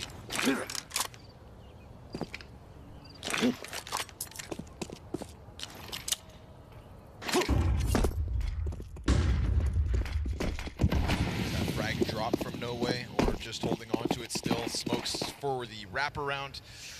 You can go ahead and keep your head tucked. Now that you've been spotted, nice ding. Oh, nice. And he finishes off Vexite, so it's about all you could ask from him. Bomb gets scooped back up, and the majority of Imperial still nowhere to be found. We go 2-0 FlyQuest converting off a pistol. So I'm assuming you have FlyQuest in this game. Yeah, sure. Yeah. Just slightly? More than slightly, actually. Yeah, more than slightly. I'm like 65-35, it feels. I'll go 66-34. 66-34, okay.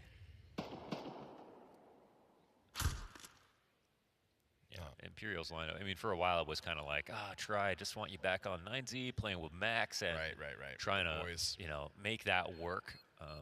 But there has been, it's just interesting because we're now in a world where all the conversations in Brazil are around Legacy. Furia go international, now Legacy are like the, you know. And Pain on the weekends. Terrorists win. Yeah, definitely. Pain on the weekends. Pain at majors, absolutely. Sure. You know, we can definitely say that. But just with how fast they've risen, but they're the team that haven't been a part of the shuffle at all. Like even getting Doom out didn't really interrupt anyone's plans, I think, in Brazil when it came to trying to sign players. But here are Imperial trying to make that perfect move. In South America, obviously, Try is someone they've had to call over. But someone who made tons of sense, like so much promise, so much potential, amazing highlights from him in his short career so far. And at first, maybe with the IGL, was like, oh, how long is he going to call for? But now, you know, it's been a good amount of time. Like, he is definitely going to be remembered maybe as an IGL at this point in his career.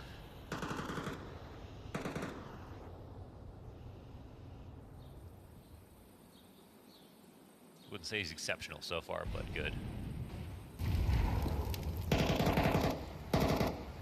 Speak of another player that's shown promise in this jersey, Skulls. Tucking into the pit, not alone. In fact, not within pit and not within this A site. Strong majority of Imperial this time around. The last stack missed this time, technically in position if FlyQuest were to come through with a follow-up, but no commitments yet. Not a huge fan of just no scouting, no forward pressure here. At least we've got the chaining of smoke going on for Vinny, so he can really put pressure on the B side. And after this next one, I think FlyQuest have a harder decision to make. I think there's a part of them that wants to try to test this, but they won't cause any rotations. Now they'll have the hardest possible entrance to a win. Will gets through the smokes. Ins loses vision of the player on site, but he's going to chase this one down. Looks like he might, yep. Started to crawl over at 25 seconds. Definitely still time to do this. You don't want to lose track of Vinny, and you don't want to give him a gun inside of Orange. Vinny is making this crawl back towards B much sketchier all of a sudden, and he's got Vexite just playing with him. Well done by Vexite, just dodging that duel, allowing for Vinny to empty the magazine, and then they clean it up. Gets scary for a second, but it is still a good move by FlyQuest. Absolutely justified moving these pieces into the B site instead, and now we'll see if Imperial want to take any kind of a swing at this. I think flash primed by Cello here. Here we have it. 3 pistols ahead of that flashbang, but they all kind of jump up in the corner, and Regali controls the AK for the double kill. Vexite right back to the kill feed, and FlyQuest in full control of this situation. Go 3-0 the start. Yeah, solid. I think there's a point in FlyQuest's sort of story where that round ends in tragedy because they commit to the A site, and the scouting is a little late where it's sort of uncomfortable. Vinny nearly makes something happen, but the fact that they just were willing to cancel that commitment to A, go back to B, and did have enough time to plant, like these are the kind of rounds if FlyQuest survive, they are going to be able to get through the stage. This is a much better sign from them. That looked good. And they punished Imperial for playing very passive on both sides of the map.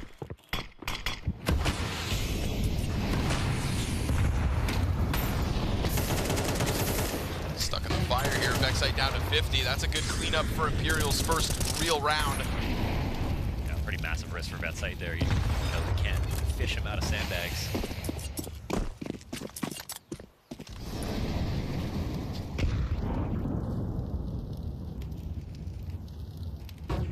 Nothing to really tug at over towards A site either in that moment.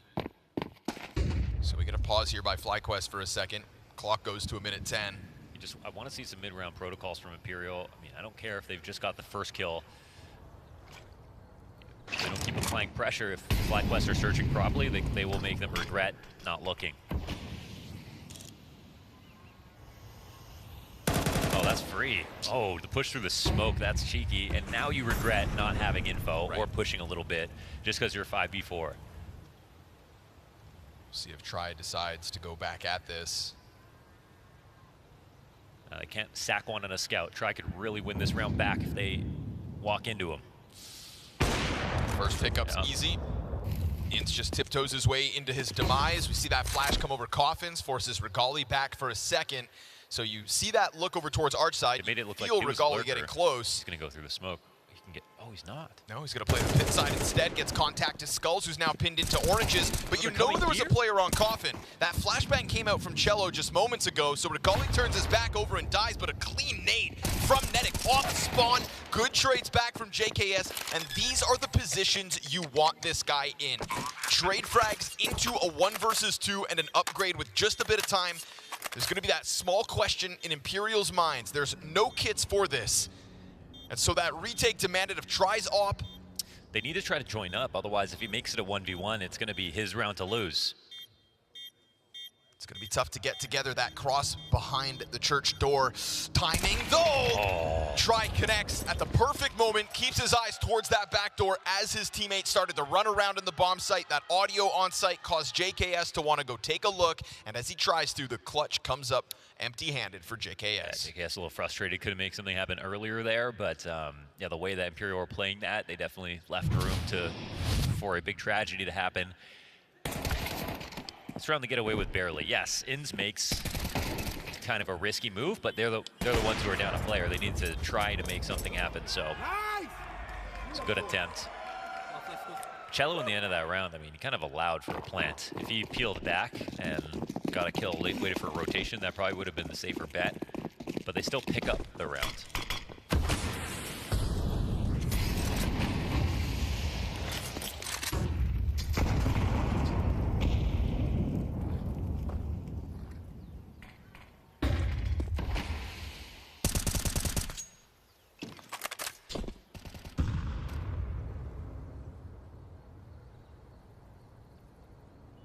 Jostling towards Banana this round, but no commitment from either side.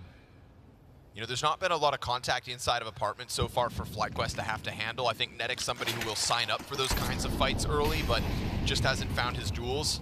And within that space, well, we see what happens when Inns feels comfortable enough to give a challenge. And yet again, he's thinking about it. Gives a jiggle to try. It's cover off of the balcony. Oh, late. No way gets the kill, but it costs him his opper. And a frag sails between the T's as Regali goes quickly into that space, right? They want to keep this pressure up. They want to move that momentum onto site. Cello's going to keep his head tucked, but he'll be found out. Regali's going hunting and not leaving any stones unturned. That was a little bit greedy from No Way. I mean, you kind of knew what was happening right there, especially after you failed to trade. That was your opportunity. Ooh, clean one in for Vexite too, and that's nearly everyone dead now for Imperial. That round's not a great look from Imperial, that's for sure.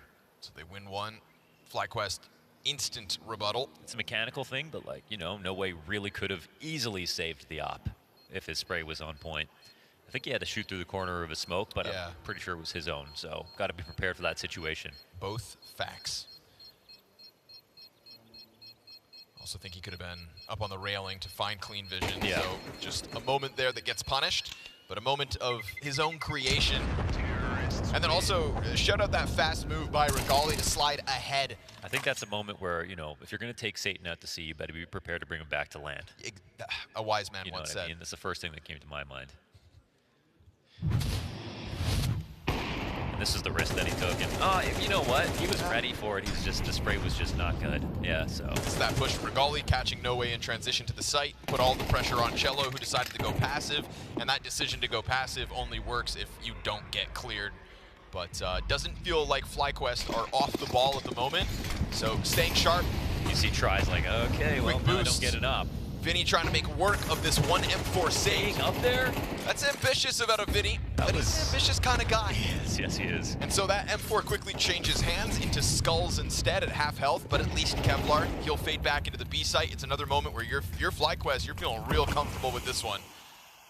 4-1 T-side lead, the money of Imperials in shambles. I mean, maybe staying up there was a nice risk to take considering their guns.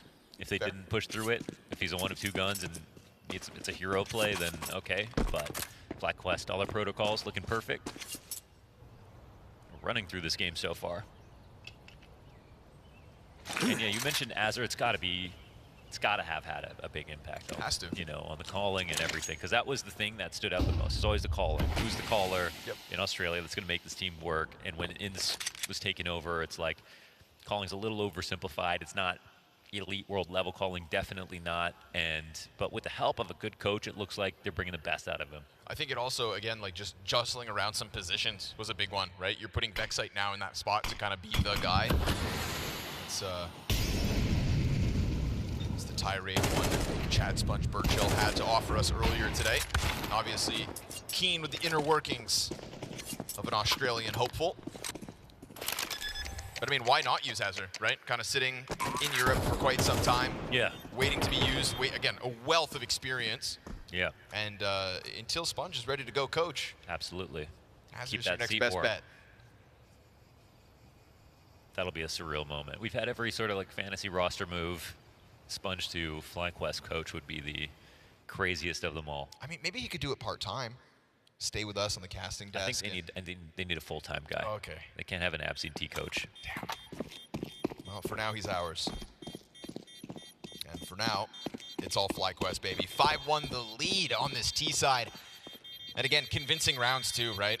We haven't really seen them push to the absolute limits. Not liking this Inferno from Imperial so far. It's all too passive on ecos. It's the setups that they have on rifles, obviously not great. The mechanics aren't bailing them out in certain situations, so even when they get a 5v4, they don't look too safe to me. And one round so far this game says enough.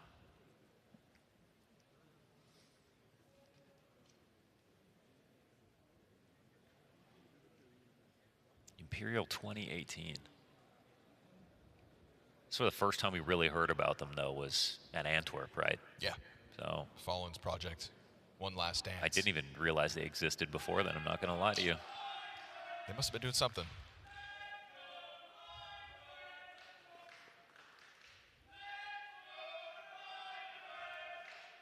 The FlyQuest fans are out. Growing in numbers after the performance to kick off today. Taking down stage 1 favorites of Legacy. And you know, that one boils down to Train. I think our desk had that conversation about vetoes and Legacy letting that one leak through. You know, one of the teams that tries to play a 7-map pool kind of bit them to kick this one off. But, you know, they're used to being the underdogs. Not quite as comfortable in the spotlight, perhaps. FlyQuest making mincemeat of them and following forward with momentum here. Again, they're going to go and challenge Banana. Again, that's going to draw somebody over. Try here with the op posted already, but the utility coming over top from Imperial, that's just going to flush FlyQuest back slightly. Frag grenade chipping away at 2, as it is Imperial to not just throw nades, but follow forward. Take control of this one. Try to keep Try's angles posted properly.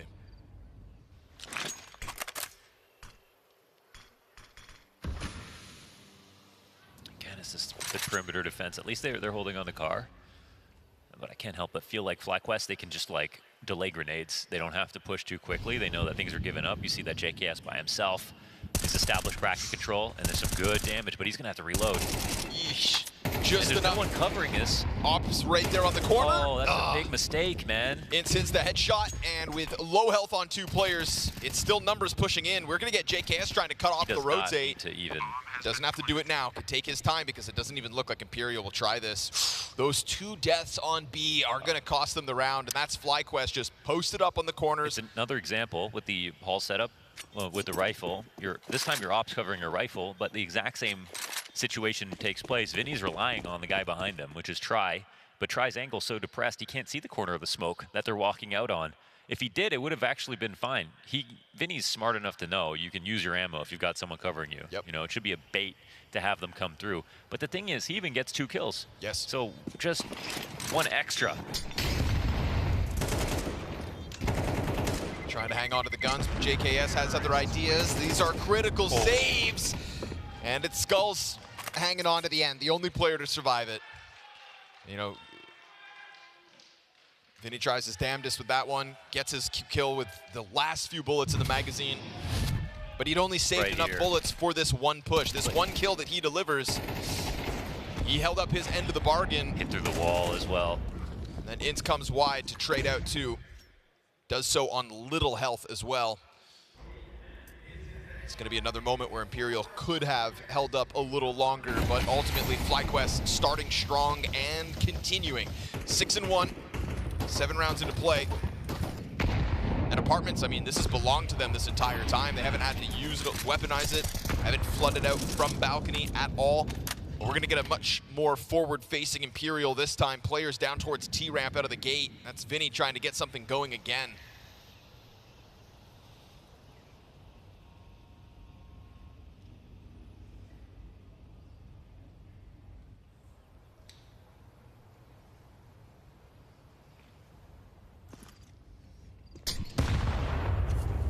Solid grenade here from far back.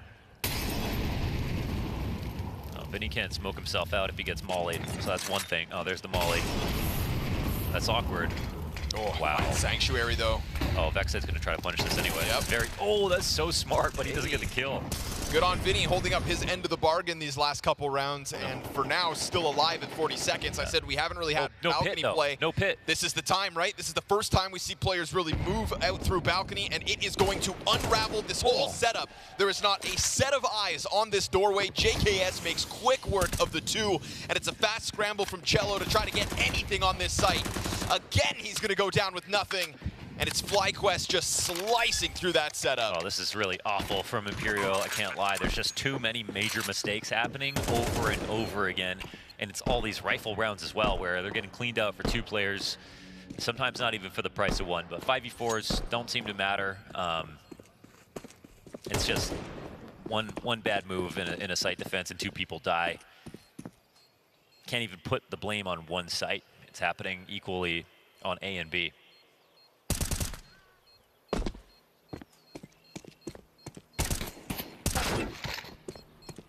On top of that, it's another save attempt getting chipped away at. Vinny will be lucky to live with Regali on his heels. Down he goes, clean sweep of the Brazilian side. And FlyQuest taking no prisoners tonight. Yeah, they're just, they're off it right now. They need to, it's interesting because if you replay some of these situations, you're off by a few centimeters, a couple seconds. But FlyQuest punish game is perfect. I mean, even the call to come out of halls here, it's beautiful. JKS, amazing rifle work, but again, where their setups fail, there's no one to bail them out mechanically. And with FlyQuest, it's the opposite. The protocols are very sound. Their players are playing very well individually. It's got to be beyond frustrating. I mean, especially going up 1-0 today. And this is a problem beyond coaching as well. I mean, maybe the setups could be talked about more, but I think, you know, missing a spray or not being peeked out like quite enough. It's like, you know, there's better things for Zach to worry about. That's the micro. You should be able to handle that.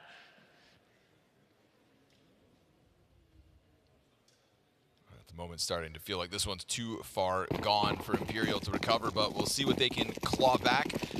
Round like this, still keeping some money and coming out with a couple tools for the job. MP7, MP9, pistols.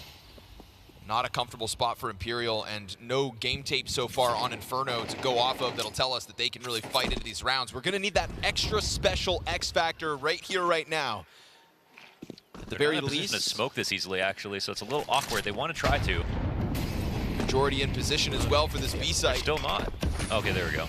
Drops down in front of X site, but again, this is all at 1:20, so we can hit the brakes if we're FlyQuest. Still utility to follow up for the attack. I think they got enough info, though. I think they saw at least 2, or no, because of the utility. It's another moment for try. Just gonna look to push off again, and clips JKS on the corner of middle. Comfortable spot for Imperial for a second. You see that rebound coming around through CT spawn. But there's gonna be a lot of attention on Arch, even now for FlyQuest. Yeah, they can catch rotators here. This is 3 strong, working up the Arch side, 5-7 to make contact. And that's gonna get Vexite's attention. We get that fast move by Skulls, but Vexite's not biting. He believes there is a second, and he's not wrong about that. Sees a sliver here of Vinny. Will anybody predict this 5-7 push? No, sir. 1 is all he gets, though. Netix rebuttal back with a couple of kills. His man advantage. FlyQuest and Regali out through the balcony again. It is Try smothered by a well-timing balcony push. This is just too tough of an A site to hold at the moment. You know, it's not even the it's not even the best sort of R trap. They're not watching the CT position. They don't have smokes for library or CT. They're really taking a lot of risks. They walk through their own arch smoke. They're playing this as if they're playing versus a full rifle round, and there were moments where Imperial could have brought this back. They made some just easy moves. They pushed through CT, which was wide open. They took a peek from library, but shot too soon. But both of those spots, FlyQuest weren't looking at them. So they got to be feeling pretty happy they survived this. Imperial, you got to say, I think they just needed to win this. 8-1 now. FlyQuest are just tearing them up.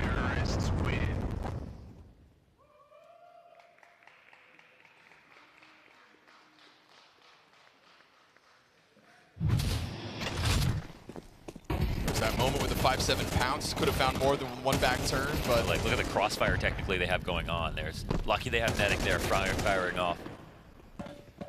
Regali just finding that timing, man. If you're Try, you are feeling in the dumps at the moment, and yet the fight must still go on. So round 10 and Imperial chase that coveted second.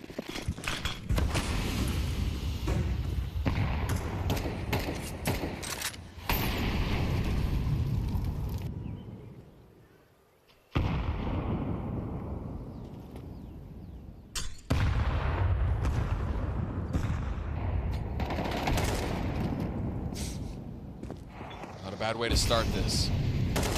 For a moment, feels like something's gonna go your way, like this round's on your side.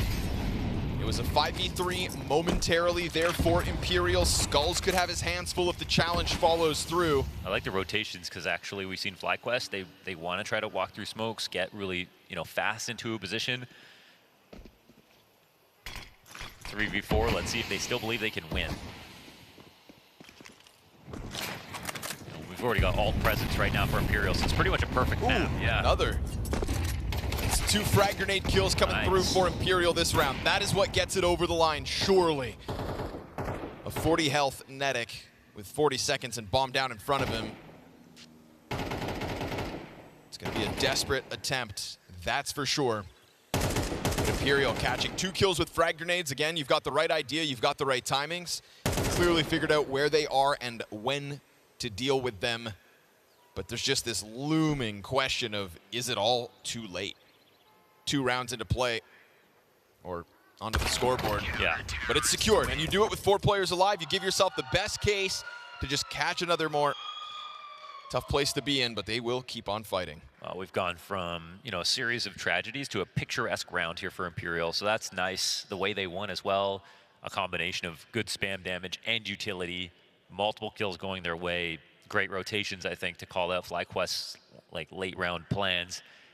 Can't ask for more, and this half is still, they can still bring it back into play. It's just we haven't seen enough of those rounds to believe it's going to happen, but if it keeps going this way, then maybe they're warmed up.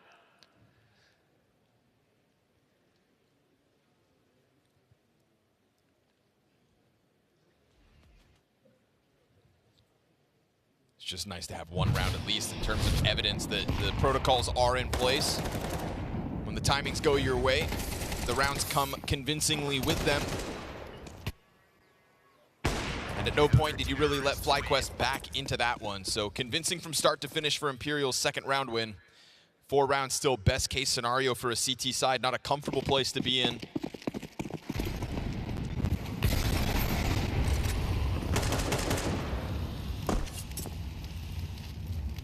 Guns keep coming.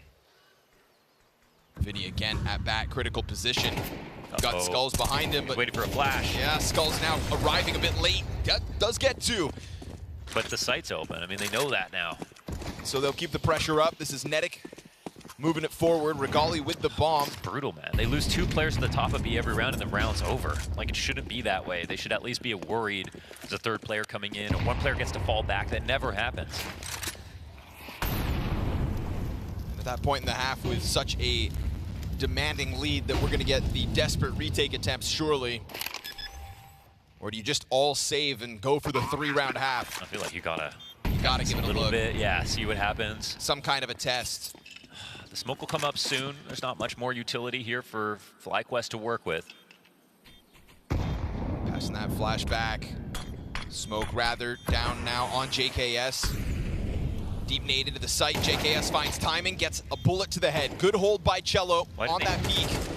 Netic trying to dive back into the dark side of things, and that bomb's starting to tick quick. We get Regali back into the headshot, awaits his next victim, and now it's going to fall down to just him alone. No scope to the gut of No Way, and there's no time left over whatsoever. So Imperial allowed to save one, but another round racked up against them. Even if they got that kill, could they have defused? They were already peeling back from that, so yeah, another bad moment here, unfortunately. Try not to be a negative Nancy about Imperial, but just so many errors. And yeah, the 2 kills at the top of Banana, that was just enough information to be like, doors open now. So yes, Skulls had to be there. It's just that this flash just came out so late, and it just put Vinny in an awful spot where he had no room to jiggle peek. Because you can lay down that spray on the corner sandbags, there's no way to trick you. Eventually, you'll have to run into those bullets. You can only imagine Vinny going flash now, flash now, flash now, flash now, flash now, and then that happens. Here we get this deeper angle from Try. First time we've seen an op kill come through from the apartment's hold, so something different for the final attempt of Imperial. It's majority here on A, and a pounce out from JKS. Doesn't want to chase that down around the corners.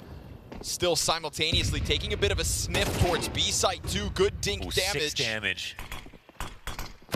FlyQuest taking it on the chin on the way in, and Vinny is the next one to get the kill. So we go 5 versus 3 Imperial, looking like a comfortable end to the half, but not a comfortable score at the top of the screen. And that's going to be weighing on them as they'll kick off that T side soon enough. So Hail Mary attempt out of FlyQuest in round 12. But another smoke means we'll wait here at 45 seconds with a 1 HP Regali. Still a good amount of grenades to blanket this site, apply just that little more pressure, and still, I'd say, a later rotate. Cello only now starting to move around inside of Arch. But trusting that smoke grenade, our Skulls and Vinny, now the sprint starts to come over. Down go the CT and Coffin smokes. Standard execute here for FlyQuest. Imperial gonna try to interrupt it with Cello adding himself from the CT cross, and Vinny's got it handled from the back of sight. The support goes down, and now we're starting to get that answer in. Be careful. Spam's not coming through either. He's on the safe side of that. No way. Not around like this. Not when you had such a comfortable place. 5 versus 2 secured moments ago. Ooh, I like this setup. 1 health on Regali, though. I mean, we've got... gets one, rifle gets another. Low CT players coming in. Flashbang. They don't see him? It hits its mark. They didn't get the angle. Inks goes for the push. Regali, this is 1 HP versus 3. CT smoke still up, and Skulls comes through with it, but just enough to keep Imperial sweating the entire time. It is 3 rounds, a meager 3 rounds of a defense for Imperial as T-side awaits.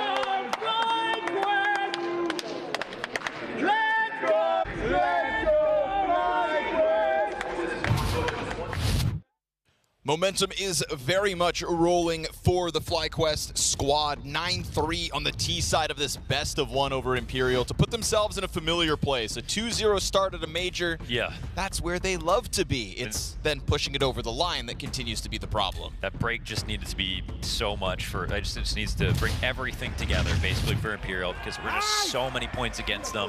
When we talked about each and every round, they lost in a multitude of ways. Both sites had reasons to improve, players to blame. Tri could not get involved in this game, unfortunately, and on the FlyQuest side, punish game was perfect, protocols were solid. They took some risks, and there were moments to embarrass them, but those moments never went the way of Imperial. So even on the firepower front, everything was good. If I'm FlyQuest, you just stay in the flow state. Everything's going really well, and it feels like this game is theirs to lose already.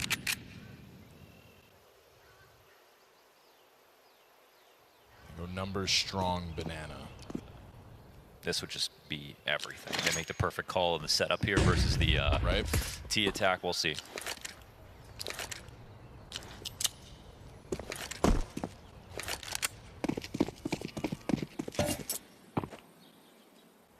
Just knock a quick pistol round out of the park and call it a day.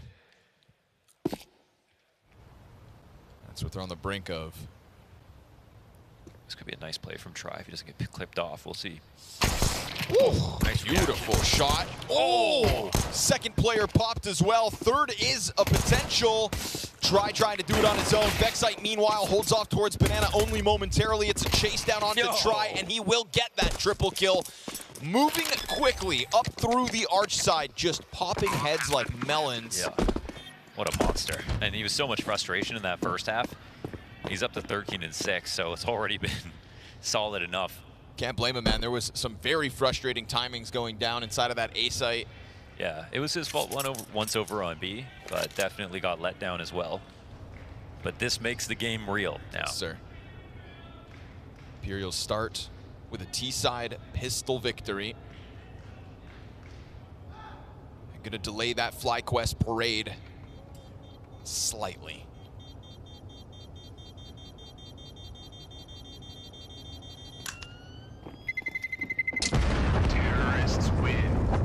Didn't feel like FlyQuest in that round got what they were hoping for with that early numbers stack up towards Banana. Didn't seem like what they had expected is what came to fruition. I mean, to be fair, two players in CT, one on the arch corner, and if they had caught Tri, then they would know they could clear out mid or know that no one was behind him, and then maybe they rotate back. But when you got a guy like this, I mean, he was a mercenary here for Imperial. Full round one by himself.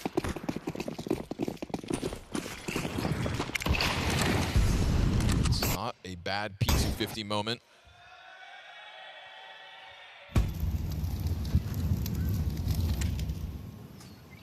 .57 stacked up on Banana, but nobody immediately behind this smoke grenade. We'll see if the frags still find their marks.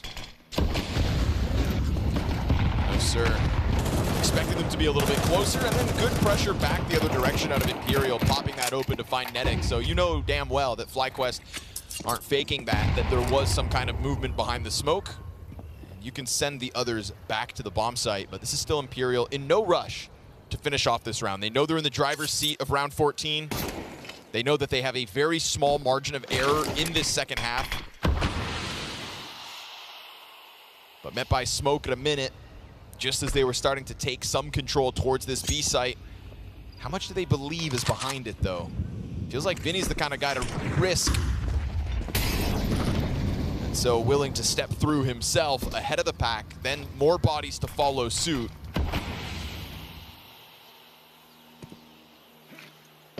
And he's still getting closer, and that 5-7 greets him with a quick shot between the eyes. That's a scary moment now, because Imperial took a long time to scout, but they weren't ready for the A play at the same time.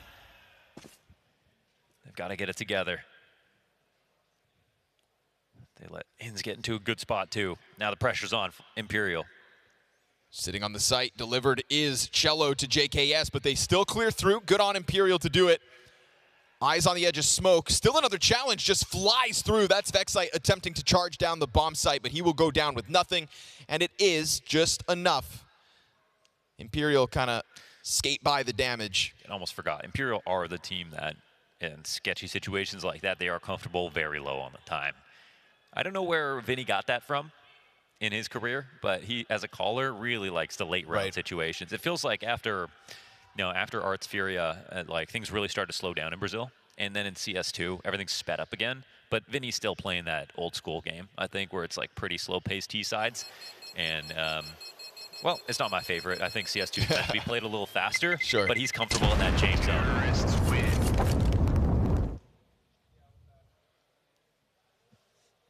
You know, maybe during all that time on Furia, Vinny actually just had other ideas. Yeah, he's... there's some pretty fiery personalities over there, and Art was definitely the driving force. You weren't going against that culture. No, exactly, right? That was set in stone. But of all of them, Vinny did always kind of feel like a bit of sanctuary in the chaos. So now it's his team on his terms. We don't get Vinferno anymore, though. No. That's a shame. That was a big thing. We'll still give him credit if he can call back this one, because the odds were certainly stacked against him after the round count of the first half.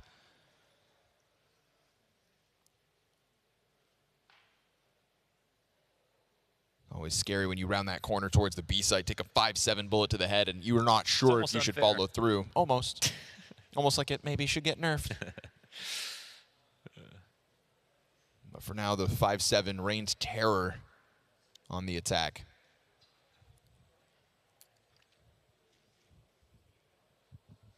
It's a look of concern and despair on Try. Because everybody knows that today can just determine everything. 100%. The first day every week at these stages. I mean, day one of a major is always one of the most brutal days of Counter-Strike in the calendar. Yeah. I mean, the fact that you get out of bed today with that clean slate and you either go to bed potentially 0-2. Or 0-2, yeah.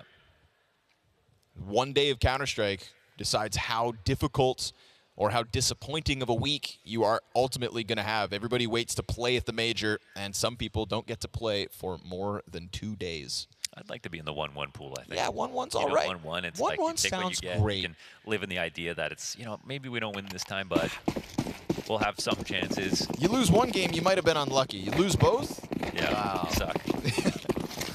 Today, anyways.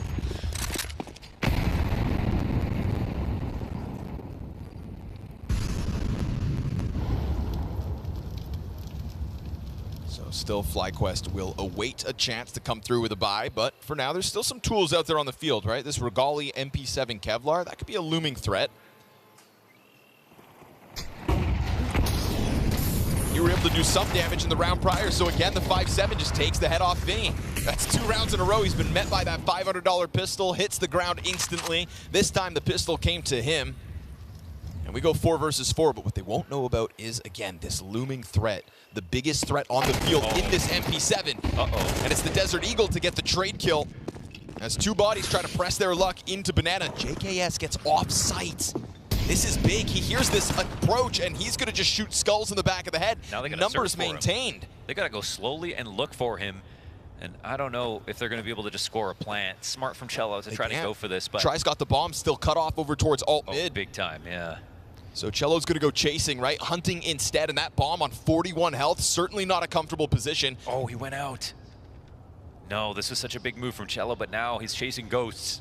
And this just bleeds time off the clock. Try was hoping that he would find something here. They could pop up and run B, but a deep mid-peak comes Cello's way. That's now both of Imperial's players tagged, and he's not going to get out of there. Netic keeps the pressure on with his second kill of the round, and it's going to be a 40 health Try clutch. Interesting because, Netic goes down to get an AK. They go back to CT spawn, and Try is smoking this off, pushing back.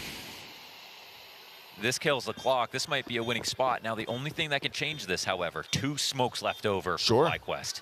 It's a deep smoke as well. They're still worried about this. They're worried that he's pushed up on this, so they've got to go through together, but working with no kits, they also have to play it quickly. They can smoke CT in the bomb. They're clearing out Con.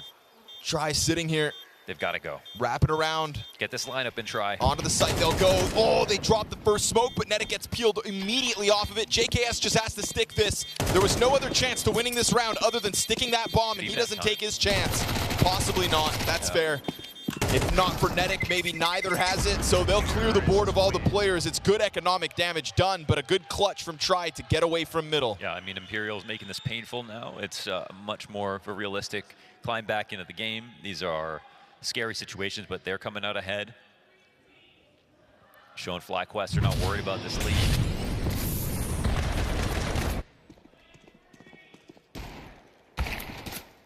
Well done by Tri. Nice!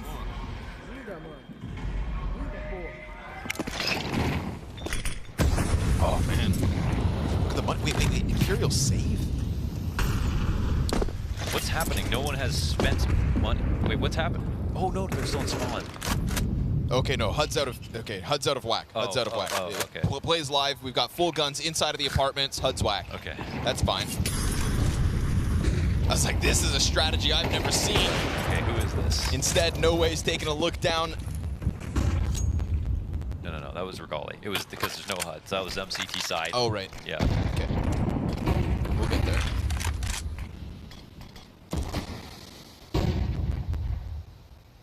Okay.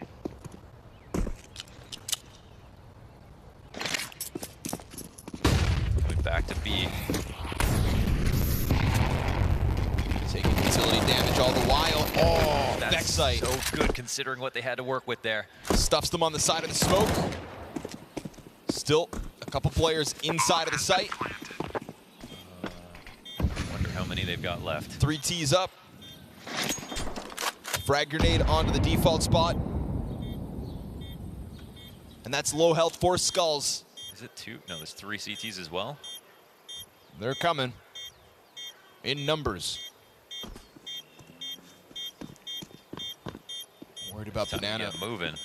Just sat here on the hold. Is that? Oh, is there no one else? And that's a All defuse. Right. There it is. Actually, easy rounds. That'll be 10 for FlyQuest.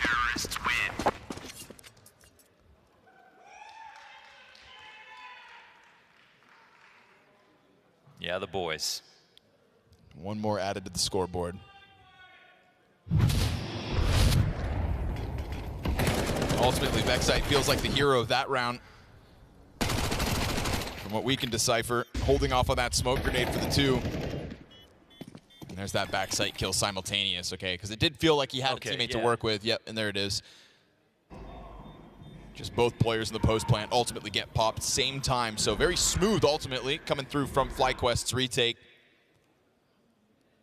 Stellar solo Vexite hold into the close.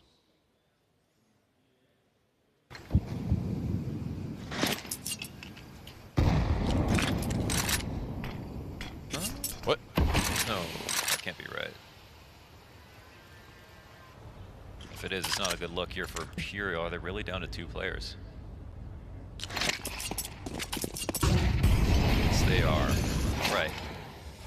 Oh, this one's for 11, so hey, I'm gonna try to sweep for the fences here, but good luck with that. 5v1 with this pickup, and Skulls looks like he's just about to die. Yeah, it's cleaned up. So this round starts off convincingly somehow, some way. I saw bullet holes all over the wall, so surely smoke spams. Good utility and a spray down from Car.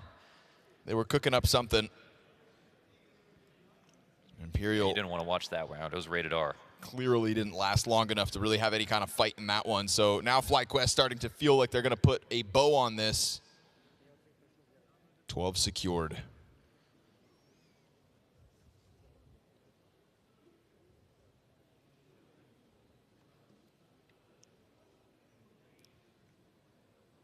Make sure we catch the start of this one.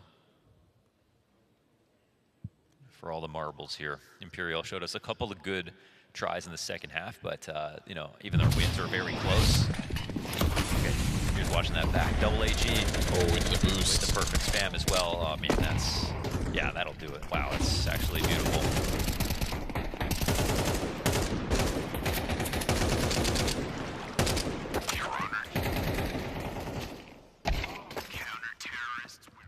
entry allowed.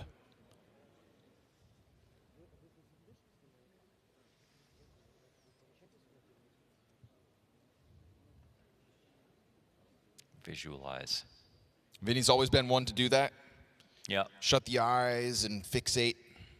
Well, Skull's from the same school of thought. Always go back to the breathing.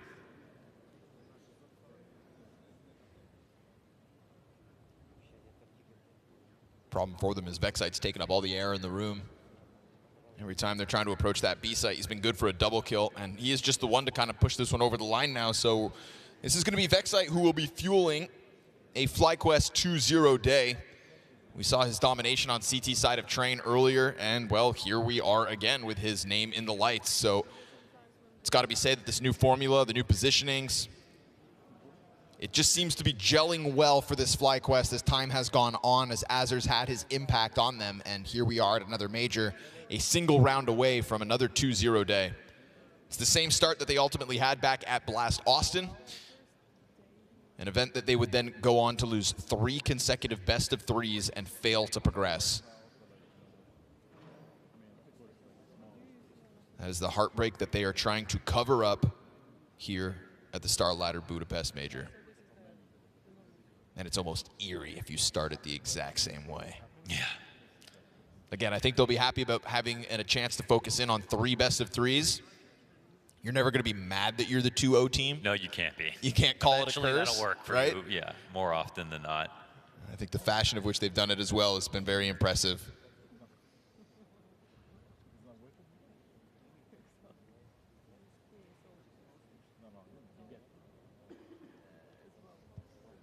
And that might be where Azer comes in to make the difference on, okay, good start, but now good finish as well.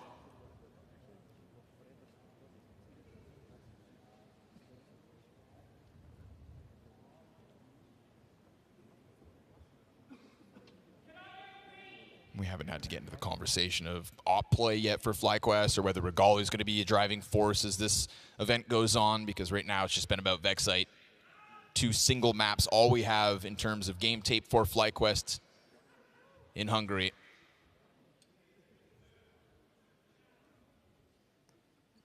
But if it's not broke, don't fix it.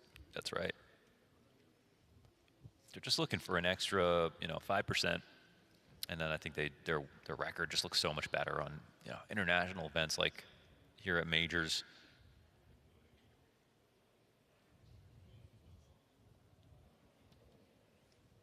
There's Mr. 5% on your screen, JKS. Yeah, I mean, JKS doesn't go back to Australia to lose. Exactly.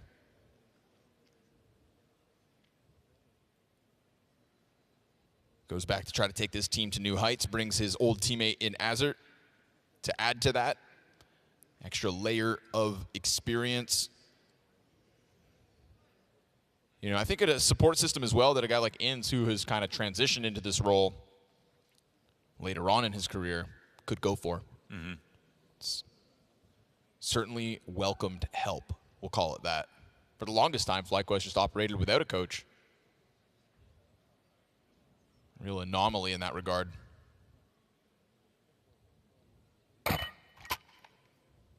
All right, let's run it up. This is FlyQuest to see if they can make this game interesting, or if Imperial, if they can make this game interesting, or FlyQuest just going to close it down now. All the money into this one for Imperial.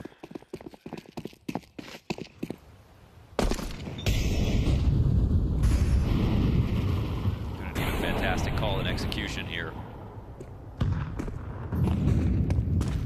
2 rounds from the victory. But it was a pistol and conversion for Imperial in the second half that doubled that round count from 3 to 6. No answer yet after the back-to-back Vexite moments.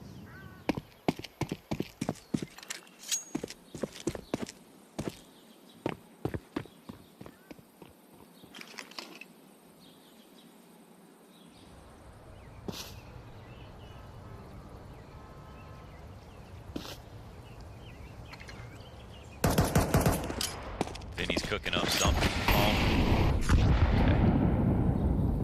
Thought that one missed. Vexite's been so good solo.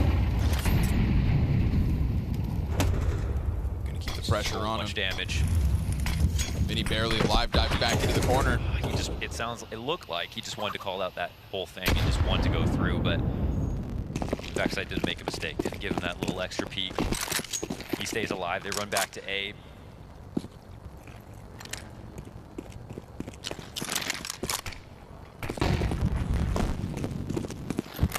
Smokes come down to try to isolate site. This is going to be a tough one for Inns.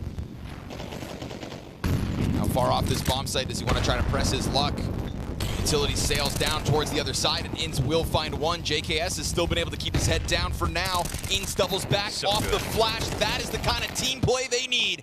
But it does still leave us to the 2 versus 2. They gotta get the bomb back. There's no time. No time. Round lost. Great interruption coming through, and the clock is going to give that 12th round over to FlyQuest. Skulls is too late from up in Halls. That was the only reason they couldn't get into the site. If he had peeked out earlier, they could have got back, get that bomb down, and actually put themselves in a winning spot. But that is the danger of playing that late into the round. In my opinion, that style of CS will always lead to more tragedies because like there's something you can't account for every one risk at in the last 10 seconds of a round. Like, you need everything to go perfectly. It's the same as playing retake setups every single round. It's just too much randomness. It's too little of a clock not on your side that can just throw your game off entirely. They're running right into this. Little damage, but that's it. Golly hits it, falls back. The setup shuts it down, really.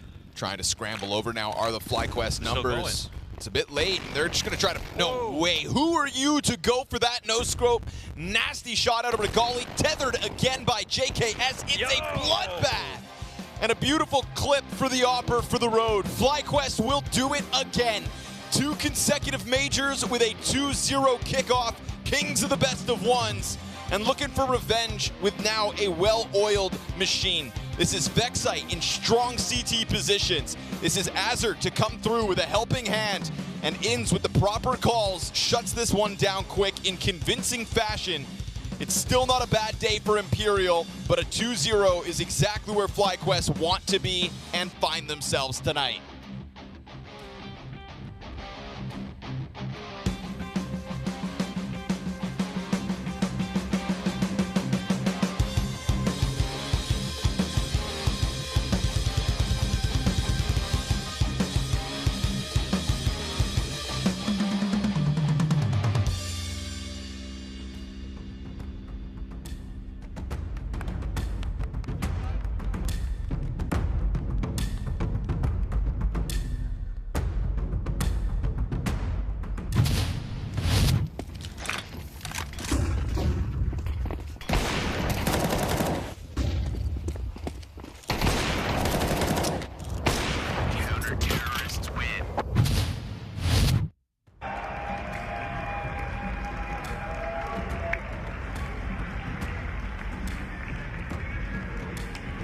FlyQuest find themselves going 2-0 and looking oh so strong. We got Vexite with us here, and I want to just start for you right now. Obviously, the changes we've seen for you position-wise, role-wise as well, you seem to be thriving in it, but does it also fill you with some confidence that you can do it, you know, and you can adjust like this?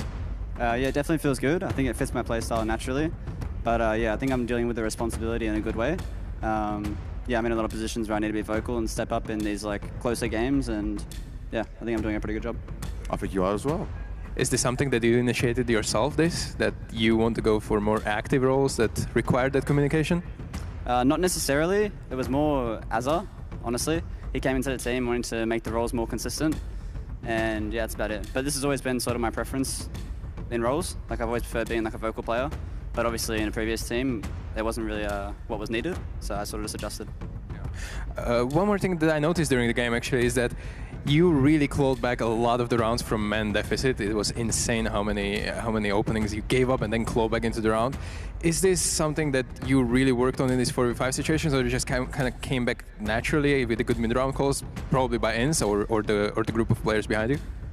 I mean, obviously the calling is good for Mins, but at the same time, we try to play how we practice. So obviously, if we make a lot of moves in practice, we're going to be in a lot of 4v5s. So hopefully, we're pretty well drilled in the 4v5s. Pretty well drilled and ready for it, but also, you've been in this situation before. 2-0 is something you are familiar with. Do you now know, do you now feel different that you can turn it around and go to where you're supposed to be?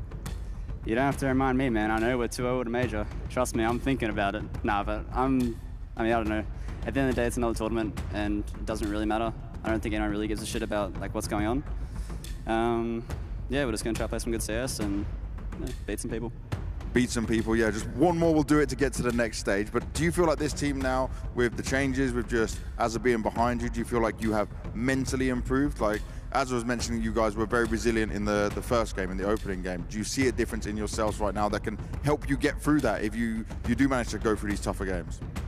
100%. I think our resilience has gotten better. Obviously, in practice, we can still tilt a little bit, but in matches, I think we've gotten a lot better at it. And yeah, I don't think we're the same team as we were like at the previous majors. You know, like we have Azza and we also have JKS, and you know, that's a completely different team. So completely different team. Let's see what will be the difference maker. Good luck, man. Well done. Good luck, bro.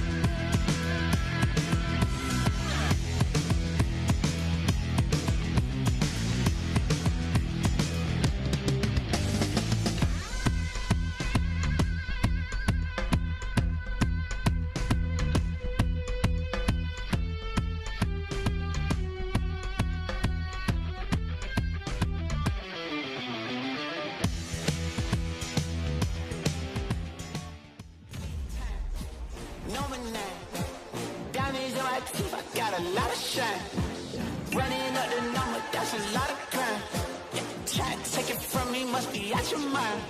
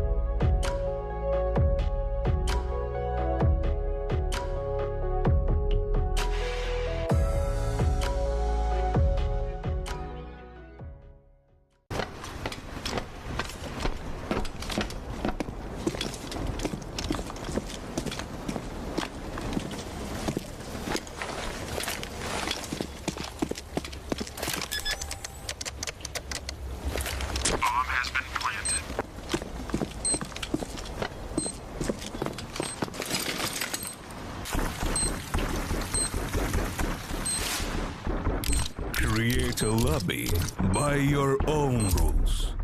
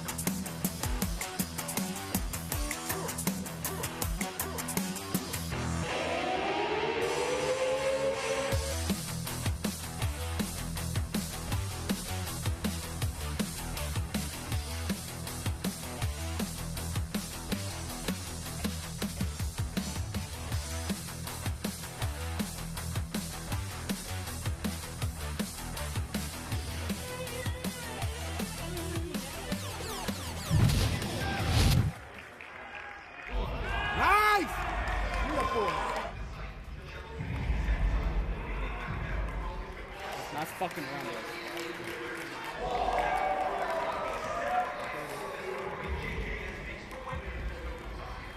Nice!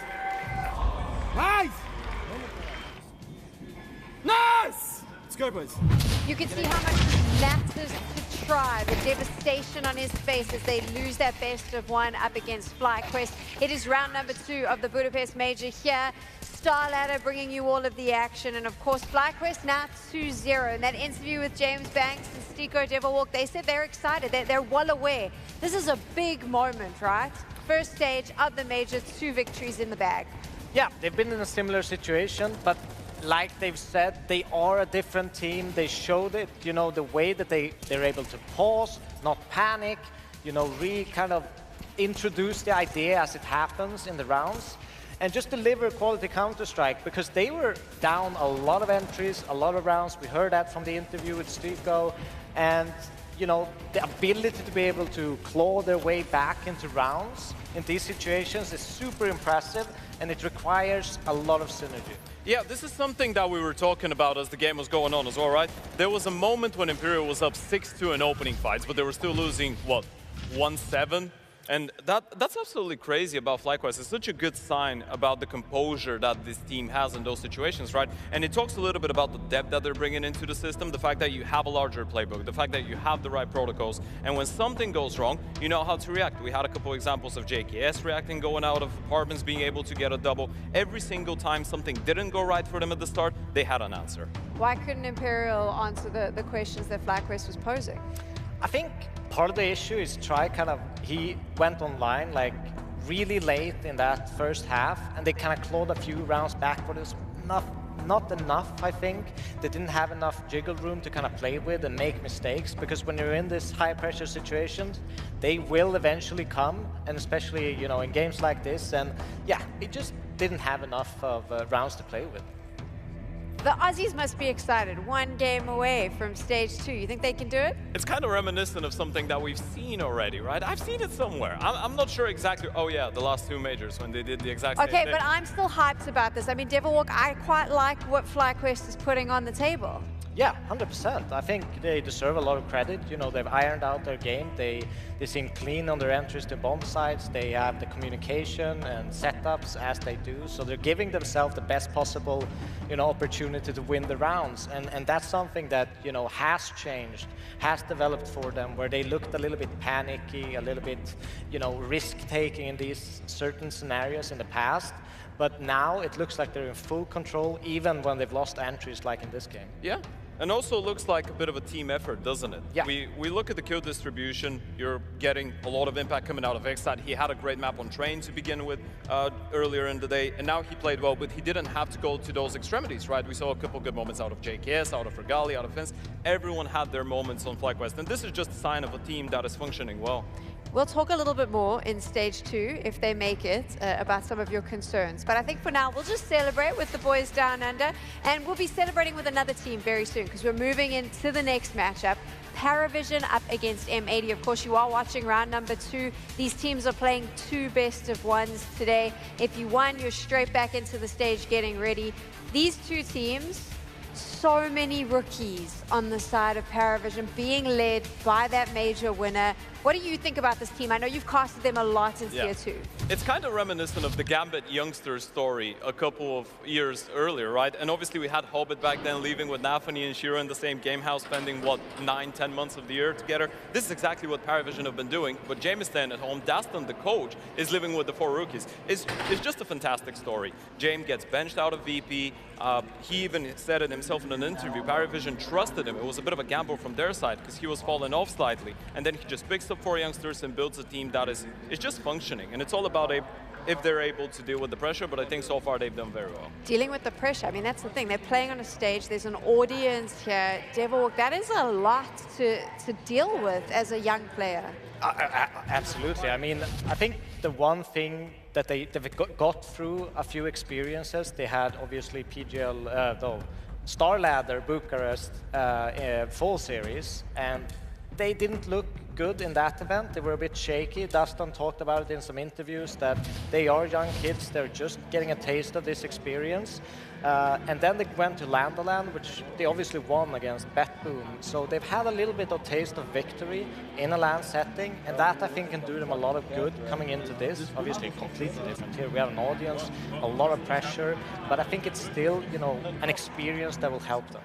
On the other side, they have that North American team, M80. So something fun for you that you might not know. I actually saw this on X earlier. Lake's mom is here in the audience. She was actually posting about how amazing it is to be able to watch them on the stage. That gets me really excited, and that makes me really happy that we have an audience from stage 1, because it gives everyone the opportunity to come and see teams that maybe they're not going to see in the playoffs, in that big arena, but it's still an opportunity to celebrate what is probably the highlight of any player's career. Yeah, absolutely. I mean, imagine how cool that must be for Lake himself, knowing that his mom is in the audience and obviously there's someone to support him throughout that journey. It definitely gives you that extra edge, that extra motivation. And you're like, well, when I was a teenager and I was spending all those endless nights playing Counter-Strike at home, Mom, this is what it's all about. So you could come over to Europe, you could come over to Hungary and watch me play live. Is your mom watching you right now, Ted? I don't actually know. I hope. Yeah, maybe. It is a bit late. Maybe she's gone to bed. Let's talk about that team, though. What do we like about M80? I think, first of all, you know, Lake is a big part of that. I think he's, you know, he's kind of a playmaker. He takes a lot of responsibility, you know, front-footed, no hesitation at all. And they also have the combination of, like, Hex. He can do some crazy things as an anchor. And I think the combination of them with including like Slacks, he looked really sharp in the first game. They just have a well-balanced team, a hard team to kind of figure out as the game gets going, because they have so many avenues that they could actually shift into and find impact. Yeah, absolutely, and I feel like the key point about M80, as the individuals are looking very good, is the fact that they actually are creative when it comes down to a lot of the things that they do on the server, right? You look at some of the T-sides, especially, what, 3-4 months ago, when a lot of the teams were still shying away from a map like Overpass, for example, you'd see Sin come up with his own stuff, and I kind of feel like we've gotten the perfect amalgamation between the firepower that North America could bring in and some of the very structured and good utility that the German scene brings in from obviously Sin and Slacks. How does this matchup work in the server, though? I think it's a tricky one, because I think a lot of it comes down to if Paravision can handle the pressure. I actually favor M80 in this just because of that reason. I think M80 is a good team, they're in good form, and yeah, it's just a test of nerves for me. What do you think, Ted? I would actually side with Paravision on this one. I do agree with a lot of the points that we made about M80. I feel like this is going to be one of the closest matchups that we've had so far in the best of ones, but I feel like with Paravision, the main question for me was, is the day going to start well so those youngsters could relax a little bit and show off a good level? Cielo was absolutely phenomenal in the first game, and I feel like Paravision are just going to keep getting better and better. So I do know that the veto is going to be coming through very shortly, and we'll have a chance to look at that. But before we do that, let's talk a bit about the big match temperament that M80 brings to the stage, though, because I do find this team tends to overperform a little bit the moment you put them in a big event like stage 1 of the major. Yeah, that's what it feels like, right? They're a vibe-driven team. I feel like vibe-driven team, yeah, I like that. It's great for a North American Counter-Strike, right? This is how it's been. And you see some guys like Lake, for example, everyone was questioning kind of when he came around towards M80 if he was going to be able to deal with the pressure. I think he's actually thriving when he's playing in an arena. And we're not just saying that because his mom is here, obviously. That's the extra motivation. But I feel like all of those guys just enjoy being at a stage very much. We know that Hext is bringing in a lot of energy, and this is something that a lot of the players have been bringing up as well about it. Yeah, they almost look like a Brazilian team to some degree, because everyone's shouting, everyone's being loud, and I see on the cameras that they feed off that energy and play better. They're extremely tricky to play against. I think that could be a deciding factor in this game, where you kind of zone out the audience, you're just feeling the vibe of your team and just full focus on the game. In a best of 1, though, does James' experience, even though they are rookies, does his experience kind of give Paravision the edge here in terms of being able to maybe outcall M80? I think in a lot of those senses, yes. If we're going for the IGL v IGL comparison, there is a clear favorite, right? James, the much more experienced one, he's a major winner in the end of the day. And as much as I like Sin as an IGL, I feel like James being that puppet master on the side of Paravision, obviously Dastan behind him, this could make a little bit of a difference. But something that James said after they won that Russian LAN event that actually qualified them for the major was, I could be doing the perfect preparation, I could be given the perfect calls, but if I don't have the players around me to support me and provide the firepower, I can't do it all alone. So we will need to see them support. It is a best of 1, though, so do you think Paravision's taking this one, Devilwalk? No, I actually siding with M80. I think they looked great. I liked what I'm seeing from them. I think Hext has grown into a very, big role in this team, and just the point of avenues that they have that they can engage with a lot of these individually skilled players, I think gives them a little bit of an edge. So the veto's now live. We get a chance to see who they're going to be playing in the best of 1. Ted, I gave you a bit of a hard time about this earlier. I said, best of 1s, who really, the veto doesn't matter that much. Do you want to still argue with me about that? Do you think I've got it all wrong? I wouldn't say you've got it wrong. I think in this scenario, the veto doesn't make that big of a difference because both teams just love Mirage, right? We saw them play it in their opening games. Obviously, M80 had a really tight one against Bait. They had a phenomenal first half on the CT side. They had a 10-2 lead, and they narrowly closed it out 13-11 towards the end. So there was a bit of a hiccup, but on the other side, we've seen a lot of comfortability out of Paravision. They started slow as well in the first half, but they were able to pick it right back up. So it is interesting because we did have Paravision to struggle at the start, and we did have M80 to struggle later on. So yeah, it will be a fair show match, I feel like. What makes a good Mirage? Like, what makes a good Mirage team? Ooh, well, there's plenty of different ways to play Mirage, but I think mid control, especially, and how you abuse of taking certain areas like con and short, super important. If you can get there without taking too much casualties, I think it's a big important step. But there are teams, obviously, that try to lean back a little bit more and play more on the executes and strat-based style. But yeah, I think mid control essentially determines a lot. Yeah, and it's very key that both these teams are not playing that boring, slow approach in towards the Mirage game, especially on the CT side, right? And it's kind of funny because this is the thing that we're used to associating Jame with, that very stagnant and almost boring approach to the game, but he's actually developed. And I feel like in the earlier games we saw great examples, right? M80 on the CT side were getting active. Hext, even though he's an anchor, was constantly pushing towards the B apartments, coordinating with the guys coming in from under. And then on the other hand, we saw PariVision going, I think it was something crazy like 7-3 in opening fights the first couple of rounds. So you're going to see a lot of proactive peaks out of Jame with Yop. You're going to see Cielo take a lot of initiative as well. Are you telling us that Jame time is faster now? I think Jame and Dastan time is faster now, because I feel like Dastan has had some input into that, but obviously having 4 around 20-year-old Russian aimers on your team, I think you kind of need to allow them to be a little bit pacier. Off topic, Jame, I think he released a YouTube video in the last few days. Like, his content is gold. If you want some insights into what's been going on and the teams and playing like that, so there we go. Just don't go there. Come stay here, watch the game. But maybe later you can go check that out. You're still standing with M80 though on Mirage. You still think that they have the power. So I'm curious, what do you think they'll need to do to take PariVision down? Well, I think obviously they need to study them, what kind of executes they're comfortable with, and try to, you know, get a good start. I still think, you know, PariVision have key elements, like Belchanok is a big one for me on PariVision's side. He's the guy that you need to be careful of, shutting him down so that he doesn't get the room to play, which open up different avenues for PariVision to attack. So shutting down Belchanok, making sure they don't get too many bomb plants, especially on CT, on their T side. And yeah, I think just keep playing their proactive CS, be aggressive, want to be on the server and have fun there. Yeah, and I'm actually very glad you were bringing out Belchanok, because I feel like if we were to draw a bit of a comparison, you'd have to pick up Hext from the other side, right? Both of them are anchor players on a lot of the maps on the CT sides, but both of them are finding a really cool way of actually being proactive as anchors, as we mentioned already with some of the pushes coming in from Hext. So I feel like even though Hext is a little bit more passive maybe on the T sides, you're still looking at 2 players that could be very impactful, and vice versa. If PariVision want to be able to deal with M80 easier, they will need to find a way to counter Hext, and if M80 want to deal with PariVision, they need to figure out a way to stop Belchanok.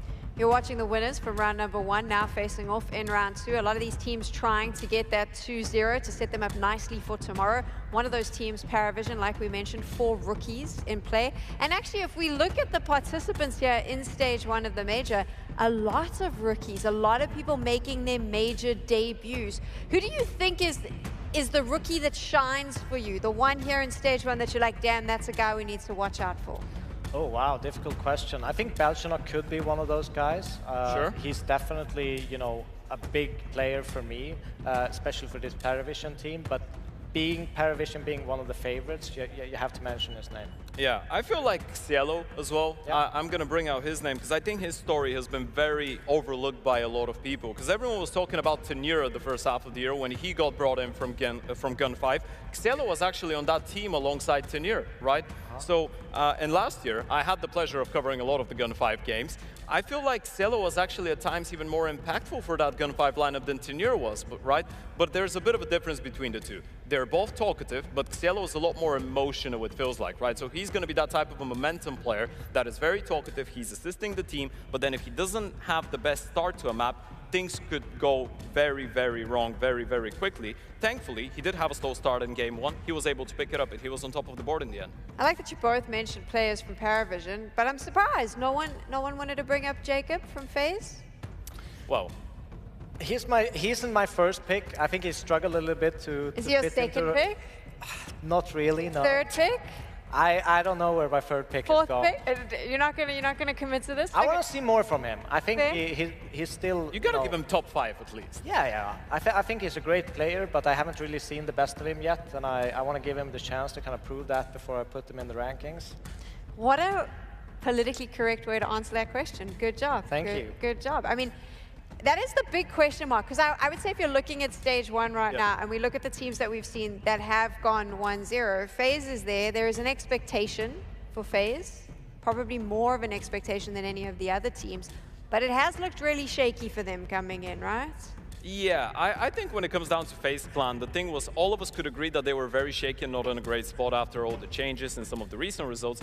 but they should be able to clear stage 1 pretty easily because of the level of some of the players, right? They have Twist, they have Frozen. I mean, with all due respect to all the other teams, only Twist and Frozen should be able to qualify FaZe for stage 2. I feel like the reason we're not talking about Jacob that much right now is the fact that FaZe don't really rely on him to get them through that stage, right? Whereas with teams like, let's say, Parivision, there's 4 youngsters, and those are your 4 stars bar James. So there is a lot more, I want to say, weight on their shoulders in a way. With Jacob, he knows that he's going to have that time to kind of ease into it, because he's got those firepower monsters on his side.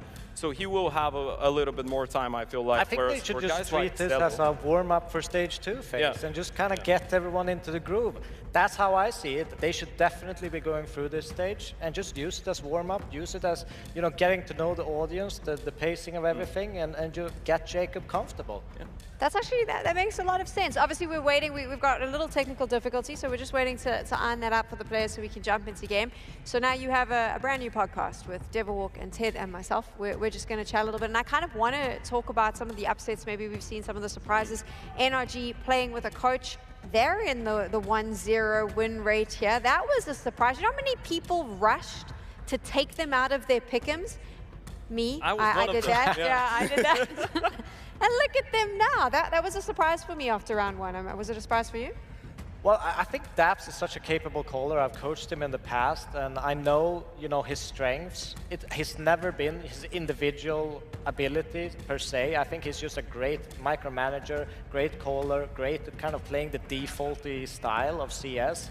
I think it suited them, and especially when you get into that kind of situation, it kind of throws NIP off a little bit from, you know, maybe how they normally would play, because he even mentioned, you know, they threw out 50% of the strat book because he wasn't probably comfortable calling that just on the fly. So yeah, I just think Daps has so many qualities as a leader and an in-game leader that it wasn't really, you know, it felt like they were just playing like normal. Yeah, I think also a very important thing is, and this is obviously a bit of a, I guess, looking for a silver lining in a very difficult situation, but Nitro was never an aggressive player on that team. He's not playing star squad, so let's say they couldn't play with an entry, or their Oper was missing or whatever, then it would have been a lot more of an issue. But when we're talking about a coach, you're expecting Daps to know the utility, know the calls, be very good with the prep, and just be comfortable in general with keeping the mood up on the team. So I feel like this is probably the best situation. If you had to look for someone to replace, you'd want to have the coach for the IGL. Out of all the teams in stage 1, which was the team that you kind of expected to just come in and dominate at the start of the day? And have they lived up to your expectations after round 1? I would 100% say Legacy, actually. I thought they would win, but give FlyQuest maybe a chance, and they'll warm it up and close it out to the end. They have struggled in the same stage in the last major when they came in. They went 3-2 then, and then kind of dominated stage 2. So I expected maybe a little bit of a hotter start from Legacy. Yeah, I would say FaZe may be added to that, but it has been going very well for them. They have been one of the few teams that have been living up to the expectations after round 1. Not only the way that they won their game, but the fact that it was, or not only the fact that they won it, but the way that they did it in. It looked pretty comfortable. Everyone was on point. karrigan, outside player in 2025 on Newcon CT side, going 12-4 at the start, my hero. So yeah, I feel like FaZe Legacy is a bit of a disappointment, but yeah, we can't do anything. Okay, we'll get to Legacy, but with the FaZe thing, I do think that experience plays a huge role there. When you have a massive delay like that in the middle of your game, there is a mental fortitude that needs to exist to get you straight back in the server when the break is done. And I kind of feel like it was a bit unfair because you're giving past major winners, players that have been on so many big stages, they know how to reset like with the click of their fingers. They kind of were always going to have the upper hand in that matchup the moment the break 100%. happened, right? 100%. I completely agree with you. I think the younger you are, especially if you look at like Paravision would be in the same past, you kind of crumble as a young player, because I remember myself, you kind of get shorter kind of focus and more narrow focus on just thinking about yourself, your individual play and everything like that, and you kind of lose sight of you as a team. You kind of shut people out of communication when the game starts getting live because you're so nervous, you know, your mind is getting everywhere. While a more experienced and seasoned player, he's just waiting for when to get into game mode, and he just does it instantly. So there we go. FaZe got the major buff every time. On the side of Legacy, so I'm going to share a little tidbit that I heard from Machine late last night after Media Day. So I hope that you get to see this interview because I'm paraphrasing. I'm not going to do it justice. But he actually spoke to one of the Legacy players and he was saying how they said, like, obviously in the last major, there was a lot of people that made comments about how Legacy shouldn't be there. Everyone kind of had them in their 0-3 pick'ems. That they came in and then surprised everyone, shocked everyone, right? Because they didn't have the support behind them. And I do believe this player said to Machine, it's so difficult now because now you're coming in and everyone's going, you got a 3-0 stage 1, you're the strongest team, you have a trophy. We're putting you in contention with the big dogs, that's the name we mention you in, and suddenly the entire dynamic changes and there's so much more pressure on you.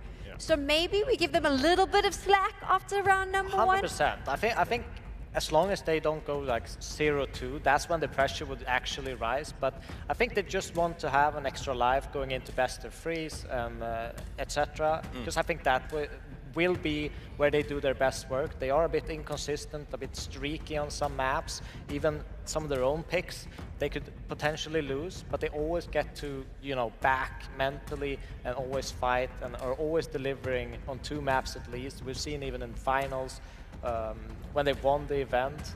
I think they lost like 7 or 8 maps when they won that event. Yeah, CS Asia, they were, I think they were down in every single series that they played up to the grand final when they were down in the grand final against 3D Max. I think this is a great point to actually bring up about Legacy, and we saw it even today, right? They were able to win their second round matchup, and that was a pretty convincing one as well against the likes of Rare Adam. So I feel like this is just a team that sometimes is going to have slow starts, but their superpower, how I would describe it, is their mental game. And the fact that obviously now you have everyone looking at you, there's a lot of expectations towards you performing well, and for a group of young players it could be a little bit difficult to manage that shift, but I feel like they have been doing as good of a job as possible, especially considering the fact that after the Austin Major, the next couple of events were not necessarily great, right? Things started looking very good throughout the last, let's say, 2-3 months, pretty much after CS Asia. PGO Bucharest as well was very good for them. So I feel like they have gone past that moment of, okay, now people are expecting us to do well. We started playing badly. We need to try and reinvigorate ourselves to some extent. I think they've been able to do that. And now even if they get a slow start every now and then, it's not too big of a drama. Talking about mental pressure and strength, I suppose, it's on your screen there. These rookies staying here, waiting. There's obviously a technical difficulty, so they are just, they're in this sort of state of just waiting to find out when are we going to get into game.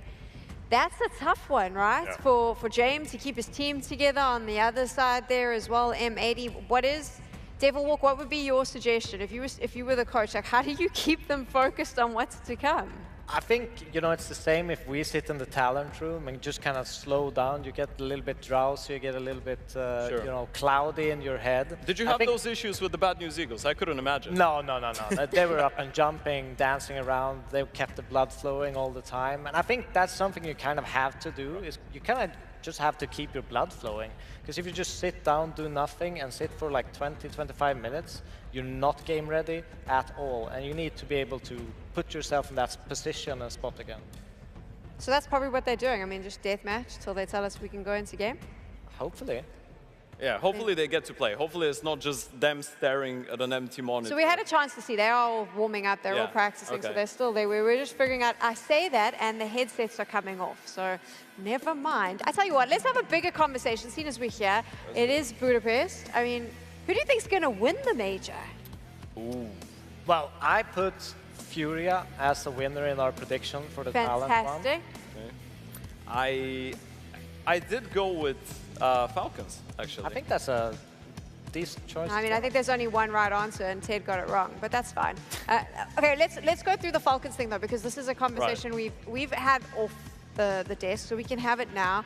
The concept of peaking too soon and not peaking, or just peaking at the right time. Do you think Falcons is primed to soar in and take the trophy? I don't feel like they're just going to come in and destroy Furia and Vitality and Mouse and just 2-0 everyone, 13-5, 13-5. I feel like there has been an obvious progress when it comes down to the Counter-Strike that Falcons are playing, right? And obviously the memes are there and everyone likes making a bit of a joke about it. Just one more player, just another change. I don't think that's the case. People are acting like the Falcons have not been progressing progressing. They have been playing better and better Counter-Strike. And what we see now, at the start of the season, they took down Vitality in the decider for Esports World Cup. People said it wasn't a significant matchup. Well, now they took down Vitality in a semi-final game when the stakes were high. So I feel like Falcons have been progressing, and I think this is finally going to be Nico's moment.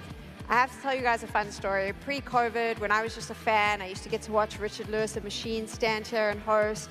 And sometimes they would talk forever and I'd get really annoyed and I'd spam the chat saying, stop talking, start game. I was that troll.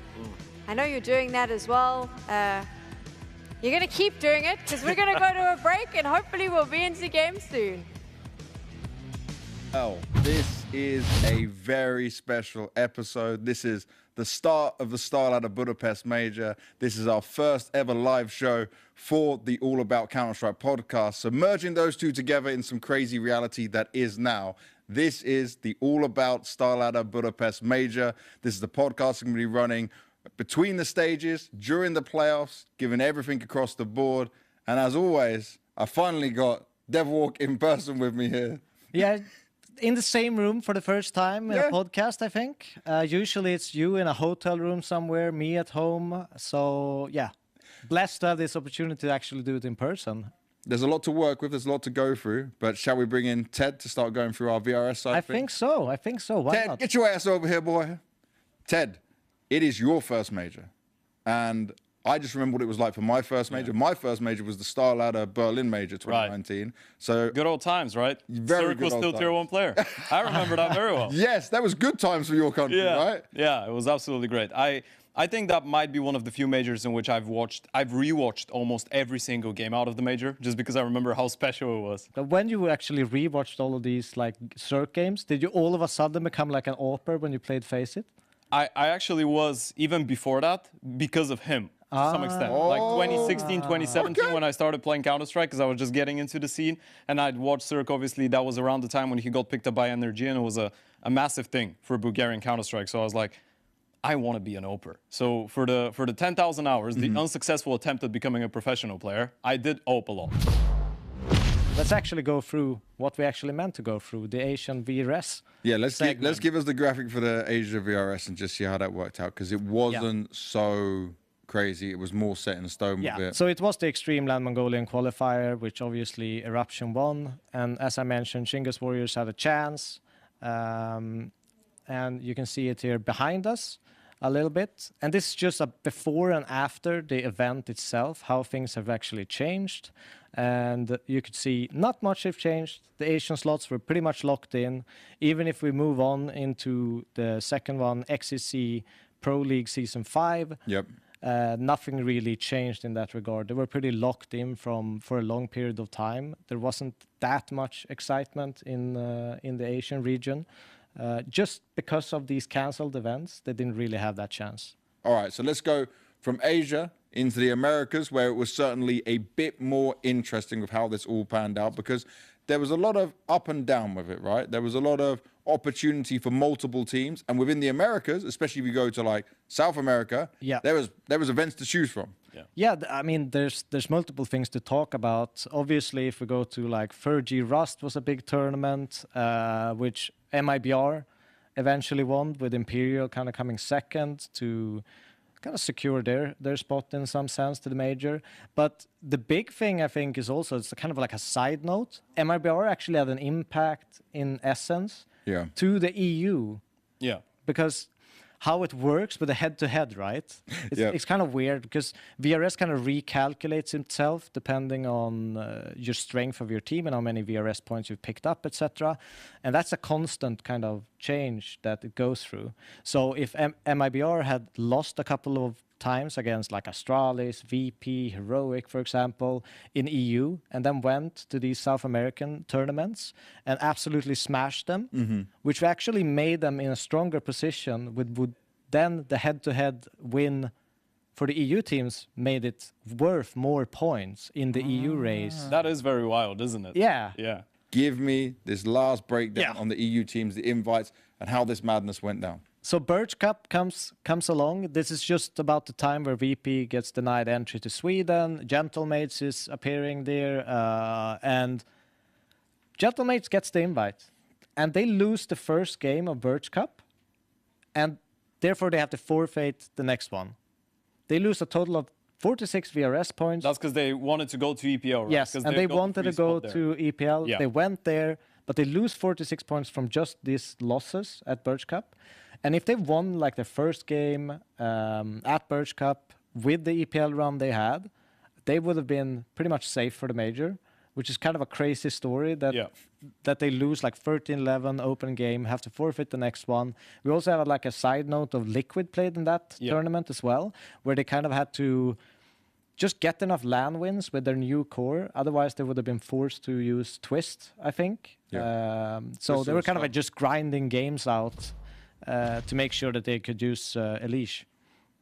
And then we ended with, obviously, the madness that was Frag, right? And when all of that was happening with Frag, we had to deal with whoever won it could win it, but Saw had a chance. First, actually, we have Riga, which OG just bombed out against Mouse, NXT, and Big. And if they did well in this event, they could have been in the potential running at that Frag, right? Which we will go to next, which is Ecstatic, Saw, 9, and Fnatic, kind of duking it out. Everyone's hunting for Saw. That felt like an RMR. That felt like an RMR. Yes, that felt like an RMR. And you know what's the crazy thing? Saw didn't need to win the event to qualify. They just needed to make the final, right? No, they needed to make top 3, actually. Right. Oh, if yeah. they made top 3, yes, they would have been clear for the major. So everyone needed to knock them out before that. And they had the best bracket possible, I think, Saw. And they got knocked out by 9. Instead, 1 match less than they needed, I guess, in some sense. And yeah, crazy final, overtimes, battling it out. So 9 and Fnatic. OG was still there. I think they got to 3rd place, 3rd, 4th or something like that. Yeah, they made the semifinals. Yeah. But yeah, Fnatic in an overtime and then clutching it out on Train eventually got that spot. All right, I got to keep things moving a little bit, so I'm going to give my point real quick on my team for this. For me, I'm going with Lin Vision. So Lin Vision are my take. Hot takes here. West Melon, he was carrying so hard. I need to see what he actually dropped on Overpass. He was carrying so hard on Overpass. He went 49 for 25 in a 22-18 game. And he was playing so hard when everyone else's energy was dropping down. They were getting so tired. He had a nosebleed while playing and kept playing. Okay, this is you that just guy's like on some gangster stuff right now. You just like this because it's an anime story. Like, yeah, exactly. Yeah. The way they explained it was like to exceed my just, limits. Yeah, he pushed. He pushed so hard. He went so far, and I'm like, okay, this time they can do it, man. This time they can go further than before. That's my whole thing. Like Coach and IGL had a baby just a couple of weeks ago. There's obviously takes time. Yeah. Can you compare their preparation to any other teams? They probably lost a couple of weeks. Yeah. I heard from EliGE they had 3 days like in the Swedish boot camp. They were playing online and stuff, doing their things. But it was like they had a media day and photos and stuff like the NIP stuff they needed to do. So that wasn't like some boot camp together to get ready. Obviously, you had a child. You got to spend that time. They're still better off than NRG. But they planned a little bit better. The Huns not expected to make it. Let's go through these bottom ones. D tier. Are we using that tier? Are we? He wants to use the tier. Okay. I thought we forgot about that. I was supposed to delete the tier. I did not. No, I think it's perfect. I think it's perfect because you still rate energy a little bit higher than the Huns, even with Daps. Oh, I mean, okay, you're just disrespectful to the Huns right now. I actually like score a lot. I mean, are we just throwing like Rare Atom, Red? I would throw Rare Atom in there too. Then. Yeah. What, in D? Yeah. Yeah, don't leave the Huns alone. Come on. Bro, you can't put NRG with Daps above both. But I can. But we will. But we will. You're talking to the master. The majority will put them there. There is our major tier list. We are happy with this, apart from my Lin Vision thing, but I'm outruled on this. Everyone comfortable with this one? Yeah, 100%. Doesn't match my pick'ems perfectly, but it's close enough, and I can agree with what we've done. There we go. That's a good way to do it.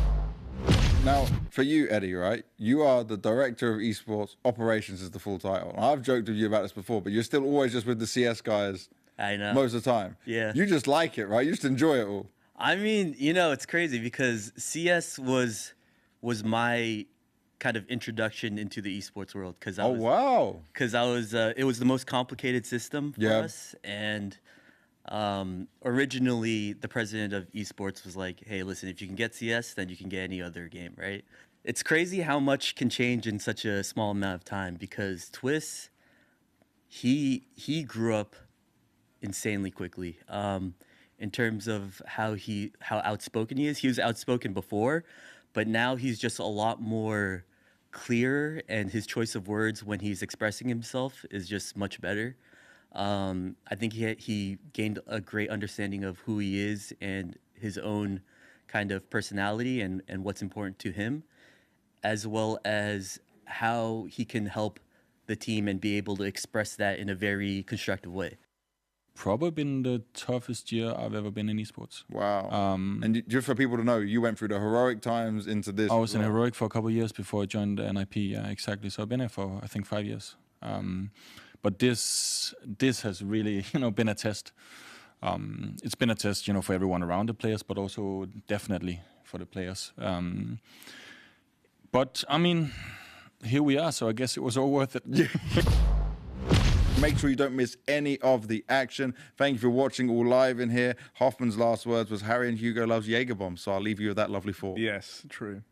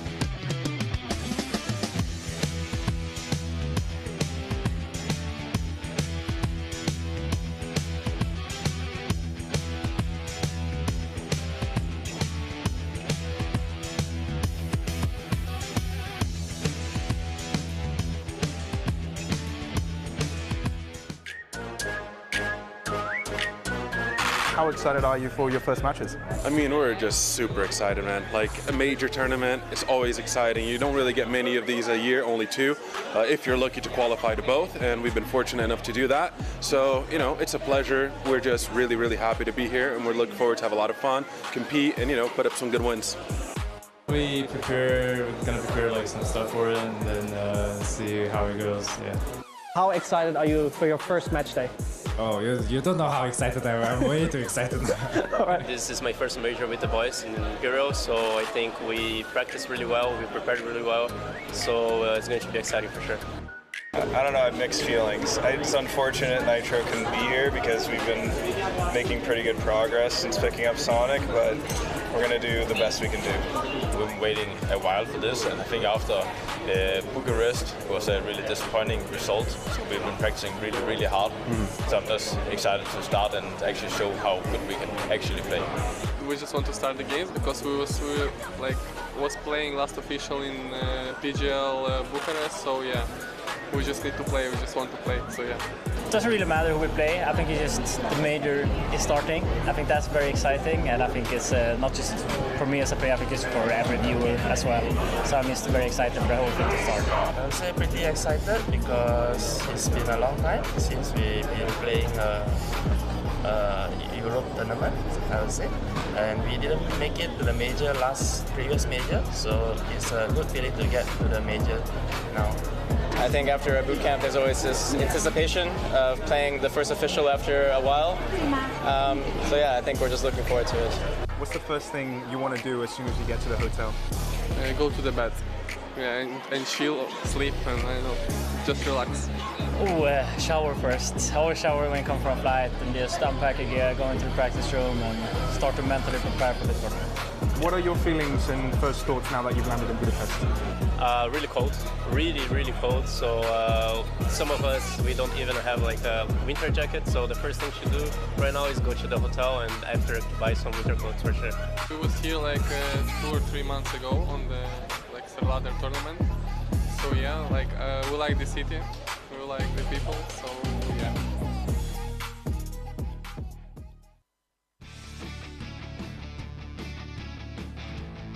Yes, I do. Actually, yes. It was in like a DOS 2 DK tournament.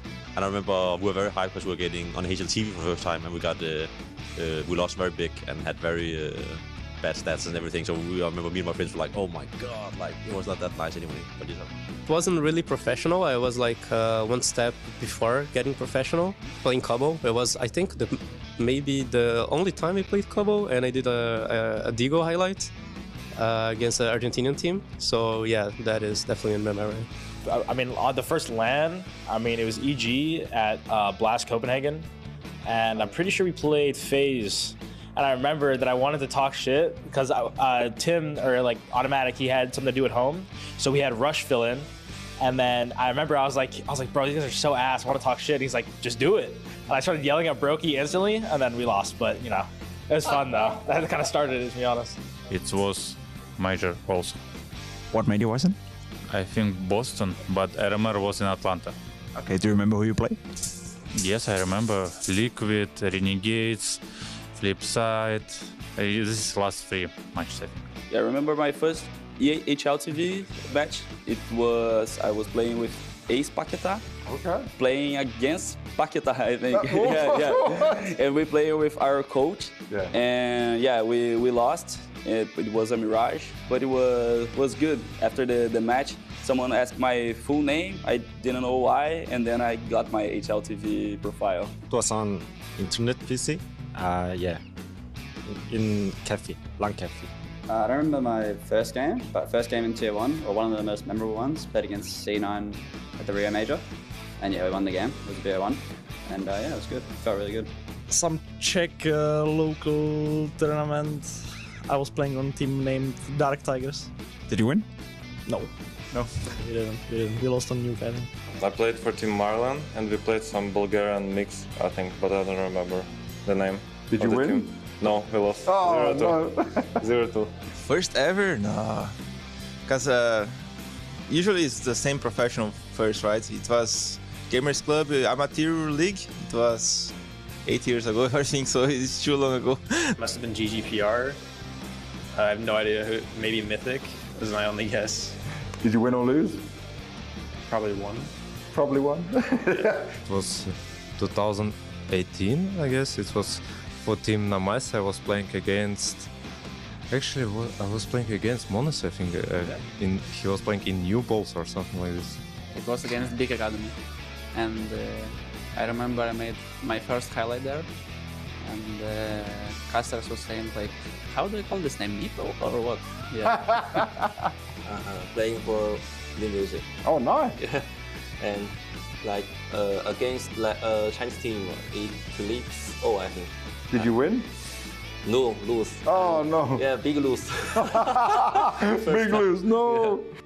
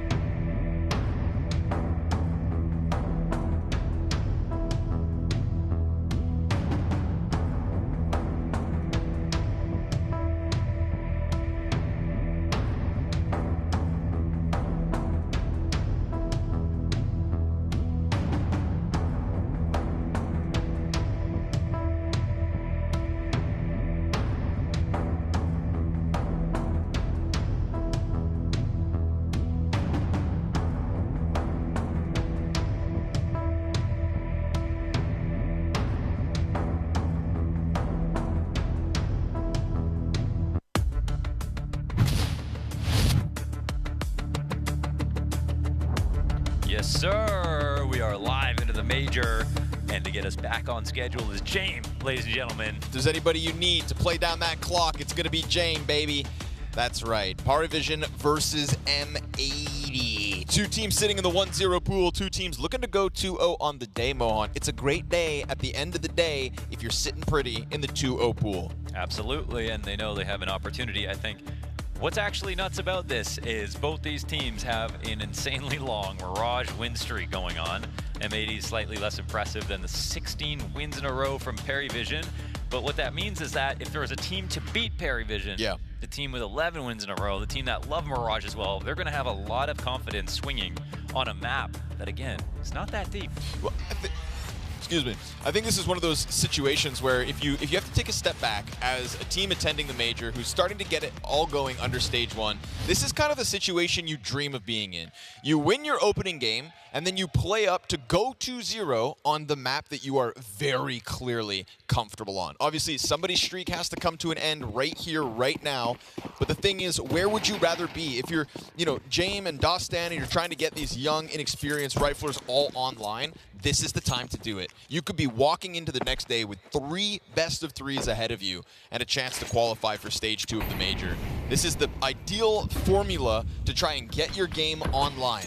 Just one more Mirage win is all Paravision have to be thinking about. They know. And M80, who would have loved to try to overwhelm this B-bomb site, are met by the nade at first. We get the flashes over top. We get the pressure of the utility blanketing this bomb site, and there are so many players here to fight. But it's going to be M80 by the looks of things to get it going. Nada already 1 kill deep into the 1v3. It's a fake plant as they try to flush him out from behind this corner. But this is health advantage for Nada. And now the wrap back around through Market. Careful. Big chance to have killed Hex, who only hangs on by 2 points of health. His support jumping around, but Slacks finds that cover, and it's M80 with the first one. That's kind of what I expected to see today. We have this B hit coming in. Paravision ready with the rotations, ready with the HE, so many players there, but M80's exec was so powerful because they love Mirage. So yeah, they're going to be able to win some of these rounds. And this is a strong punch out of M80 to kick off. I mean, again, B-site's already hard to take, but when everyone knows they're going to do it, that's when it's usually a nightmare. And here they are, still finding the kills. How devilish was that from Hex as well, right? Jumping away from committing to the bomb plant twice. So elusive on it. So looking to convert. Scout in hand for James. And Lake's not going to waste any time trying to barrel up into jungle. Belchanok down after his 1. That's a triple kill from the MAC-10 of Lake. Couldn't have asked for a better entry to come up through connector. Absolutely peels apart that A bomb site. Bomb on Swisher, soon to go down, as what's left of Paravision's nowhere nearby to stop this. So I like that M80, again, kind of going to try to take control of the game. M80, to me, are that rambunctious bunch that will just try to kick down the door off the hinges, as we see here with Lake. Storm through, try to ride this momentum. Saw them in the hallways right ahead of this game going live, and they're like, come on, we just want to get at it. Hex is almost still electric, right? He brings that energy to this team. You've got Lake, who has already gone on the record in interviews saying that they were missing sort of a gel guy, somebody who kind of brings the morale and the excitement of the game to the table. Hex, undeniably that person. And I think the gameplay in this second round on Mirage, indicative of exactly what they're trying to weaponize tonight. Yeah, you always get so much energy out of Hex in interviews, and he's pretty much, it feels like the same guy year round. So that makes perfect sense to me, and being able to survive a break is part of the game. Being able to stay focused, it's a bigger test than you'd want in a major where there's already so much pressure, but it's something you have to do, and the team that does that best, who can manage that, is going to be able to win. And I think that's, when you think about James on the other side of it, he's a guy who's just in constant flow state, who's literally seems unflappable at all times. You might worry, okay, is he going to be perfectly focused and relaxed despite some of the issues? I don't know. I'm still a firm believer that James cannot be shaken. We're talking about a guy whose game crashed at the Copenhagen Major, and he was eliminated from the event and just kind of stood up, walked away, and said, He said, that's life. That's life. Yeah. So control what you can control. It's literally, nobody has lived it more truly than that moment. Right? Yeah, I mean, so And yeah, that's kind of, that really is a moment that's telling of a man where you have every excuse to be upset. But instead, he took his time, and now he has found his way back to the major in different colors with a very young core. Majority major rookies lie ahead of this. You know, meanwhile, M80 have been getting their game online at the tier 1 of competition over the last year. Best outing would have been London so far in 2025. Took down a couple big names. Raised the stakes and the expectations for a team that has then gone back to North America, dominated most of the time, but still actually have a losing head-to-head to the likes of NRG. Yeah. You know, and they've fumbled recently, grand finals versus NRG with a 2-0 lead on that. That's it's actually an interesting thing that happens sometimes where teams are great. You see it in Brazil. We saw it in North America back in the day when it was iBuyPower and Complexity, where iBuyPower were better at home, or Cloud9, sorry, and iBuyPower, but Cloud9 were always better when it came to playing against international teams. And sometimes you see, like, with the legacy situation with Bestia, they were technically not better than them in their region, but would be way better than them overseas. And the other thing about this, and that's, I think, a good sign for M80, and a good sign for the region that they can overcome the biggest hurdle. They know that you need to be better than M80 to show that you can be better. It's kind of the first step. But over here with Jame, I think what's nice about Paravision is, if it's Jame, you know, ever since Electronic joined up with them and it didn't look right, it's sort of like, if he has teammates that you recognize, it's not good. You know, he's got to bring him up. He has a weird system you buy into. We know that now. Yeah, this is the guy that made Norbert a major champion. Yeah, and you see like Fame say, you know, how do you feel about playing under Jame? And he goes, well, I don't know any other way of playing under, you know, any other IGL. And that's when Jame works the best. If you buy into the cult, then you will actually benefit a ton. So I love that it's a bunch of new players. Time to prove you can do it all over again. Yeah, absolutely. This is a team that's coming into the major with a lot of momentum as well, right? Not just on this 16-0 Mirage winning streak, but starting to find some new event form. Obviously down 3-0 at the moment, but M80 up against their first guns as we hit a minute. Yellow's got Sin right in front of him. Flashbang announces it. He's playing in front of the Flames as Lake finds the first and the second again. Multi-kills coming through from Lake are huge. Gave that one back, but that's it. And obviously we're still going to try to end B regardless of that Lake success. But if they take doubling it back, okay. They're on cat listening, so this is actually a problem. I don't know if this is the right idea for M80, but they're going to try. Throwing bodies down from underpass, looking to join up with Lake. That's Swisher, the bomb carrier for the moment. Yellow's been listening to this the entire time. Jame is on high alert, sitting comfortably inside of default. We go down to 20 seconds. Damage on Slacks. This rotation back around gets hurt the entire time. And so it seems all too easy in the first gun round of Paravision. Lake finding more frags as this round has gone on. He's got 10 seconds to somehow collect these last two. But he's not going to take the swing for it. And so that move from underpass back towards A, I mean, read like a book. You have to be careful if you don't control cat. You don't really have that rotation, especially if you have to run. It's just too clear. You know, you could try to fake it or something, but then they know you're going B. And oddly, one thing is, you know, we have that push through the smoke from Hext, and they know that there's a player in that corner as they go running back. Yeah. That was the only thing that could change this is if they can bounce a molly up on the cat, or they can re-smoke it. But that stuff takes time, and they were really low on that. So fearful of that stack over towards the B site. They try to transition it instead, but James was comfortable the entire time. Rocking a hard place. Where did Lake get his kills, though? Was it the A site? Connector into jungle. Yeah, okay. Or window into jungle. And that just may have been a spot where it wasn't necessary for Sin to push. All he wanted from there was map control.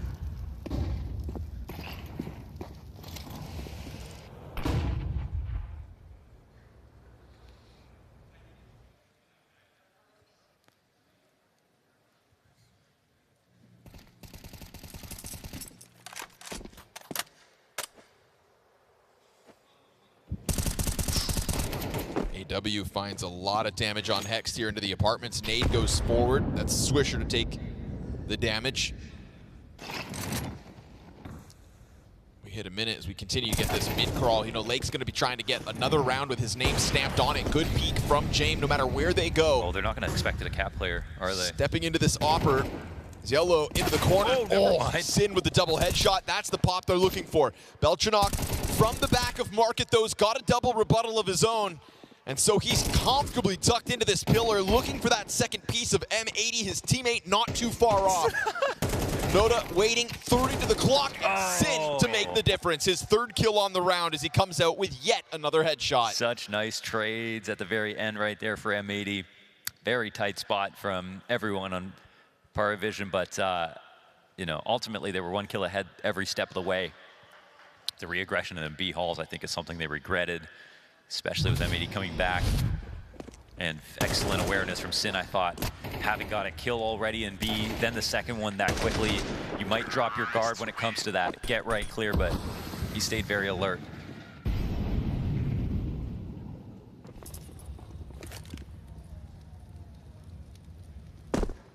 Sketchy spot money-wise now for KRiMZ. This is going to be another early test. We saw it earlier today versus the Huns as well. Huns came out of the gate swinging, put KRiMZ on notice. Obviously, they are the ones sitting in the 1-0 pool.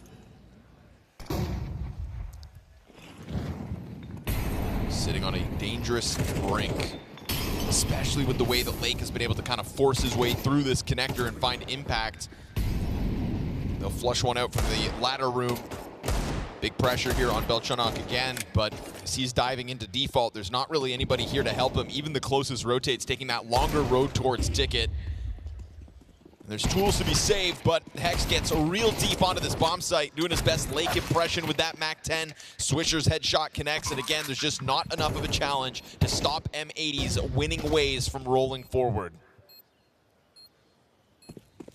I love how they're controlling things right now. I mean, they look comfortable. A couple of slightly close spots, but that's it.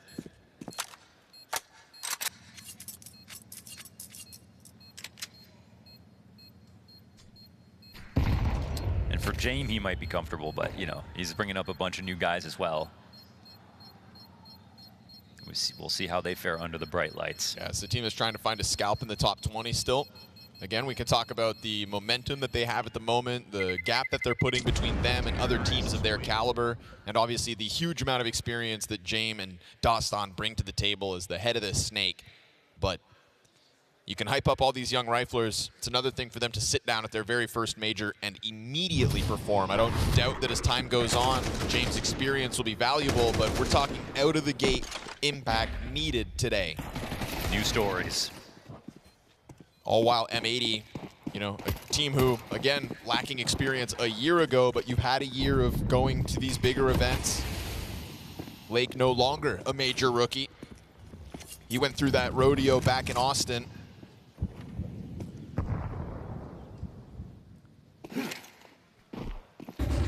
Flash has come over top. Belchanok straight it out.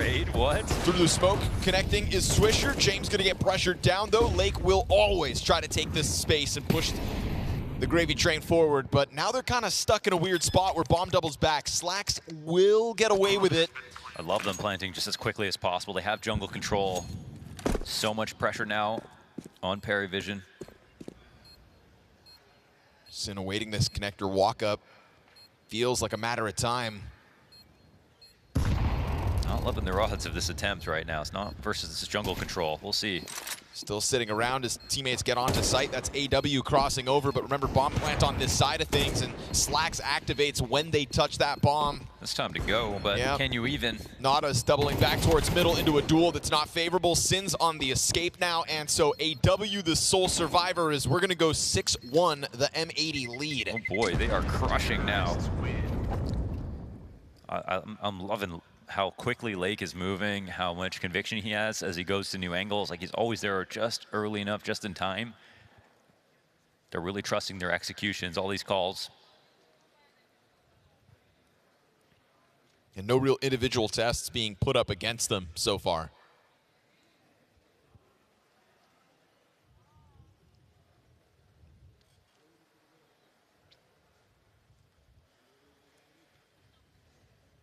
Streets know the best Mirage players in the world are playing in North America.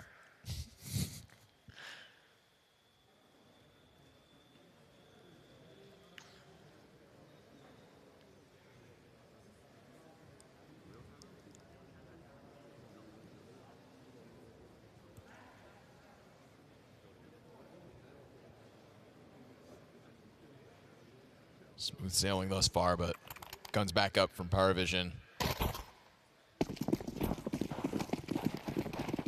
There's been a lot of explosiveness so far from this T side. Those sudden pops into A, fueled mostly by Lake. Now going towards top mid. James Test is in front of him. If they're trying to weaponize James being the solution to this pressure, I think he was, again, one of the more stable pieces in their first match as well, in terms of kind of stopping the bleeding that came out of the gate as the Huns took over quick. But he goes for that duel, walks away damaged, 47 health on the Opera on the fallback. They'll throw him over towards that ticket booth instead, as yet again M80 trying to take a look towards B once more.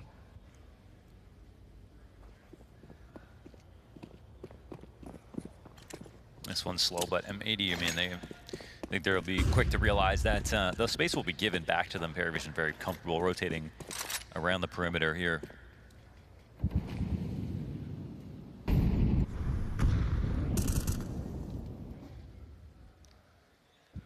I mean, there's so much pressure on B.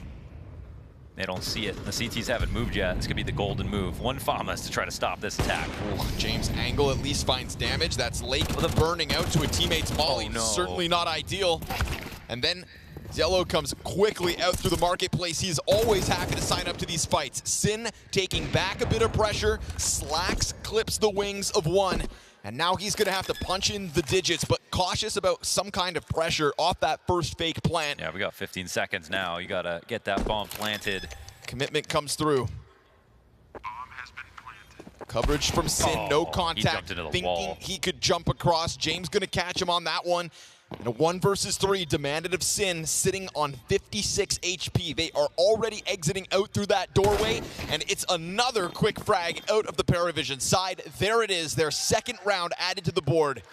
Yeah, that was quite nice. I mean, I guess the one thing that made that different was without connector smoked. I don't even know if they needed it open, but it felt like they had full vision, and that allowed them to opt from defaults, push some pressure on Cat, and obviously this team Molly is kind of unfortunate after that op tag.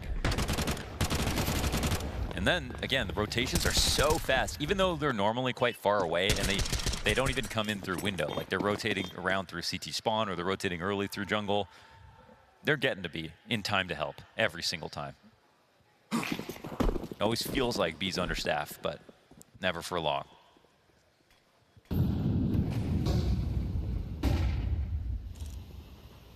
Don't have to be there all the time, just have to be there at the right time.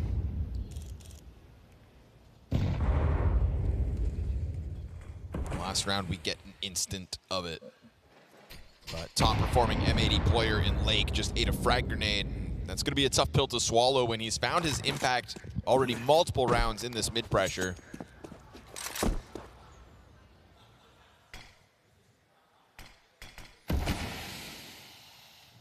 His explosiveness comes from his confidence. He's had it since he hit the Tier 1 scene.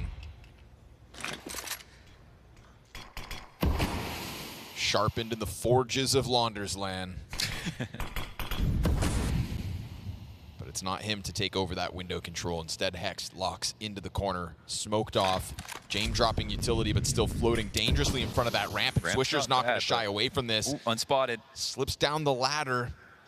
And he's going to find a blindside moment here on James. Nada returns it with a bit of con control. That activates Hex on the edge of the smoke. Fire burns him out. And Slacks ends up catching him with the op. Fast move from AW, though, through catwalk. Did the bomb jump back, or it has to be thrown? Dropped over towards triple. It's all good. Lake with the bomb plant. Flashes to try to pressure this, what they know to be at least one player coming in through connector. What they don't know about is Yellow working up along that bench. And, oh, it hasn't been caught, but Swisher slides right back into the action. AW's gonna need a second and a third on this round. One more spam. Oh, it's right there. Barely off the mark. Swisher still standing tall. Tries to keep himself tucked in and looking to dodge that op cover. Now he can cross over. AW runs it down. Gets the headshot inside of that flashed moment. Doubles back towards ramp. Oh, and he gets all the kills, but there's no time for this. Well, it's punishing on the economy, but that's all it will be. Nice try from AW here in the clutch. That was damn near impossible. That one flick, second kill on the outside of missiles is so ridiculous. But the take overall from M80 is just amazing. I mean, every molly landing into place, the amount of pressure they put on every single player here, the walkout that started with Lake getting the entry again. These are all things you want to see. You can see why they've been beasting on Mirage lately.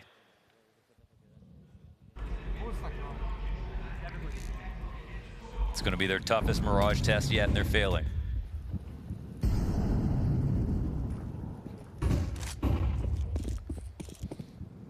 Double op setup is an adjustment here for the CTs, and quickly into the potential first kill.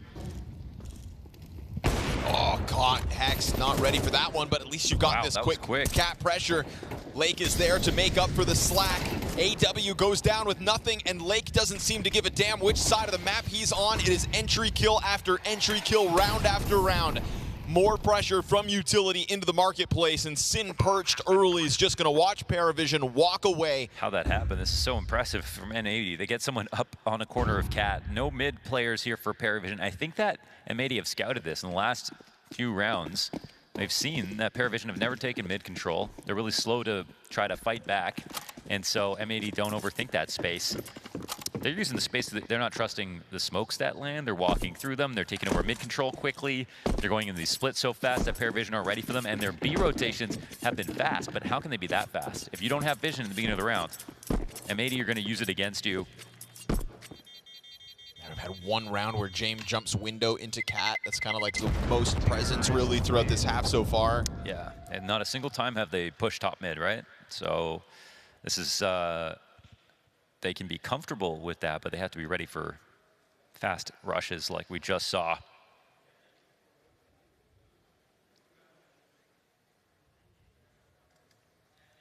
Very quickly, this game getting out of control. 8-2 the lead for M80. By the looks of things, going to change it up with a fast tempo towards A. An all-in execution inbound. What's the defense taking form? It is Belchanok just kind of stuck. Hiding in a corner, cowering, and covered though. Good helping hand out from jungle. Big triple kill. One of the bigger individual moments so far from Paravision. Will it be enough? Still some fight left in M80 as they get rocked on the attack. Challenges, smoke gets popped open. Slack's waiting to get vision over top of stairs. Beautiful adjustment into Nada, and Jane doesn't get the trade back. You've got two M80 players stranded for a seemingly second, but down over goes Slacks again. Pressuring Jame out of this one. That's going to force him to reposition towards off the window. And Slacks on the hunt as Sin fakes the plant. They're not actually, I think, going to leave totally, but if they do that, they walk into Jame. The bomb is facing jungle right now. Oh, and this is an invitation back. They have a connector player, so that's something. Slacks doesn't have a wide angle though. Sin gets off of the plant, gun now in hand. Jame holds this corner, just welcoming this peek. Sits and knows he has to go a little deeper, will do so to no trade frag back immediately. Slacks 36 health, concerned about the second CT. Where'd that smoke pops and bomb? That's gonna open it up for AW so that he could just jump on bomb. Now, he's not working with a kit. I think they know exactly where he's here, but he's got to get on that with a 10-second defuse. Doesn't cross over. As soon as he shoots, though. Slacks needs to hit it. One more chance as Jame covers. He hits Jame in the front. Defuse almost done. He'll get it. Just as the smoke comes up, playing down to the wire is AW, but it's a round for Paravision regardless. It's worrying for them that it takes that much to get a single round, but at the same time, like, M80 are just ultimately running out of ideas. So much of the things they've tried have worked so well. They've had so much success on both A and B, like the different tempos. Like, I think Paravision are just happy to get one on the board. Maybe a little frustrated at the overall score. Their recent wins have been mostly single-digit losses for their opponents, so it's definitely, I'm sure they're feeling a little shell-shocked. Nice try, Slacks. Honestly, that shot from Slacks was so close to finding the player in the backdrop too, but there's that fast mid defense. Quick into the action, this time signing up for the fight on their terms and signing up very quickly to a close here in the first half. It is a bloodbath as far as M80 walk out into Hex with an just impossible 1 versus 5. Fire at his feet, smokes that off, finds himself on 40 health, and the utility just comes over top. Util pressure as much as that mid-hold. KRiMZ gonna find 2 rounds for the road here as they get themselves a 4-round CT side. The 16-0 win streaks on the line in the face of a convincing M80 attack.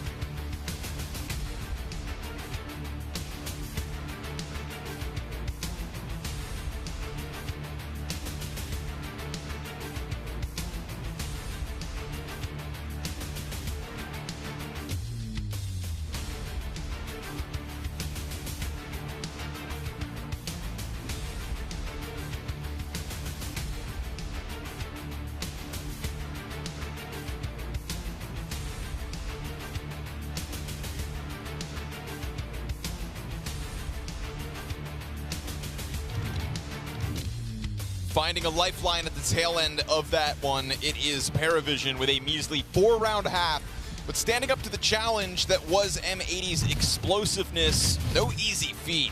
Lake immediately in through connector with the multi-frags, and Hex called on when he had to deliver does, but still M80 gonna be finding some comfort in the performance of that first half. And overall, there were some good notes here to talk about with KRiMZ, for sure, ending strong. And I think because they've seen nothing but victories on this map, they're going to hold out hope.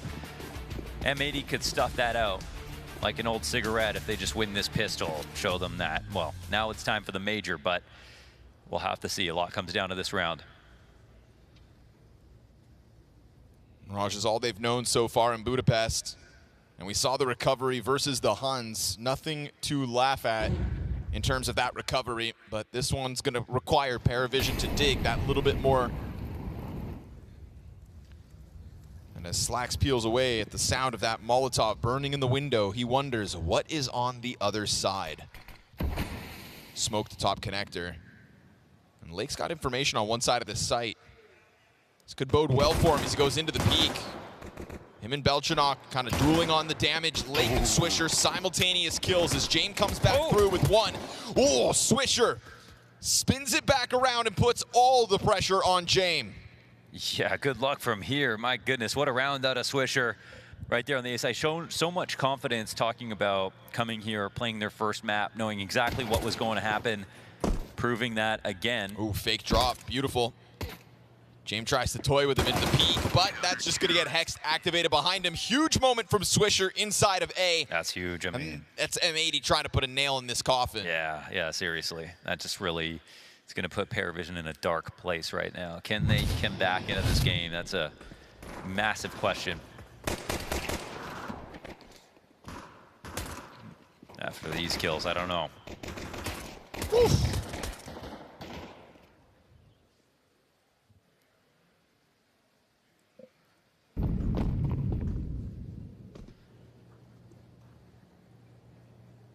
Feels like M80 gunning for the shortest road to victory tonight. That 2-0 pool awaits them at this point.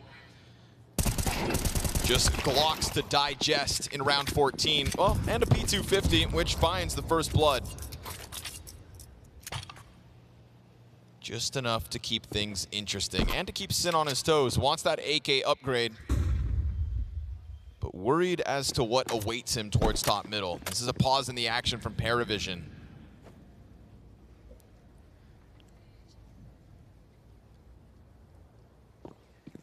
Not fun to be in this spot, losing and having to save like this. And, well, CTs are in a great spot just to crush, and they will. Catch everyone on the cross. One Glock left, and it goes down. M80 have a lot of reasons to be excited right now. No space given over, one death, so be it. That's an MP9 chucked away. All the rifles move out for M80.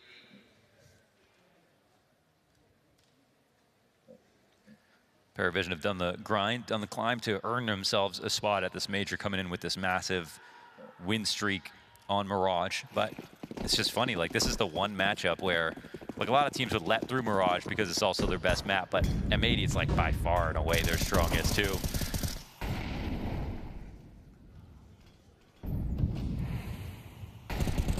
Awesome, they can prove themselves versus a team that has been this long undefeated.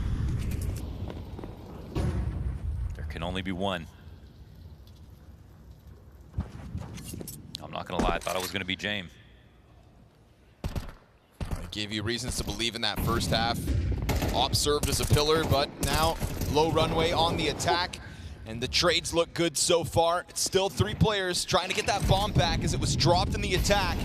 And so there's a bit of a recovery that needs to be done. That second Palace attempt comes through, and bomb will be planted default with a bit of control towards stairs in the form of AW, but a frag exposes him on the cross. Big time.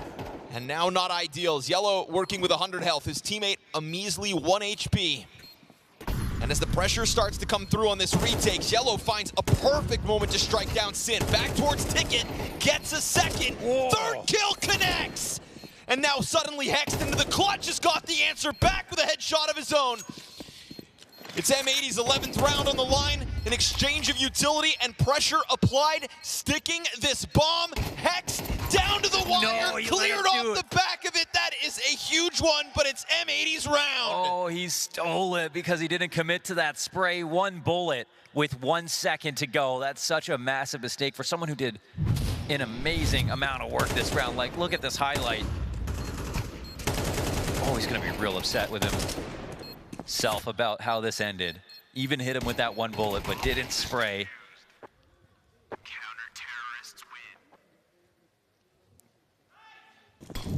Nasty robbery and disgusting opening. We go op shot for op shot towards top middle.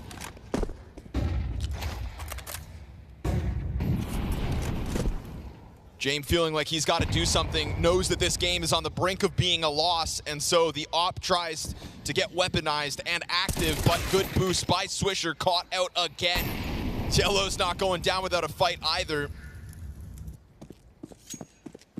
And so man advantage established here for Paravision as they take over control, but what they don't have is a bomb. It sits top mid. Yeah, it's quite far away. I mean, their Palace guy, you know, he wants to be here working towards the ace. Everyone else out in the open, if they get kills, then they'll buy themselves time to go and recollect this. But it's a little awkward, actually, like with how far forward everyone is, and they might now be starting to realize that this is an objective-based game. Push off of Cat could ruin everything.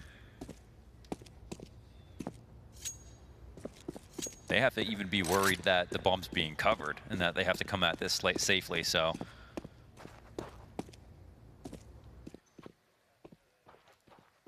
Luckily, they even have time to do that. M80 just wondering why they haven't planted yet. Gonna realize they missed something in the process, but at the same time, boiled down to no survivors in the round win prior. No 2 guns valuable in this one, and yeah, risky business, but it is M80 nowhere to be found. So good on James to get that trade frag back towards top middle, right? Battle of the Oppers queued up.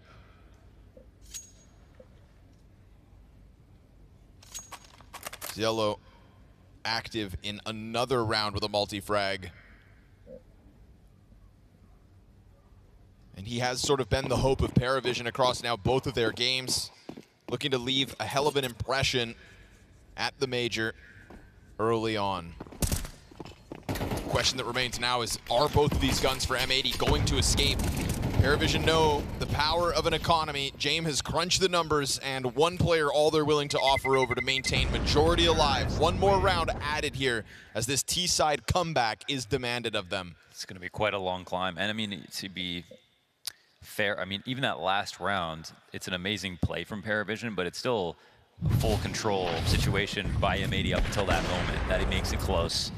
So it's not been much of a scare so far. This is just a solid round to kick off what could be a slow climb back. I mean, even if they don't pull off 10 rounds or something, I mean, most of their games are so one-sided. They've just never been in this spot before, having to come back at all.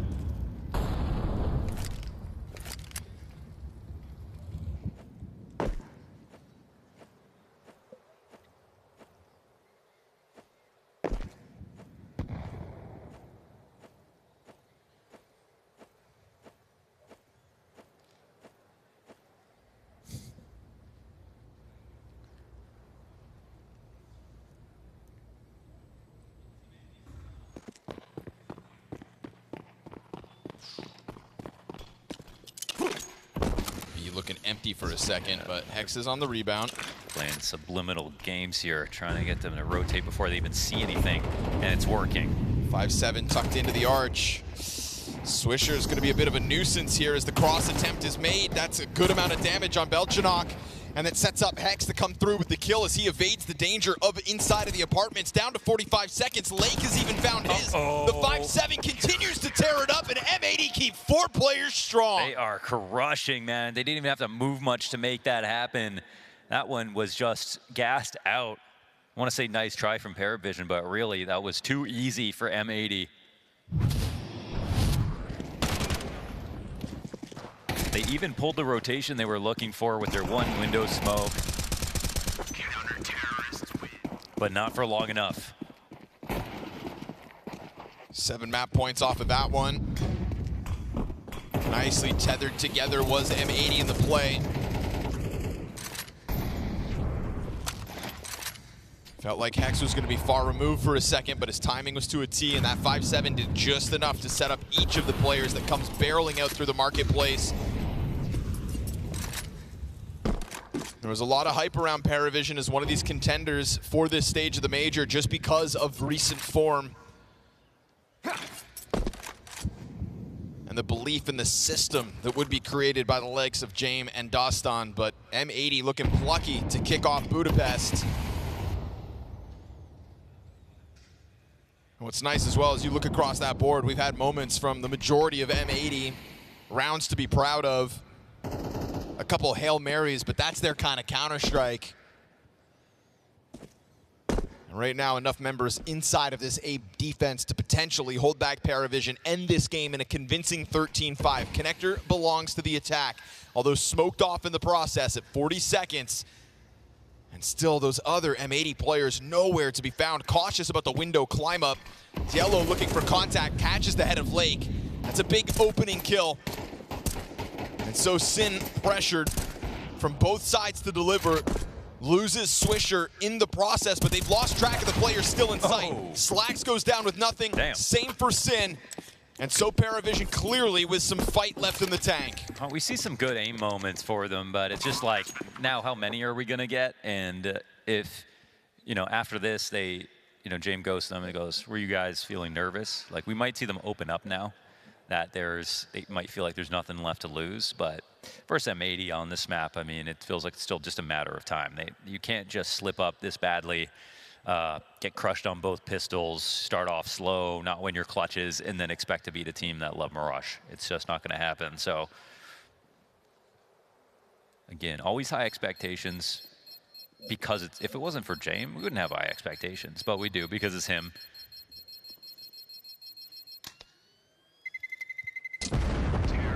He's already got one of these majors.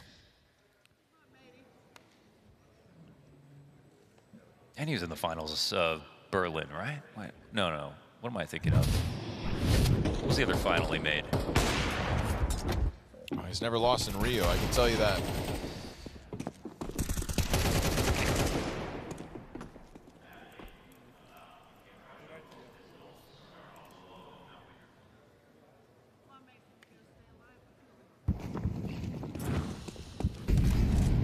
Yeah, Avangar second place.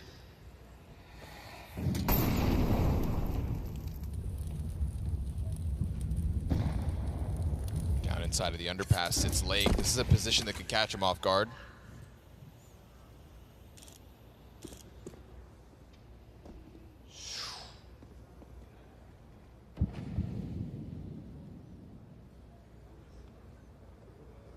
Floating in the no man's land, but it's AW from underpass to connect it. So man advantage, Paravision, as they claw their way kill by kill back into this game.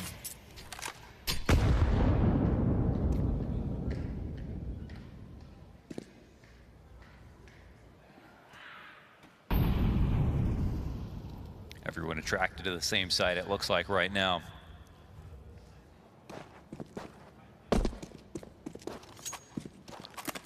Could be the right gamble.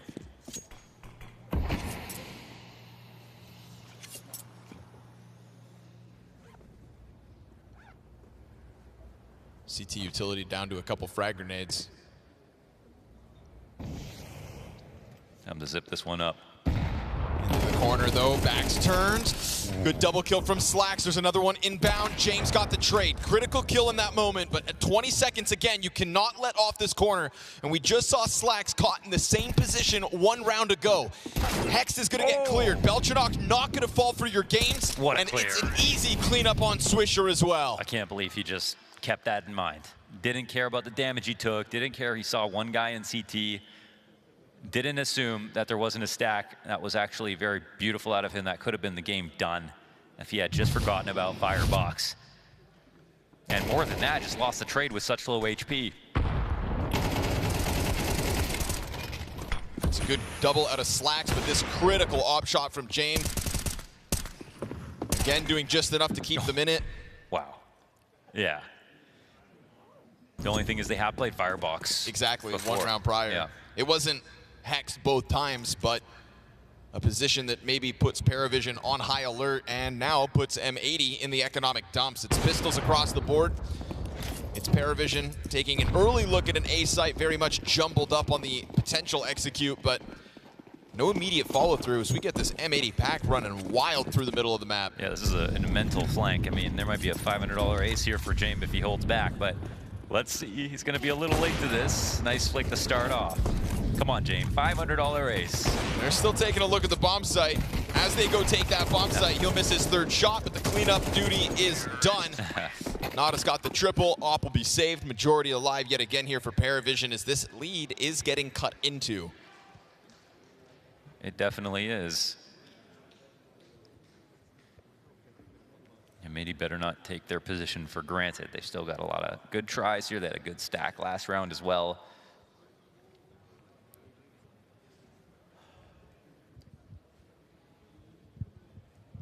Paravision know they're up against it right now. I mean, you know, getting through the stage is one thing. Getting through quickly, though, oof, that feeling. You got so many days off. You can just chill. You can boot camp. You can do whatever you want. Saving energy. We heard when James completed Rio that it was so mentally taxing up until the very end that, like, you just needed days to completely unwind because it's just so much effort you have to put in preparing for each and every single match. And I mean, there's probably IGLs out there that aren't putting in as much work, but you know, between him and Destan, like, he made it very clear It's a Big fight top mid. We've got the CT's charge coming in. Flashes and challenge onto Nada, but he survives that first duel versus Swisher. Anybody else want a piece of this? No. He's given a chance to retreat. Oh, Sin distracted with that climb out through the palace. That was good. It's great audio, bait, and suddenly the switch out through the smoke push. And so Paravision coming through with a convincingly timed play on the A site. And that would have gone down, I think, similarly, regardless of whether Nada survives that top mid fight. It's just even icing on the cake, the fact that they hold off the top mid duel, and then that A commitment looks so smooth. It's those small moments, yeah, you got to be careful because Swisher clears top mid, but it's a little shoulder at the end. It's not seeing that, you know, the flash worked and there was someone there. They were just hoping it was totally clear. And the bait and the spacing on the A ramp push, if you know, to the untrained eye, looks like, oh, he was just randomly walking through the smoke and got lucky. No, his teammate was running off the balcony. That was definitely going to pull it down. Whoa, whoa, whoa. Okay. Leave it to Hex to try that. With the kit, of course, but all's good. They leave one over towards site. James not letting that go down. I'm sure he had a good line if he won that round. Welcome to the dystopian present. Just kind of gives it that little shy shoulder look. A really nice bait and switch. The missed op shot makes that all the scarier, but it's a couple rounds now where Hex is just on the brink of something special. Oh, good damage on Lake. That's surprising that he survives that. I mean, even though it was through the floor, how did that not kill him? Is this the round that you really want to miss your window smoke, though? It's on purpose, is the thing. AK sits behind it. I mean, this isn't Slacks with nothing to play with.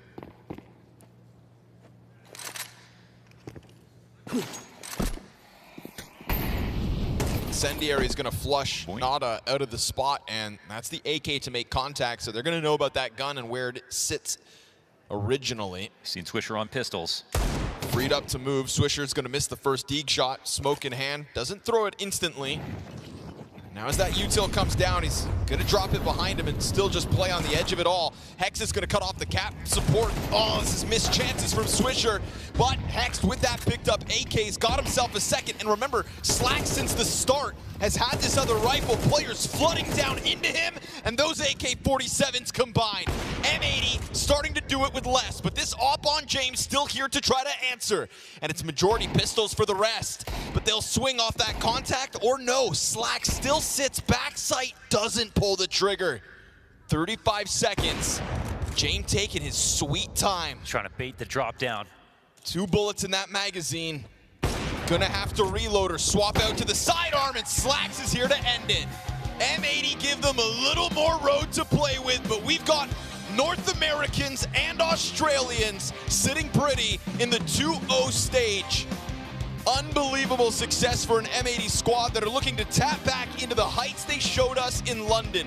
Promise is the name of the game for M80, and Budapest so far has been their playground.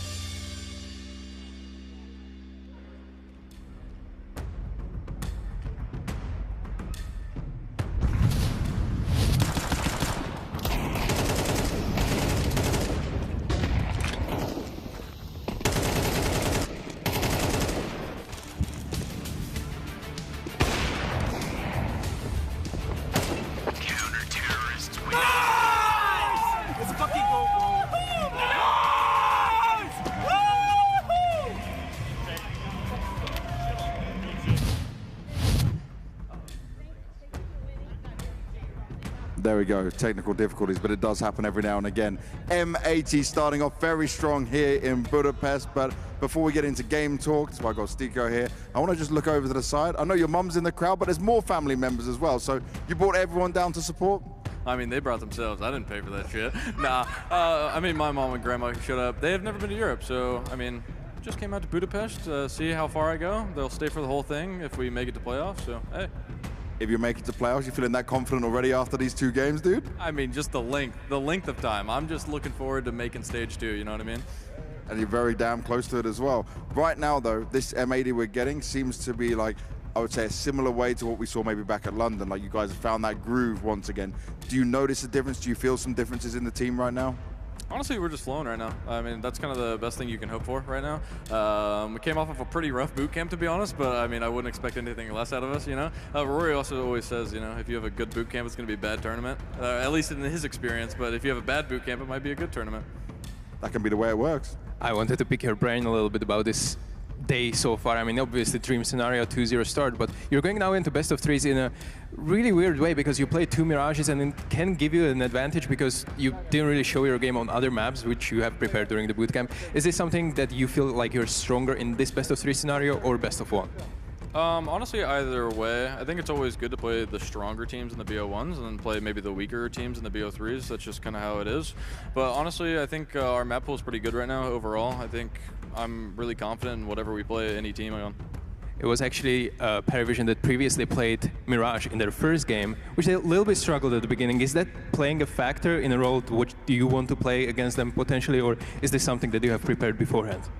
Honestly, we didn't even prep them. I mean, we didn't know who we were going to play like when we were leaving. So we were sitting in the game. Obviously, the tech issues happened. We didn't really know.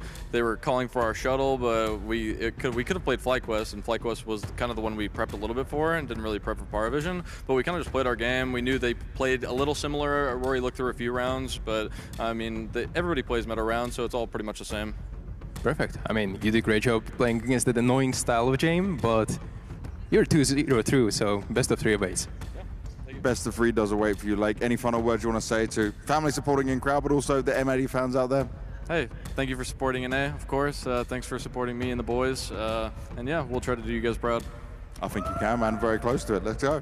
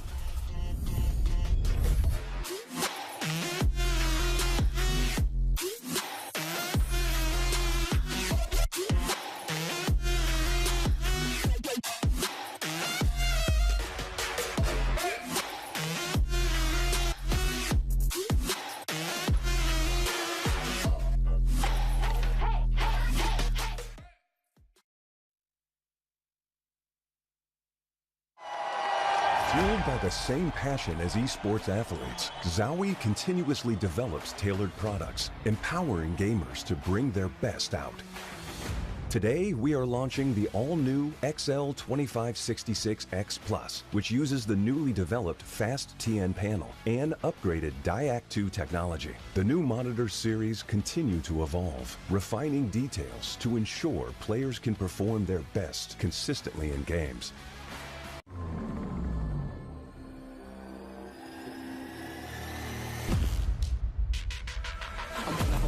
I'm shooting my shot and I'm already grinning. You know that I'm one of them, one of you sending. You know you've been cutting, you know I'm ascending.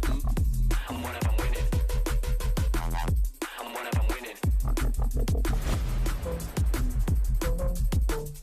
I'm one of them winning. I'm one of them winning.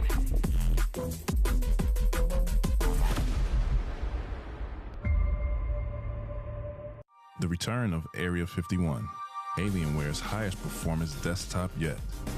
Equipped with powerful Intel Core Ultra processors. Innovative architecture designed for ultimate gaming. Engineered to evolve alongside your game. Encounter the legendary Area 51 at Alienware.com. Where are you playing the best of these matches? attack will you pull out the clutch? Where you'll be testing your deadliest thing? Where are we perfectly training all day? Ready? X-play, X-play, X-play, X-play, X-play, X-play, X-play, GG!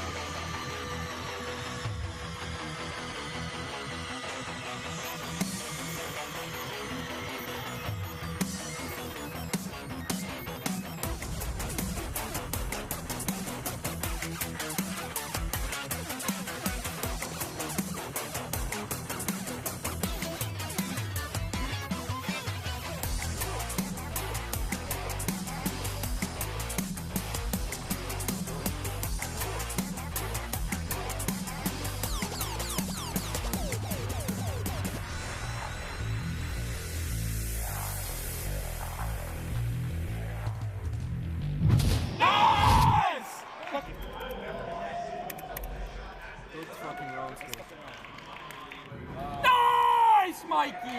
Insane. Nice! Nice! Let's fucking go, bro.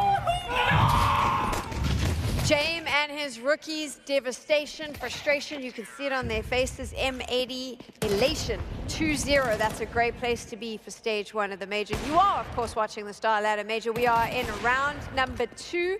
These teams are playing their second best of 1 for the day. And I kind of think that maybe, and Devilwalk, you can correct me if I'm wrong, M80 had the upper hand here just from LAN experience alone, maybe. They had that big delay before they started, and then they came in and they just know how to play on LAN. They know what is needed of them, and Paravision didn't have answers. Yeah, I mean, they looked pumped from the get-go, and they just went into the game. They did what they came to do, and it looked like it put Paravision a little bit on the back foot. They were a little bit insecure. They weren't as, you know, head-on in the duels. and a bit sloppy at times when they started. But they grew into the game slowly but surely, but it was way too big of a start for M80, for Paravision to kind of catch up. Yeah, and we've kind of seen that happen in both these games, right? We were talking about the way that both these teams opened up the matchups, and in round one, M80 had, again, a very good start. Then they struggled a little bit with the closing stages, but I feel like this is where we can start addressing that conversation about this team having that LAN experience that you mentioned, right? This is a group of very young players, bar Slacks, who's been around for a while, but everybody else is very young and they're still able to contain themselves very nicely. And in other situations, you'd probably see other teams struggle to close out these games when they lose a couple rounds in a row. Someone on the other side gets fired up like Cielo did, like James did. They were still able to close it out. Yes, it was with eco rounds and half-buys that they were able to convert, but it's still something to be very happy about in the end of the day. I do want to call out a specific round which I thoroughly enjoyed. I mean, I know that you mentioned the size of Hex's appendage during that whole incident, but that little defuse, that was quite a fun one to watch. We don't have it, but I'm sure you can walk us through it. Yeah, absolutely. So that was one of the closing stages of the game, right? Paravision were starting to bring it back up slowly, and Xelo had that phenomenal sequence in towards the A-bomb side. He was able to get 3 kills in quick succession with the AK, moving towards CT, and then Hex is left in a 1v2 clutch. He's able to kill the first guy, goes onto the default defuse. Xelo's jiggling and shooting at him. Hex just doesn't let go. He's just staring at him, sticking the defuse, and this is where you could see the difference between the LAN experience, right? And it's very interesting that Xelo was the one in that situation because he was the only breath of fresh air it felt like coming out of Paravision, but Hex just didn't give a damn about it. He just took the defuse, and as you said, big package play. And there was a couple of moments for Paravision as well. They were sloppy, they lost 2 anti-ecos on that B side, and this moment, combined with those anti-ecos, just gave them no chance to bring it over the line to maybe an overtime, which it started to look like at that end. It did look like that, right? So what was it that Paravision was doing right in that second half that allowed them to get a few more rounds on the board? I think they were just a bit clearer with how they cleared things, how they approached the bomb site, the scaling into the bomb sites. And yeah, they just did it very, very well. And they always had the trade party. I mean, even the A splits, but James was really patient in the con to kind of get the trade kills. And yeah, they just played a well thought out game plan. The only thing is when they went B, I thought they had a lack of utility when they actually entered in these anti-eco situations. I think we talked about it. They had 2 mollies, they pretty much went in dried. M80, they had a full gamble there and could just pick them off in the awkward kind of fights for them. I think probably in the end of the day, the things that if you're Paravision, you're going to be reflecting on are those slow starts, right? Because we're talking about the half-buys. In the end of the day, you do drop those 2 half-buys, but the only reason that you were not left with any leeway after these unfortunate circumstances and towards the B-bomb side is because of how few rounds you were able to win to begin with, right? You get only 4 rounds in the first half, then you start the second by losing the pistol round. They just didn't give themselves any room for error in that second half. And unfortunately, when you have those good individuals on the other side, and when you're lacking in experience a little bit, and as we said, some of the executes are going to be a little bit sloppy, and sometimes when there's a hero rifle and a pistol, when you lose one guy, you lose a second, people are starting to play not to lose the round and not so much to try and win it. I mean, they became hesitant, right? They started to kind of think in their mind that one more mistake and we're out, you know? And that's not the way to play Counter-Strike. On the other side of M80, they were willing to take risks. They were willing to put 4 people on the bomb site, play their side out in a very creative fashion. And I think at this point, that's kind of the answer of why M80 were the better team in this. They had the confidence to change and adapt to what happened in the game.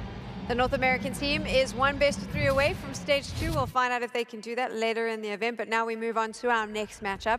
Fnatic up against Flaxo. I'm just going to say it, boys. I know Fnatic won their game, but I don't think it looked convincing earlier today. No, it absolutely didn't. And I feel like there is something funny to the fact that they need to play Red Canids and now Fluxo, 2 of the Brazilian teams that a lot of people were riding out. Because we all remember we were watching that game against Red Canids in the green room, and we were just thinking, man, if it wasn't for KRiMZ, they probably would have lost that map, right? And this is not the level of comfortability that you want to see out of a team like Fnatic. Guys like blameF, who literally just played the best LAN event in his entire professional career 1 week ago, 2 weeks ago in PGL Bucharest. You've got Jakasmo, who had a couple nice moments. KRiMZ is not supposed to be the player that goes. I think at some point he was 20-9. But how exciting is it when you get to see KRiMZ pop off? Like, it's a little bit of a throwback. We all get very excited. It's kind of the dream. It doesn't happen often, so when it does, Devilwalk, you got to get a little bit hype. Of course. I mean, he's such a good player, so such an iconic player in this game. And when he gets back into form, you kind of see the old versions of him. Of course, you get excited. You want to watch more of that. But unfortunately, it happens in longer stretches than in the past. It takes too long. Okay, Yeah. we've got the map pick up there. Obviously, we're playing on train. How does Flexo play this? Ooh, this is a great question, because I actually feel like Fnatic is very comfortable on train, and for a couple of months that was one of their best maps. I feel like with Flexo, their biggest strength is the fact that they can be unorthodox, right? They can play ahead of the view util, they can play ahead of the timings, try and catch you off guard where you're not expecting it. What do you think of Flexo? Well, I think they're an interesting team. I think the two pickups they had with Descenti and Lucauso, they obviously really big performance in their first game to get that win over the line. And I think they've added that extra bit of experience. If you look at the last major, they didn't look comfortable. They went in and kind of were the losing team in all situations in the last major. It's a completely different team right now, and they have a lot more firepower, experience. So it's going to be an interesting one. Fnatic up against Flexo. That is our next game here at the StarLadder Major. And so here we go, back at it with another Fnatic dream on the line, Mo, but we're playing Train. And so Train in a best of one, to me, is a spooky prospect. You need another hot start if you're both of these squads, and only one team can start on the CT side. I love it as a Brazilian map, to be honest. I think it always has been, because I think it's the outside yard. It's the where that you can lurk the most, and I think when things get really complicated, that's where Brazil shines. Like, they're so comfortable in those chaotic messes. No one better than Art, of course, to exemplify that. But on the other end, Fnatic, I think they started off a little shocked in that game versus Red Canids, who, you know, they went on to win their next match, showing that they were strong. But by the end of the game, Fnatic had clearly warmed up a lot. They had a hard T side to come back into. They looked really good in overtime, and I think they definitely started to show their potential. blameF and Jambo rocking it with dual Berettas up inside of the brown halls. Kai comes through with a late answer back, but Jambo at this distance just gonna tap away. And so total shutdown for Fnatic. And again, talk about the one team that can start on the CT side. That's where they find themselves, and a pistol win in the back pocket immediately. Yeah, definitely. You know, it was the aim that came together. It was KRiMZ, man. Like, you saw the ace that he made happen in that ancient game, and yeah, and then over time, I was like a nearly 1v3 into an ace for that total climb back, and the way he played it, I mean, he genuinely looked young. He was like hitting these off angles, like it was like a new style of CS, a different style of CS I really appreciated. It didn't feel like an old man game. It felt like he was really in tune with good angles and how to put a lot of pressure on these kids. You know, Fnatic in this spot, CT side, it's a farm round. This range leaning back with the M4, blameF just gonna look for the frags that usually have his name on it. And he gets there. It's gonna be Kai out of this one. You know, you want to talk about how in the outer yard and things start to get scrappy and crazy, that a guy like Art can really kind of grab those reins and maybe thrive within that. I'm also looking to hopefully see a version of Fluxo where they come at those attacks with some solid structure. Right? I want to clean execute. I want to show a varied gameplay if you're Fluxo, because for me, it's very easy for, I'd say most, to kind of write off some of the lesser-known Brazilian teams as we get into stage one of a major, right? A lot of slots for South America secured after Copenhagen. And filling those slots are teams that, well, get written off maybe too quickly at times. If we've learned anything today. What about an early knife? Are we? Yeah. You think? Fear would be the guy. Give us that, maybe. Little money. Okay, or just jump the gun, get it over with. MP9 still making cash, and the upgrade's right there for it. So it's a little bit labored. It takes a little while, but it shows that Fnatic happy to push off sites. Looking to get this job done.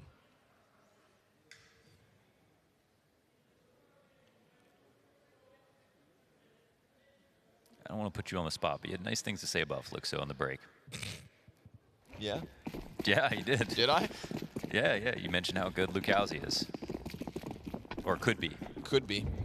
Once was. Once was. No, I was, yeah, we were talking about monster. How on paper, you know, these rosters, I like the pieces. I like the heights that we've seen from a lot of the guys that end up in stage 1 on these different Brazilian teams now. Obviously, you've got Fury at the tippity top with the international injection, but the likes of Pain and Legacy becoming talks of the town. The formula for the likes of Fluxo caught me off guard with their win over Gamer Legion today. Jambo picks up first kill. Again, just at these longer ranges, Fnatic keeping things very clean. KRiMZ gets himself a multi-frag early days as well. Crushed. And that's going to be Zevi down with just the one. Art a little late to the party, but never too late to find a kill at least. But that's it looks like. I mean, the HP left over, one swing, and he is just dead. Single bullet out of this MP9, and Fear's got it. Oh, they don't even know how low he is. So they'll be afraid of him for a bit, but does that Fear cause any problems for Fnatic? Okay, playing so carefully, Art. He's sitting here thinking they have 100 HP. I think I have 100 HP right now, using all their utility and running back. And Fear just, no way he pushes through that smoke after all those. Where'd he go, man? Chances to just take a shot. Where'd he go? Don't let Art get slippery, but I mean, there's no chance he gets this bomb planted. I mean, he's lucky to get a save. Bomb down inside of the B site, so save is all that's on the cards. Kevlar AK smoke grenade, not a bad place for Art to be in, but that felt like a well-prepared B-hold for Fnatic. Again, kicks off with the AWP at a full distance, then KRiMZ pressed up against the close wall, catches them as they try to run in while the AWP's on cycle. They try to transition into just a close game, and well, KRiMZ is ready to step up to the plate in that one. So I think you nailed it, right? There was definitely like a powering up going on for Fnatic in their Ancient game earlier today. Yeah. And now a map that, like the desk highlighted, this has kind of been like home turf for Fnatic for some time. They were happy to play it early days. Plenty of reps. And an excellent start for this one. 3-0 strong for Fnatic's CT side. That was an inspiring round. Careful though. Covering each other really well. Sudden bout of aggression. We get Jambo in with good damage, and that's, I think, a confident-looking Fnatic, right? KRiMZ was taking a flirt with the top of top ramp. He's got to give that AK away. Come on. Hit by that op in the legs.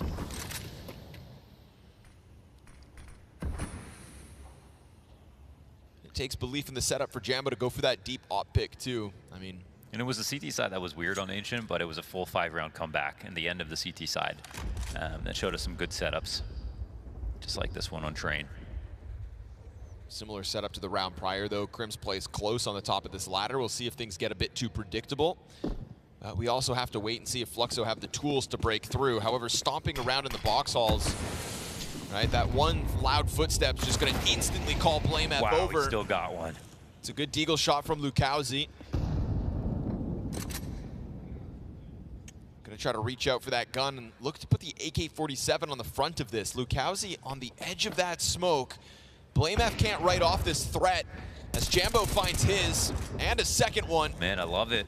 It is an excellent hold inside of the site yet again, and then Fear quickly to the back line of it all. Fnatic stepping up to this test and passing with flying colors. You're getting like the creative positioning, I think, that makes a player so hard to find. You know, someone coming up oil in a post plant is an obvious move. Someone holding from there at the beginning of a site exec, that's a little bit off. So, you know, the way they're refilling spots, coming into CT positions, KRiMZ is on a tightrope, walking around that smoke and finding a small angle to work with for the spray down on upper, but they made good use of their extra players on B. With that kind of pressure, I'm wondering what Fluxo are going to try to do next.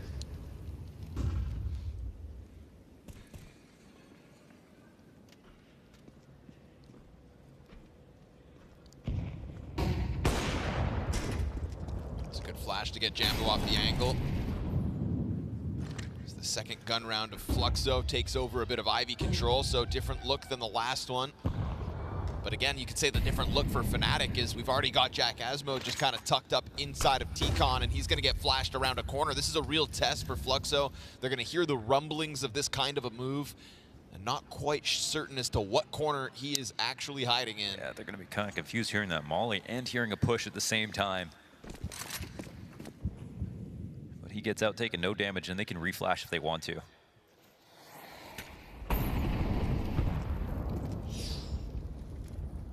Descenti may not be as far away as Jack Asmo thinks. It's getting so late into the round, it sort of feels like he doesn't care if he trades down and dies. There's going to be pressure on Jambo. Good flash from Art. Gets the Senti in with the first one. Jambo with the missed jump, but not fully punished, and trying to go back onto the angle. Fear's going to milk this for a second. Oh, this might work out well. Oh, he knows there's a second up inside the T-Con. Pinch from both ends. 20 to the clock. It's KRiMZ blameF to have to step up in a 2v4. KRiMZ's got a nade dropped on him. Half of his health gone. Bomb able to get into position on a quarter health. And blameF reveals himself. Not close enough to stop that plant. Fluxo squeezed their way through. That was there was a few moments where they could have brought that back, but honestly, a lot of issues right there for Fnatic. However, blameF, he still has. I mean, come on, you got to try. Nah. You do have to try this. I mean, you have so much money, you have a kit, and it's literally only a 1v2 now. If there was going to be a situation, I mean, the only thing he's missing is maybe a smoke, but all right, I'm sure if it was anyone else.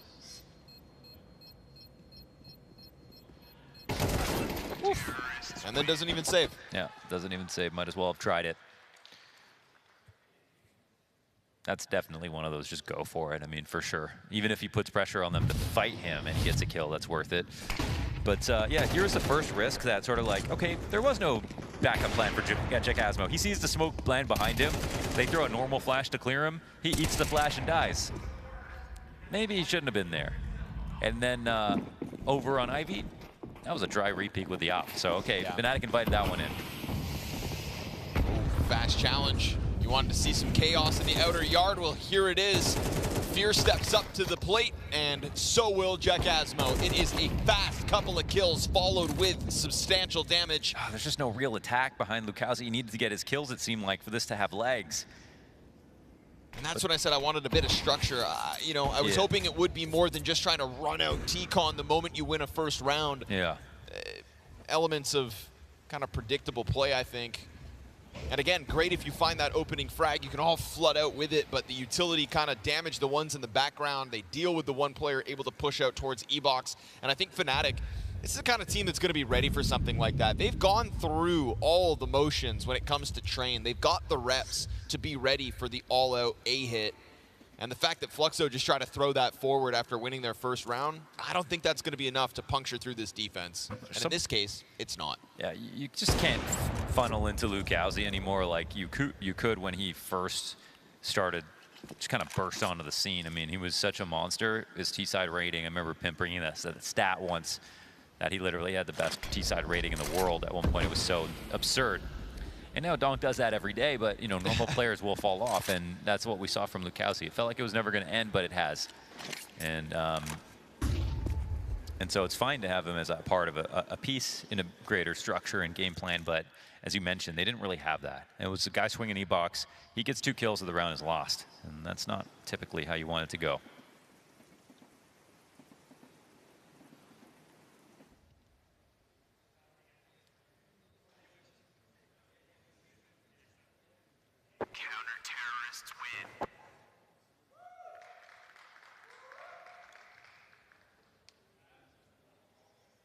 Back to the drawing board. If you're Fluxo, you get your first round in round 5. Quick answer right back.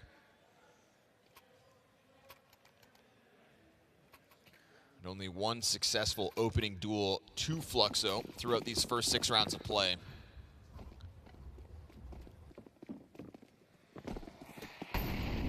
Coincidentally, the one round they win, Zevi's got it. Clips Jambo's wings quickly out of the gate. That op posted. The better of the 2 weapons saved in the last round, and they instantly go and weaponize it. Like, I would much rather those kinds of opening moves outer than trying to throw Lucasi out on E-Box, potentially losing the round in the first 15 seconds. So nice to see an instant change up from Fluxo and something that nets them another opening kill. Lucasi then, given a bit more time, will find blameF. Art's got one of his own as well, and across the board, it's just Fluxo players coming up with a frag apiece. Yeah, there's nothing now, and KRiMZ has let one sneak into the B site, but it won't matter at all. CT's in a spot to just hope to try to save. They hope this bomb just gets planted and they're left to their own devices. Descenti will come and find him.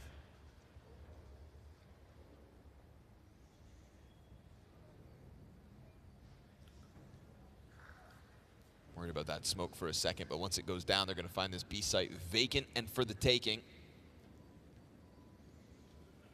Just barely missing KRiMZ every time he takes a new position. KRiMZ's been walking these hallways for a long time. That's right, yes, he has.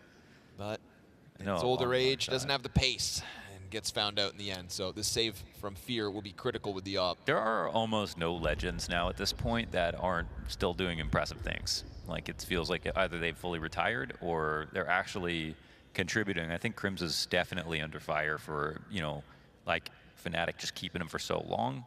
And he has gone through periods in the last couple of years where it's like, okay, you're not even positioning well anymore, or like your spray's just not good enough anymore. But like I mean, what we saw last game, for example, like he has shown really good moments, just straight up across an entire round, across his, you know, the ace that he's put up. And while those moments will be rare, if he doesn't ever have a spot where he looks totally lost, then he might be a huge contributor to a team that has a lot of younger players. He might have a perfect spot, you know. And maybe you think a guy like that eventually has to become an IGL or they're not useful. But some guys are never going to be good IGLs. It's better for them not to do it. You know, play until they can't, and then that's it. And maybe here's a guy who just knows himself really well. Oops. Even JW's winning events. Over on Eyeballers.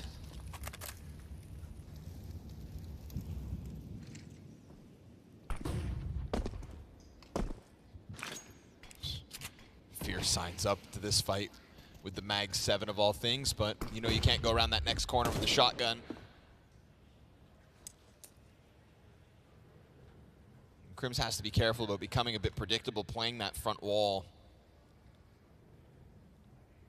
So he'll peel back, let them trickle down into him if the time comes. For now, Zevi stays posted. Fear, you don't want to take this duel. You can't peek into that door with this gun. I need you to swing on this, Fearless. You can't do this. You cannot take a fight potentially at this range. 33 damage dink from 80 feet away, and then just escape into the night.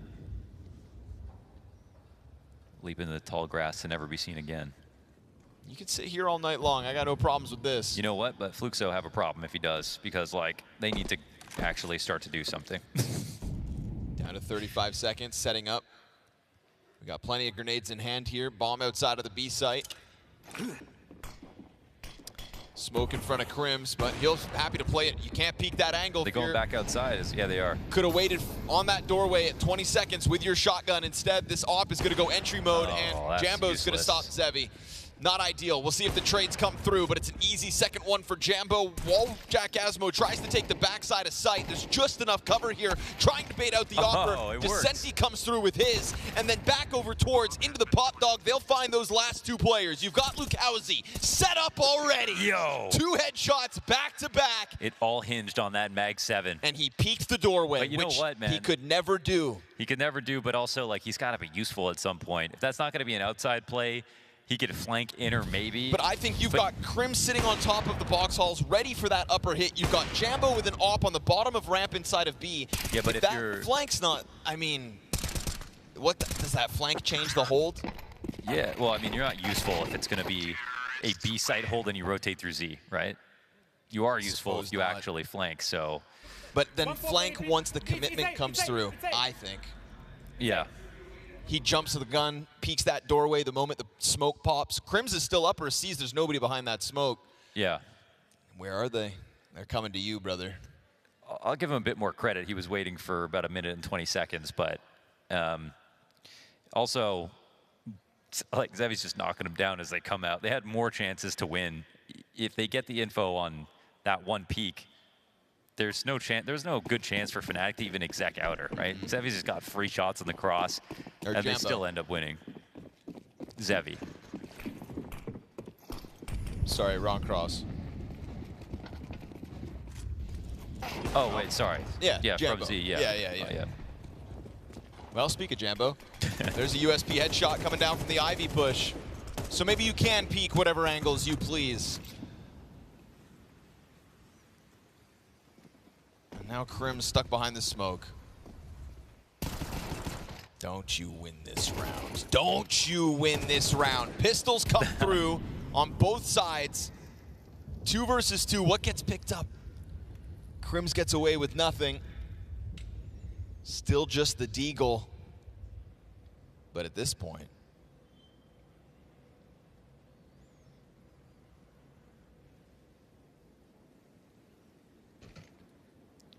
it's kind of tough with the lack of a smoke here to put this bomb down easily. They're kind of a slave to anybody who wants to try to flank, so, I mean, they've got an open sight. It'll take them some time to figure it out.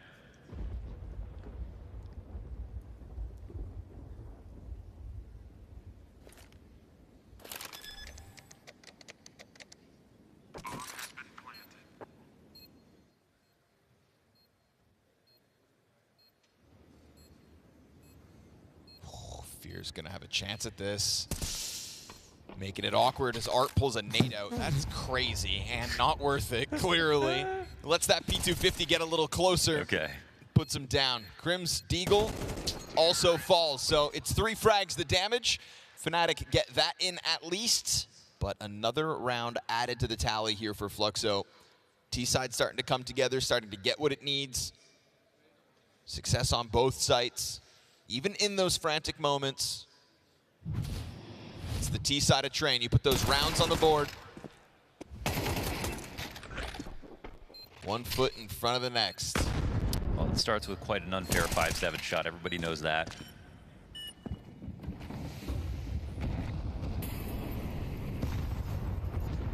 Trying to pressure any kind of pop dog play. Challenge here for Fear, but they are already on top of him on the chase. No way, he got away. Puts a smoke back behind him. He's got KRiMZ to work with down in sight, but this is both of the players on B site tagged early. And this time they do get up through the pop dog push. Missed shot from Zevi. Art's got it covered. All's good. blameF sitting here, lets the trade come to him, and then smokes this off, but has to continue falling back in the face of this utility pressure. Doesn't go all the way towards sight, and if he does, Lukowski was bent to catch him. Instead, Art comes through the smoke, and that's going to be his second of the round, pulling Fnatic apart. It's actually a huge moment for Fluxo. They're going to be able to tie off this round for V2. And as long as lurkers don't get out of control, they are in a great spot to crunch. But, you know, Jackasmo's a fast rotation over to B, but with that clear that we just saw from Lukowski, he's looking to punish exits over on the A site. Jackasmo's just been sitting here the whole time. I think they just desperately want to find 1 kill. And is KRiMZ suspicious of his flank? He is a little bit, actually. He's walked these halls for a long time, Connor. Lukowski gets a little weird with this one. Jackasmo tries to slide out, but it's a great couple of kills for Art. Chasing down blameF as well between the 2 pieces of util. Yeah. That was a dangerous one to go for. Definitely. Absolutely untradeable, except for Lukowski's timing on the other side of Pop. But if Art died on that push... That's what got the kill, too. It's a big if. This one right here. But just squeezes him out. And ultimately walks away with 3 kills on the round. So tip of the hat to Art this time. He does like a little risky move every once in a while. He can't help himself. You know what I don't like is like they are also part of that, you know, old Brazilian style of like getting 2 mag 7s. Ooh, yeah. One of them stuck right here on E-Box. blameF comes out, 2 kills, and then Lukowski shoots him from behind. Second mag 7, you never expect the second mag 7, and KRiMZ whittled down to 11 health. Lukowski's gonna try his hand at this nade, and then get back into the back of the bomb site. It's Art with the bomb, so that's gonna have to wrap around Ivy, take its sweet time. Where are all these crazy late round situations starting so early? 2v2s, everyone's roaming, no one knows where anybody's sitting. And only 1 minute and 30 to panic every time. Yeah, and you just gotta clear the entire site. But in the end, it's just working out really well for Fluxo every time. And yeah, like it's Art and Vinny are 2 players that, well, they came from the same team, but even Fallen and these guys started slowing down a lot, right? Now we see New Furia don't do that, but it's so weird to see that from Brazil.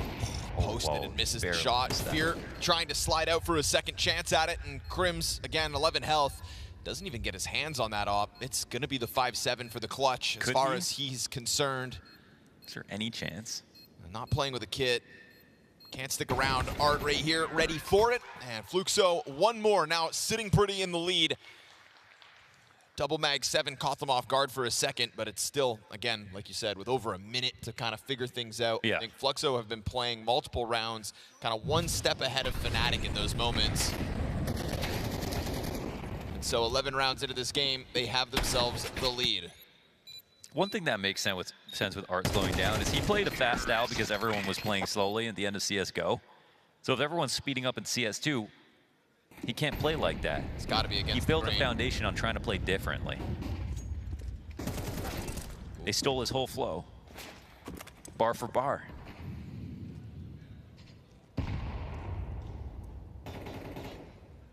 Jambo's been waiting for a chance at revenge on this angle.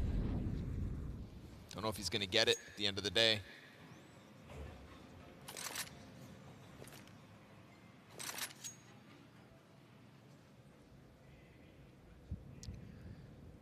Well, a few rounds of sloppiness from Fnatic, a couple of moves that didn't need to be made, a couple of re-peeks here and there. And this is a position they've let themselves in, actually. They could have crushed this half for sure. I mean, it felt like they were on for an 8-4, if not worse. And now at best, 6-6. 5v4 will help with that.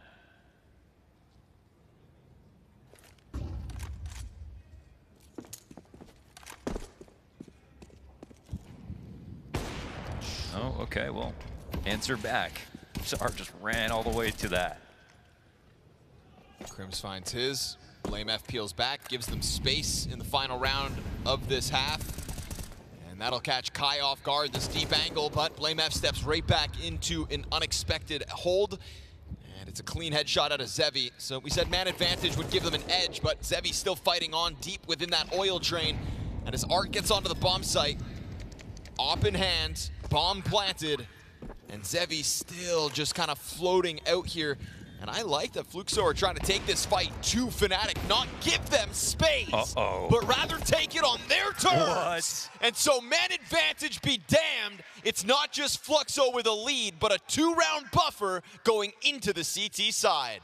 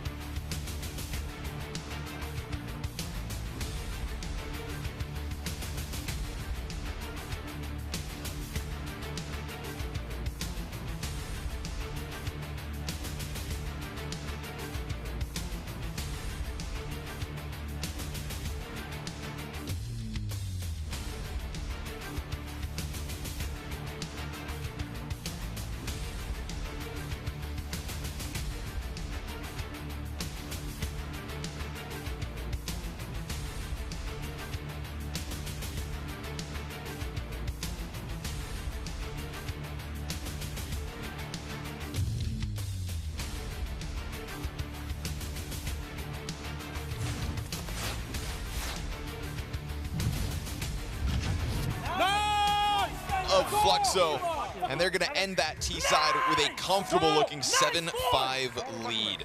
And that's the hard part of this train game. So all of a sudden, we could be looking at Brazilians sitting in the 2-0 pool as well.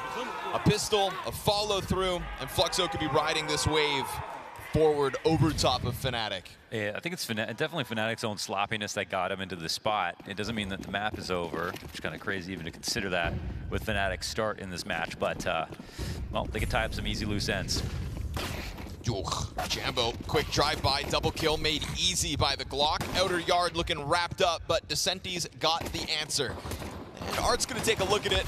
Jambo in with another one, so that's triple kill for Jambo. Doesn't waste a moment on this T-side, running rampant with that pistol. Fnatic had to wait a while for this answer, but there's finally a round back on the board. Yeah, just, now it's quite a climb. But yeah, you have to watch back the first half to really get a good understanding of how everything fell apart. It is still that Fluxo played very well, especially those mid to late round situations. Some of their early ideas though on T-side, I don't think were that creative. Fnatic, I'm still expecting better things from them here on train.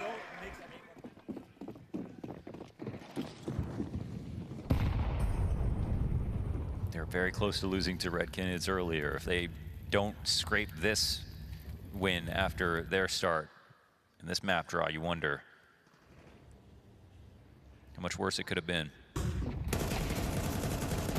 Quick pop off the flashbangs, not going to net them anything, hoping to have caught Fnatic off guard, but tough duels to take with vanilla pistols. Easy cleanup for Fnatic.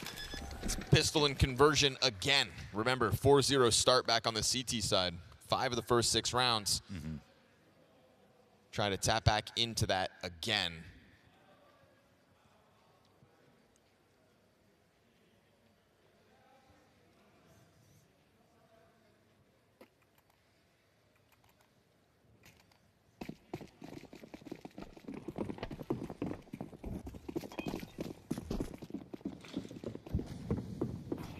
Fluxo are a team of a bunch of players who are trying to revive their image. They're not even players who have won much, right? I mean, I think Art, even on Furia, picked up a notable LAN trophy the entire time, did he? No. Took Fallen's Furia to accomplish that feat. Online events in the 2020, but barring that, trying to find success now in this Fluxo jersey instead. Lucasio will find success at the start of this, although sitting on 4 points of health means... Oh, yeah. Just barely touched him with that. There it is. blameF dunks him from downtown. 15th frag of the map for blameF. And looking for a second victim on this outer yard. Not a fun way to go. You're so close to avoiding that. You know what I mean? This team is like, we know these players and they've tried and like they impressed us in different spots, or you know, someone like Kai just had a terrible time when he played on Fury originally. They're all just trying to win for the first time together, essentially, even though that's so weird to say about someone like Art.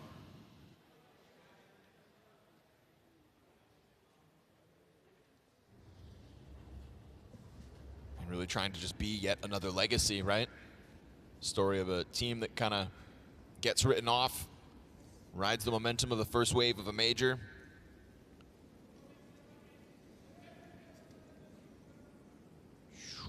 Interesting spot for Fear, tries to go out, and yeah, kind of felt like it was all false hope, and that's why. Descenti covering the cross, and as long as the other players back sight didn't go for peaks, it was gonna always be hard to unravel that sight. Art has successfully kept his head cut. Beautiful shot from Jambo. What a reaction. Snaps that crosshair downwards onto Art's head, and gives just enough coverage for this bomb plant, just enough control to send Fluxo into the save from their first gun round, and there's no guarantee that the save can be had.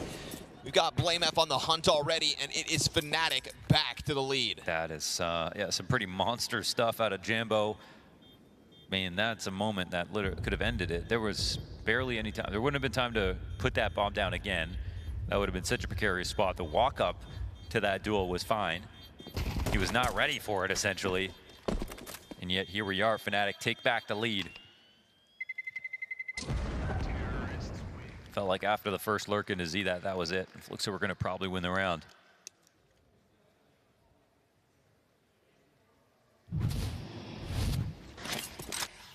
Disney just barely hitting Lucas.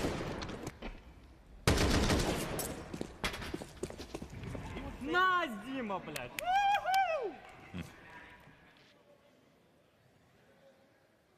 Game riddled with close moments. Wow, blameF. Check out the entry. Already on to the outer yard. And that's going to catch them off guard for certain. Although Lukowski, beautiful recovery with that MP9. Just 2 headshots back-to-back, a free AK upgrade. Fear's going to slide out in the middle of all of this, and he gets clipped by Decenti. Jackasmo gets popped, and this is Fluxo stepping up to the fight with fight of their own. blameF thought he had control of the situation with that immediate exit out T-Con, and instead it is Fluxo's instant answer back. Oh boy, I mean, what is this? Double MP9 frag out of Lukowski. Decenti putting down damage, and it's just a round that falls flat somehow out of Fnatic. Even with the first kill, Olaf control for blameF so quickly.